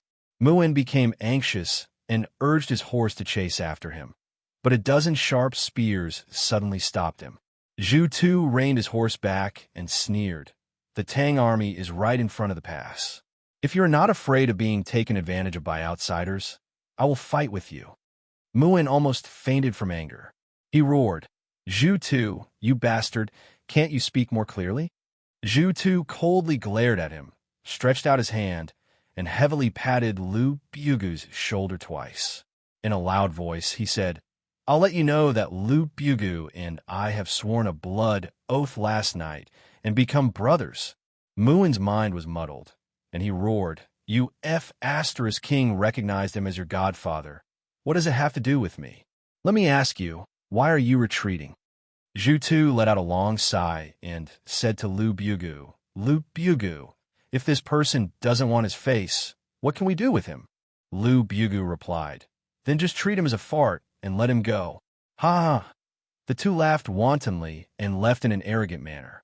Muin and Mu Si stood outside the Ashid tribe's camp. Looking at each other, unable to understand what was going on. The Ashid tribe's vanguard was still on high alert toward the Wuan garrison, but the rear had already begun to dismantle their tents and pack up, preparing to return home. At the commander's residence, a banquet was held. At the table were Lu Shida, Yi Yunbao, Shen Mu, Yang Fan, and a beautiful girl, Tineno. Yi Yunbao was dressed in full military attire, appearing somewhat out of tune with the mood of the banquet. Shen Mu said with a smile, Lu Bugu is from the Khitan tribe, and his pasture is close to Liaodong, adjacent to the Ashid tribe's pasture. After defecting to the Turks, the Ashid tribe gave him a piece of pasture, connecting it with his original territory. His interests are now one with the Ashid tribe, sharing glory and suffering. Right now, even if Moshe offers even better conditions, Lu Bugu isn't likely to stand on his side. Moreover, Zhu Tu has always treated Lu Bugu well, and Lu Bugu has no ambitions. He is a simple, loyal, and hot-blooded man. Betrayal in the face of danger is not something he can do. Thus, I am certain that he will confess everything to Zhu Tu. Lu Shida stroked his beard and smiled. There's also one more thing. Today's fighting and killing on the steppe will lead to an alliance tomorrow to sue for peace. Lu Bugu's tribe is a large one with an outstanding prestige among the Khitan tribes. If Moshe really does seize the position of Kagan and suppress the Ashid tribe, then Lu Bugu will only be able to appease and recruit him as much as possible, not force him to defect to our court through war. Lu Bugu is no fool, so he must have thought of this as well. He knows that even if he expresses his loyalty to the Ashid tribe, it will not cut off his path of retreat. Thus, his choice to pledge loyalty to the neighboring Ashid tribe is a natural choice. Yi Yunbao heartily laughed and raised his cup. The retreat of the Turks this time was entirely due to Shun Sanlang and Beta Persei. This he offers you a cup.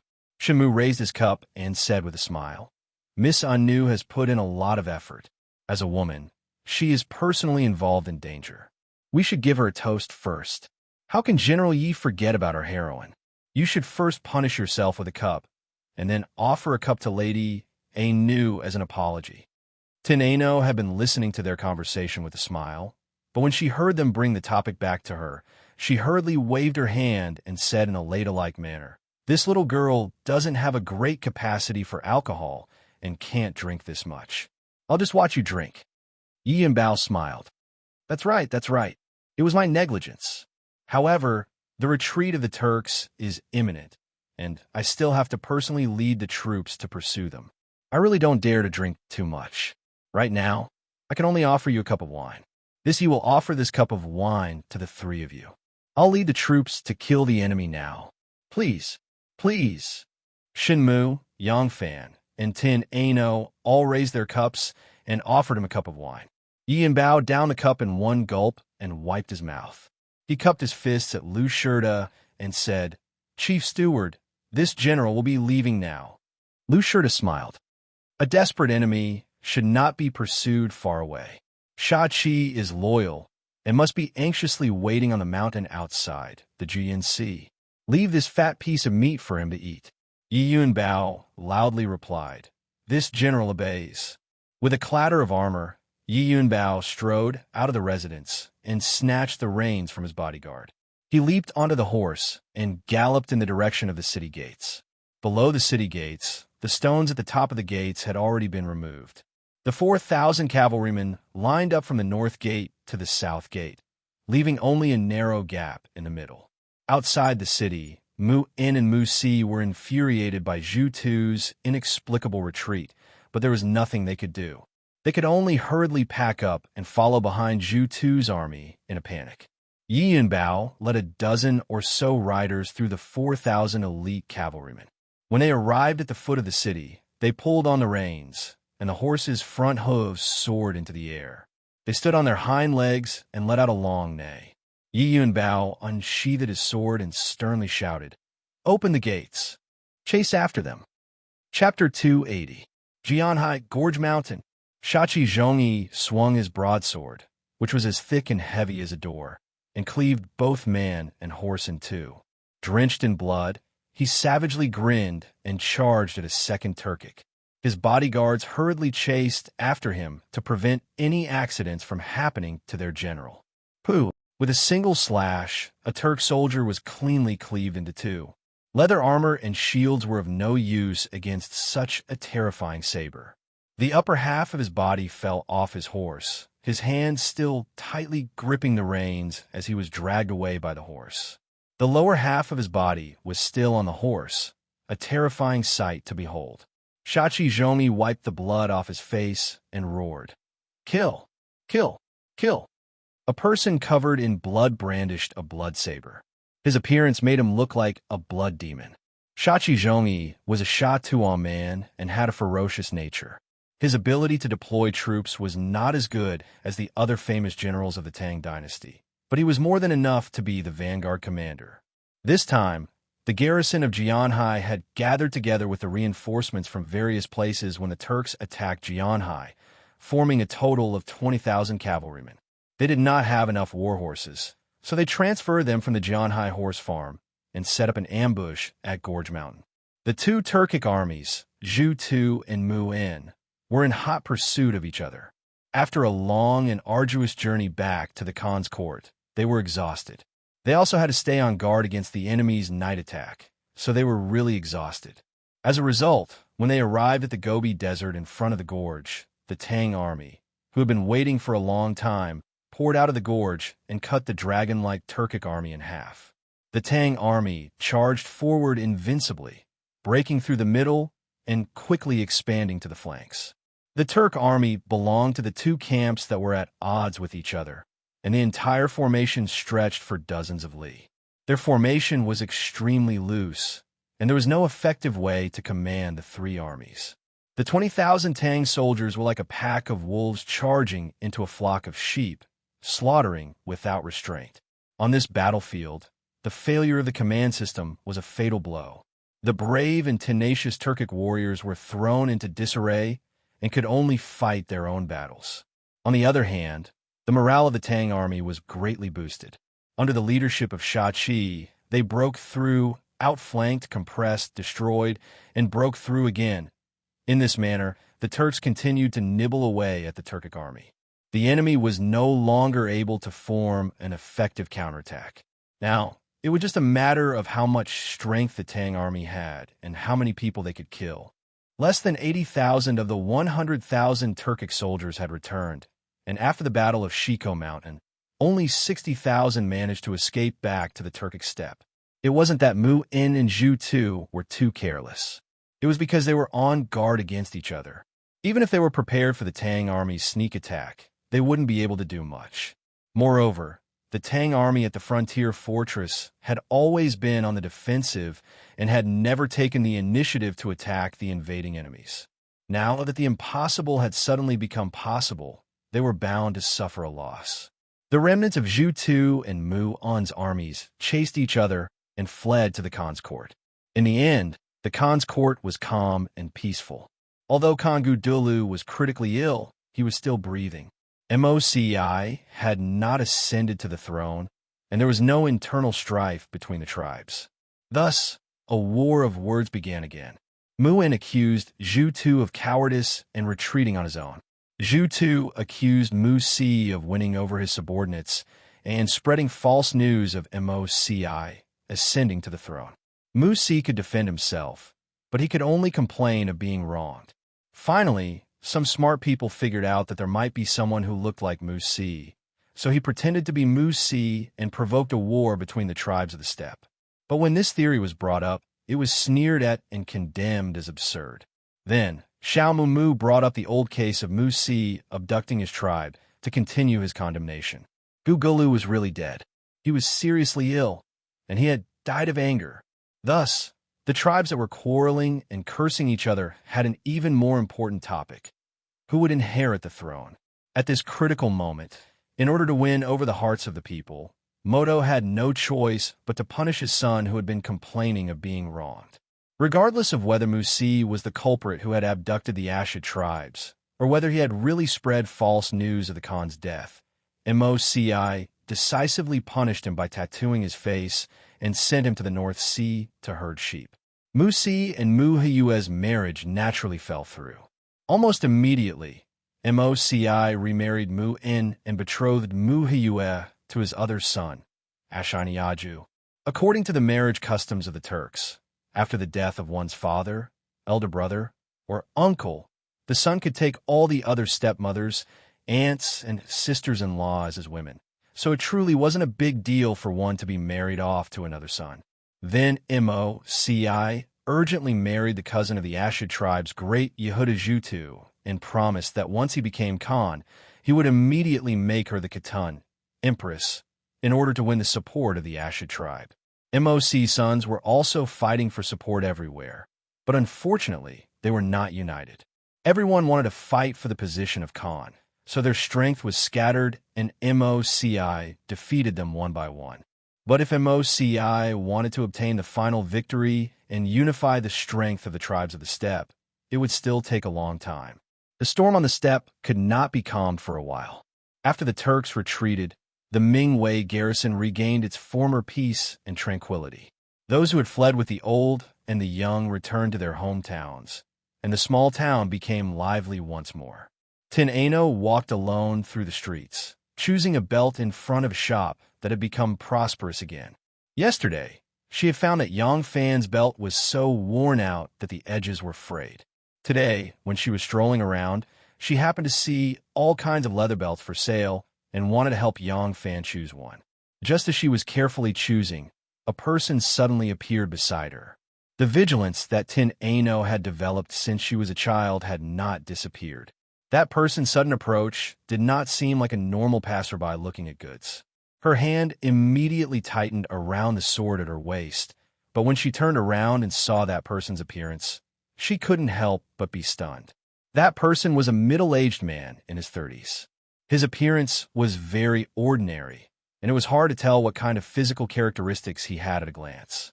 He was wearing an ordinary Han robe with a slanted collar and his hands held behind his back.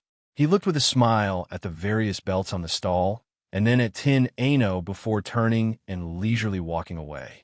Tin Ano's face was somewhat pale. She bit her lip and followed behind that person. In an alleyway, two people stood still. The sun shone warmly on their bodies, and the icicles hanging from the walls were dripping with water. Spring had come. Situ Liang, why are you here? After you arrived in Longyu, there was no news of you for a long time. Young Master was very worried and sent 10 people to investigate your whereabouts. I'm just the luckiest one among them. Young Master is looking for me. That's right. Since you are fine, Young Master must be very happy. Come back with me now. The task that Young Master gave me hasn't been completed yet. Shinmu is in this city. Do you know that? Of course I know.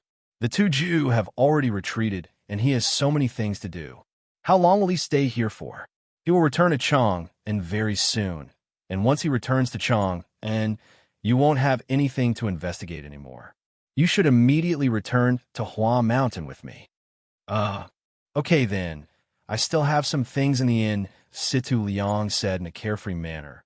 What important things can there be here? There's no need to take them. Tin Ano's eyebrows slightly twitched and said, What if it's related to the task that Young Master gave me? Situ Liang muttered to himself for a moment and smiled. Okay, I'll go with you. In the inn, Tin Ano carried a small bag and said to Situ Liang, Let's go. The two of them had just walked out of the door when Tin Ano suddenly said, Wait a moment, let me wash my face first. She handed the bag to her disciple and returned to her room. She opened the door wide and washed her face in a basin by the wall. After wiping it clean, she walked out and smiled sweetly at the impatient Situ Liang, saying, Let's go. Yang Fan and Shunmu were in the same carriage and were happily rushing back to the inn. They had already received news of the great victory at GNC. As for the storm that had happened in the Turkic Khaganate, they still didn't know. Shunmu smiled and said, This crisis has finally been resolved. I have stayed in the western regions long enough and will return to Chong, and in a few days. Zhang, he has already escorted Yi into Huang River. I will have him send people to protect you and escort this important witness back to Luoyang. I have already arranged things in Luoyang. You only need to follow our previous agreement. When you need help, there will naturally be people to help you. Yang Fan replied with a smile. Shinmu glanced at him and said, I see that you are very close to Miss Anu. She is summoned by young Master Zhang's side. What do you plan to do? Yang Fan's smile disappeared, and he rubbed his forehead with a headache. Shinmu smiled and said, Haha, I really like to help people achieve their goals. Do you want me to help you? Yang Fan smiled bitterly and said, It's not like that. It's really, to tell you the truth, Brother Shun, this little brother already has a good woman in Luo Jing. Shun Mu disapprovingly said, It is not a big deal for a man to have 3 wives and 4 concubines. You have returned to the capital this time. Based on your contributions, the position of a general is guaranteed. So what if you have another wife? Yang Fan hesitated and shook his head, saying, That girl's status is really, forget it. I don't want to wrong Anu. There are many good men in the world. When men and women depend on each other, they will naturally fall in love with each other. If they separate, after some time, her feelings will naturally fade. Shinmu was surprised and said, Oh, that girl you have a good relationship with in the capital has a high status? Haha, Erling is really good. I didn't notice at all. But in this case, it is indeed not good to be entangled with Miss Anu. She is a good woman. Being a concubine will inevitably wrong her, and she may not be willing to be a concubine. Looking at you, you seem to love that girl in Luo Jing very much. If she doesn't want you to take a concubine, I think you may not be willing to go against her wishes. Outside the window, there was a recruitment sign hanging on the corner of the street. Many soldiers at Mingwei Garrison had died in battle and needed to be replenished. The Tang dynasty's official military system had gradually collapsed since the reign of Emperor Gaozong. Due to the situation, the frontier regions had now begun to adopt the recruitment system. Shinmu pointed to the queue of people signing up for the army and said with deep emotion, Our dynasty's law states that a man must get married at 20. The recruitment is also at 20 years old. What does this mean?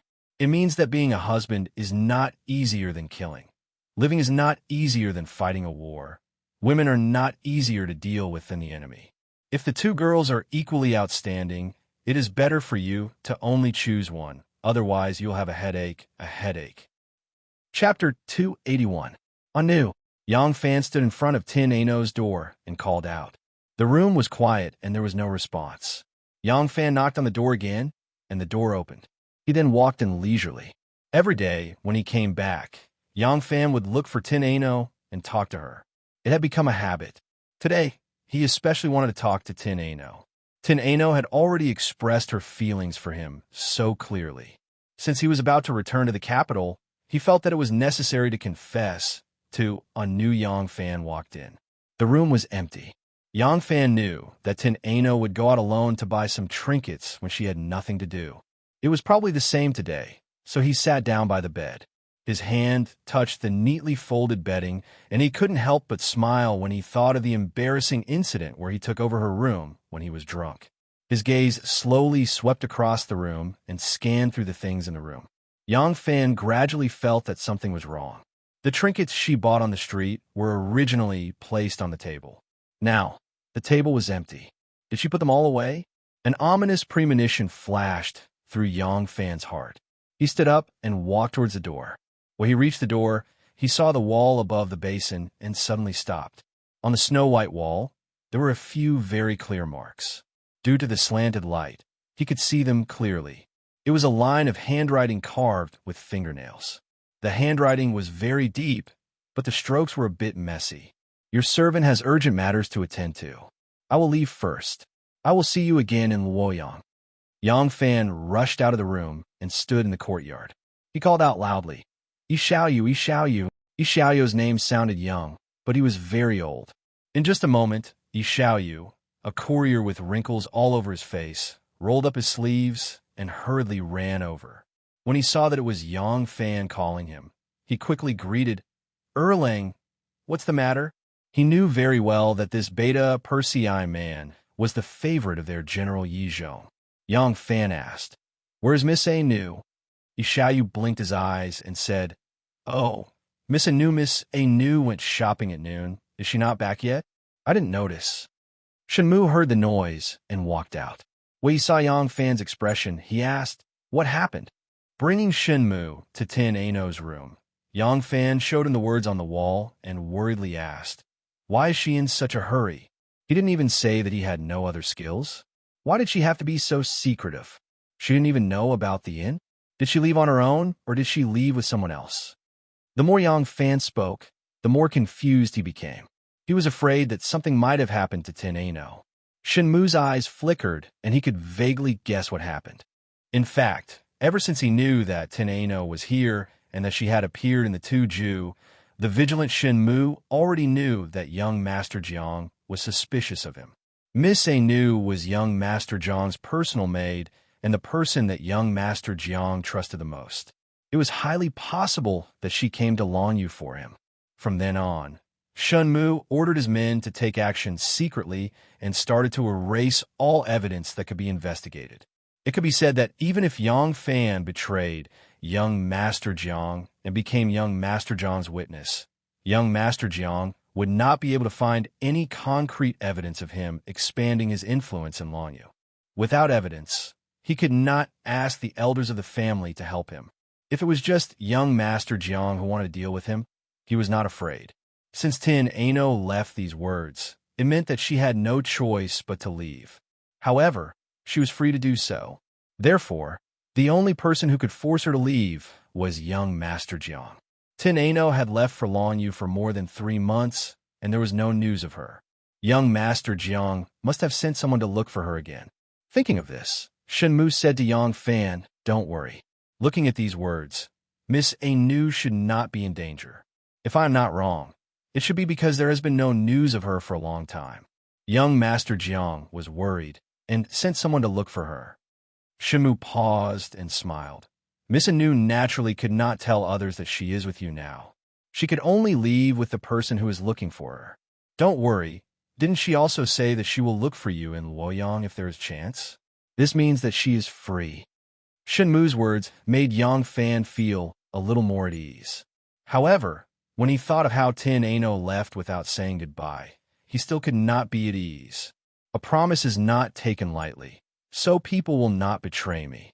A promise is not taken lightly, so I will not betray anyone. As for him, did he make a promise to Anu?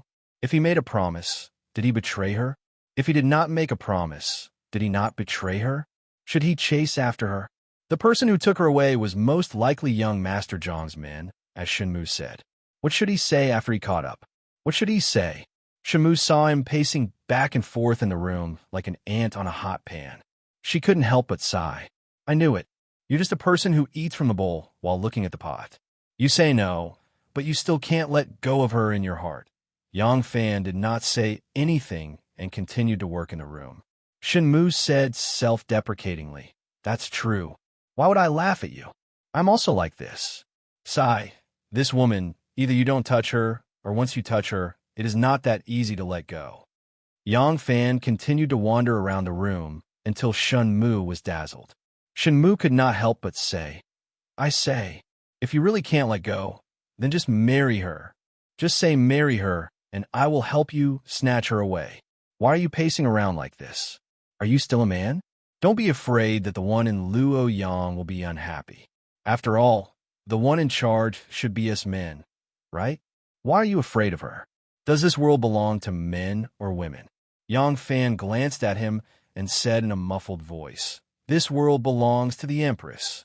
Shenmu was stunned and said embarrassedly, This was purely an accident. Yang Fan ignored him and turned to the side of the bed and sat down dejectedly. Shenmu glanced at him and asked, Then do you want to chase after her or not? If you want to chase after her, I can help you.